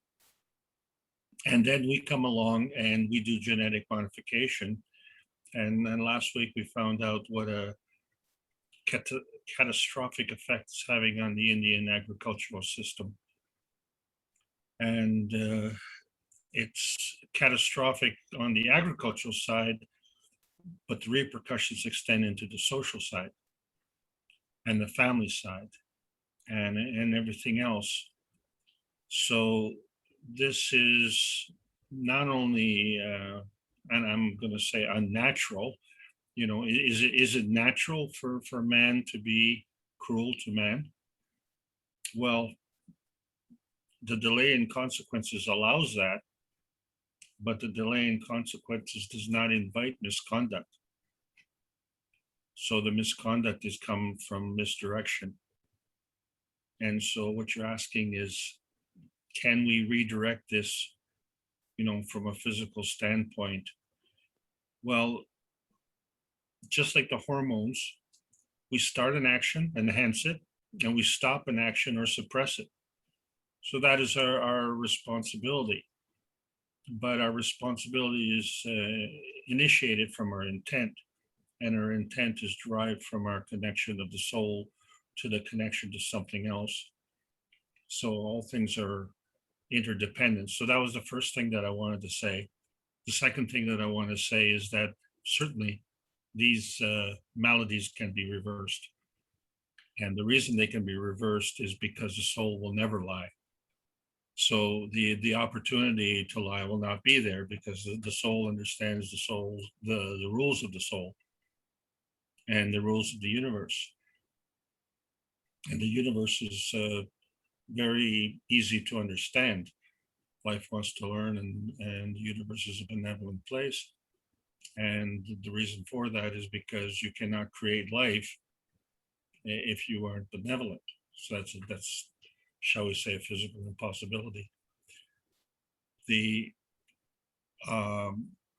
upset with respect to the hormones is generally done on a physical basis, but we're not talking about hammer and nail here. We're talking about something that has a lot more energy, and you touched on it in terms of its capability, which is more than just basic energy.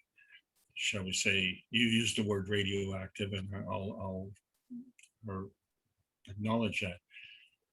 So there is an extra energy, and why? Because it's more gravitational than the other energies that we have, and because it's closer to our birth. It begins with our birth. It has to be part of our growing cycle, because it precedes the rest, and it is the communication link. So this link has to pass information, and if we're disrupting it at the receiver end, it doesn't mean that the transmitter is not working. And the worst part about the receiver is when the receiver becomes a deceiver. So this is where we're at right now. So this business of deception has to stop, and the introduction of poor quality receivers has to stop. Disruptors, it all has to stop. And it's just a matter really of turning this around and understanding that what we have conditioned ourselves to accepting as normal on this planet is not normal in the universe. And so this is the part of learning that we have to go through. And I think we're on the verge of learning that, because what we have in our midst right now is something which Ed talked about, is our growing awareness. And it's coming about because of our better understanding of the plasma science. Our understanding of the plasma science is still coming from the physical side. As we elevate our understanding, and as we, shall we say, embrace the power of the soul, and not power to be omnipotent or domineering, but empower in terms of capability. And then we see, well, wait a second, no wonder the universe is so well organized, and our lives are so poorly organized. So we have that choice. What I want to say about the hormonal aspect is that you have to trust that the hormones are functioning properly. It's our interaction that is not functioning properly. And it really is a matter of stopping that and having more faith in the other.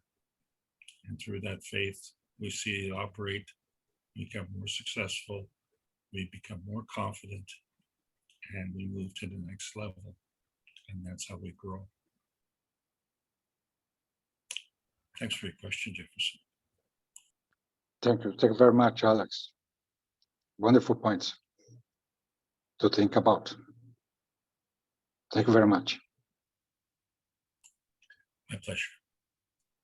And Dan has reminded us that there'll be a testimonials meeting tomorrow at 8 p.m. CEST. And the Zoom number is 939-474-503 for those listening to the recording.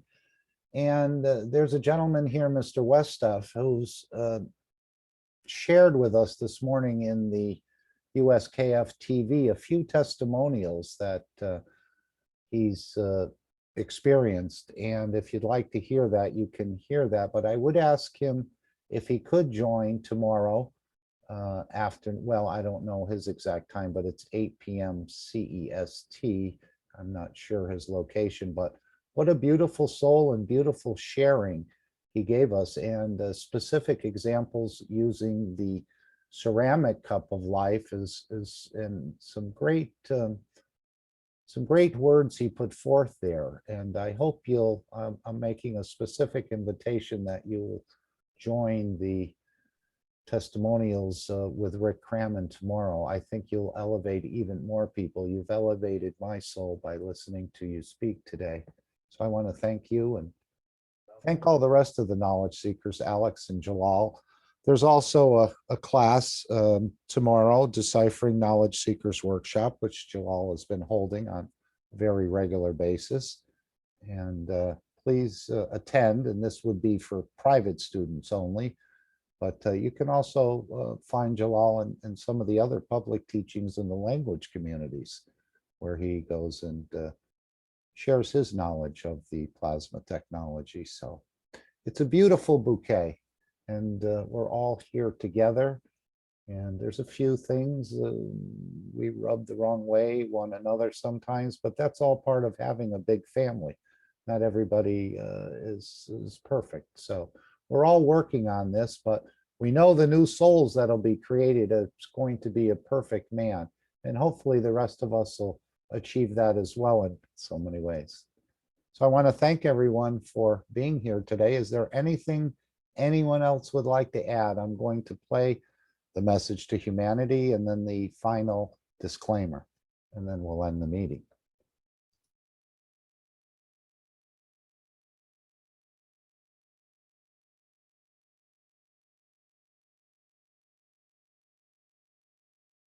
Thank you again for your presence today, and have a wonderful rest of your day.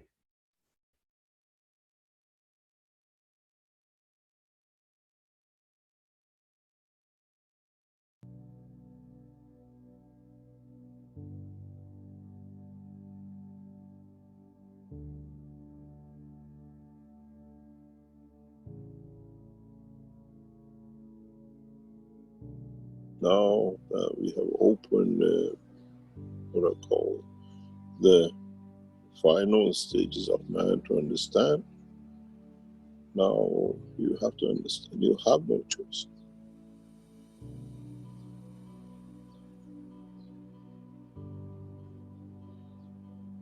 It needs a lot of understanding, it needs a lot of positioning, it needs there is a celebration going on.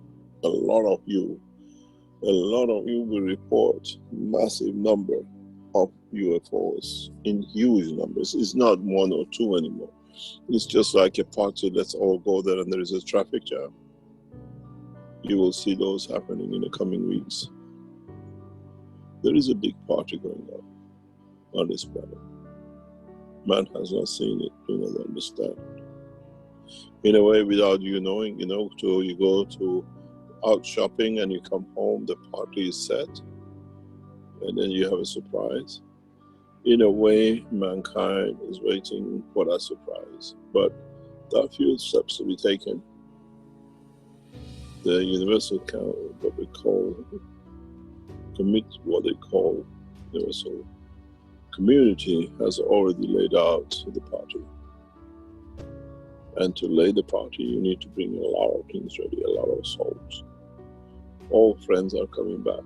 You will see a new transformation on the skies and in the skies of this planet very, very soon. We changed the whole structure as of last week, and we brought a new dimension. You will see it, you will feel it. And this situation with Corona, this actually would have happened because the soul of this planet was getting ready to join the universal community. And it's a solution for man to find himself in, to elevate himself. This is a universal council teaching. This is what we call one nation, one planet, one race. And in so many ways, we have made one of you, but we have joined you to be one of the totality. It's a birthday party.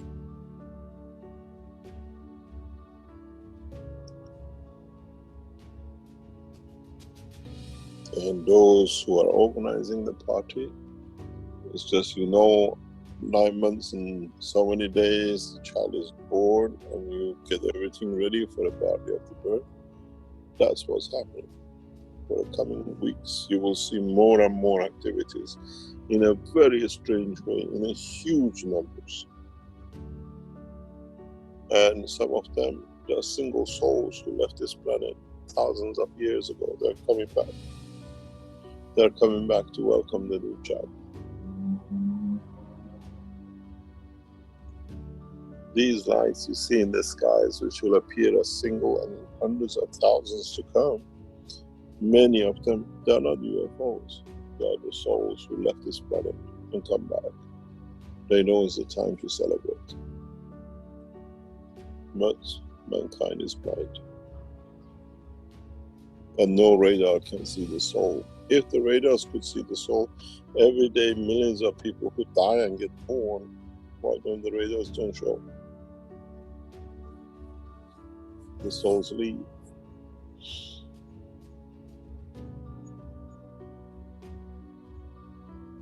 Now you see the soul return.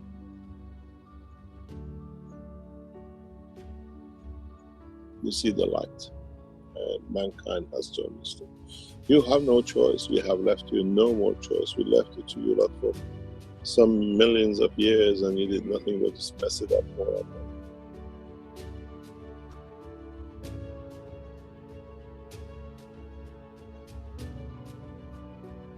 And now it's just, it's the next step, next evolution.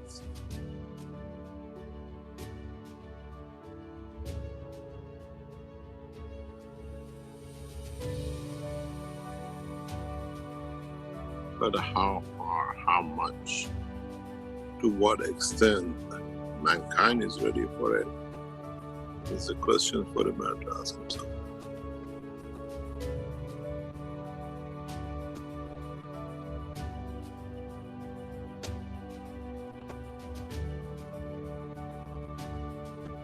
You come here to learn a cup, you learn this, you learn that, but you're so blind you don't see what is in truth there behind.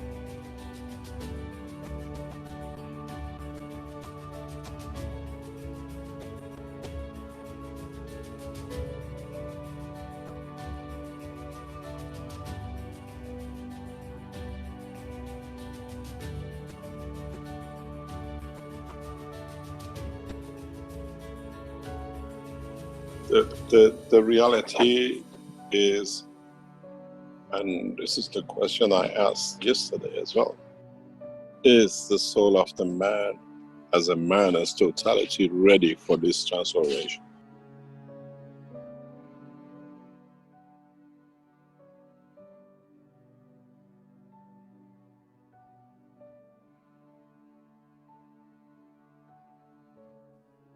Yes, he is.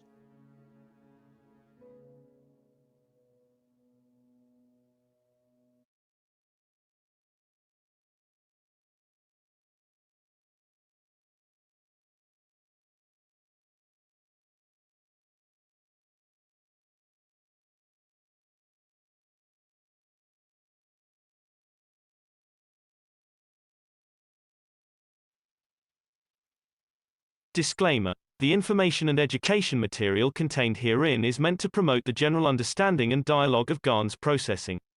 Such information is not meant or intended to serve as a substitute for a healthcare professional's clinical training, experience, or judgment.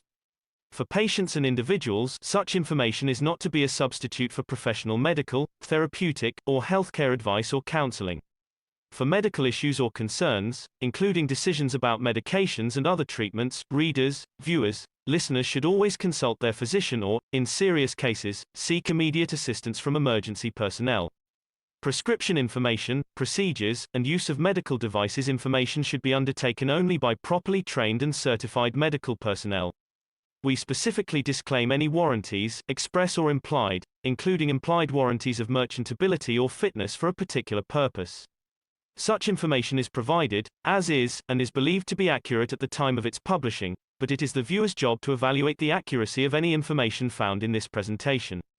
Every case presented is of their own experience, applied by themselves for themselves, and it applies to their case only. Every person experiencing health problems should seek professional medical advice and consult their course of treatment with a doctor. The processes of plasma balancing described herein are a natural process which supports the body but does not replace medical advice or therapies one is already subject to.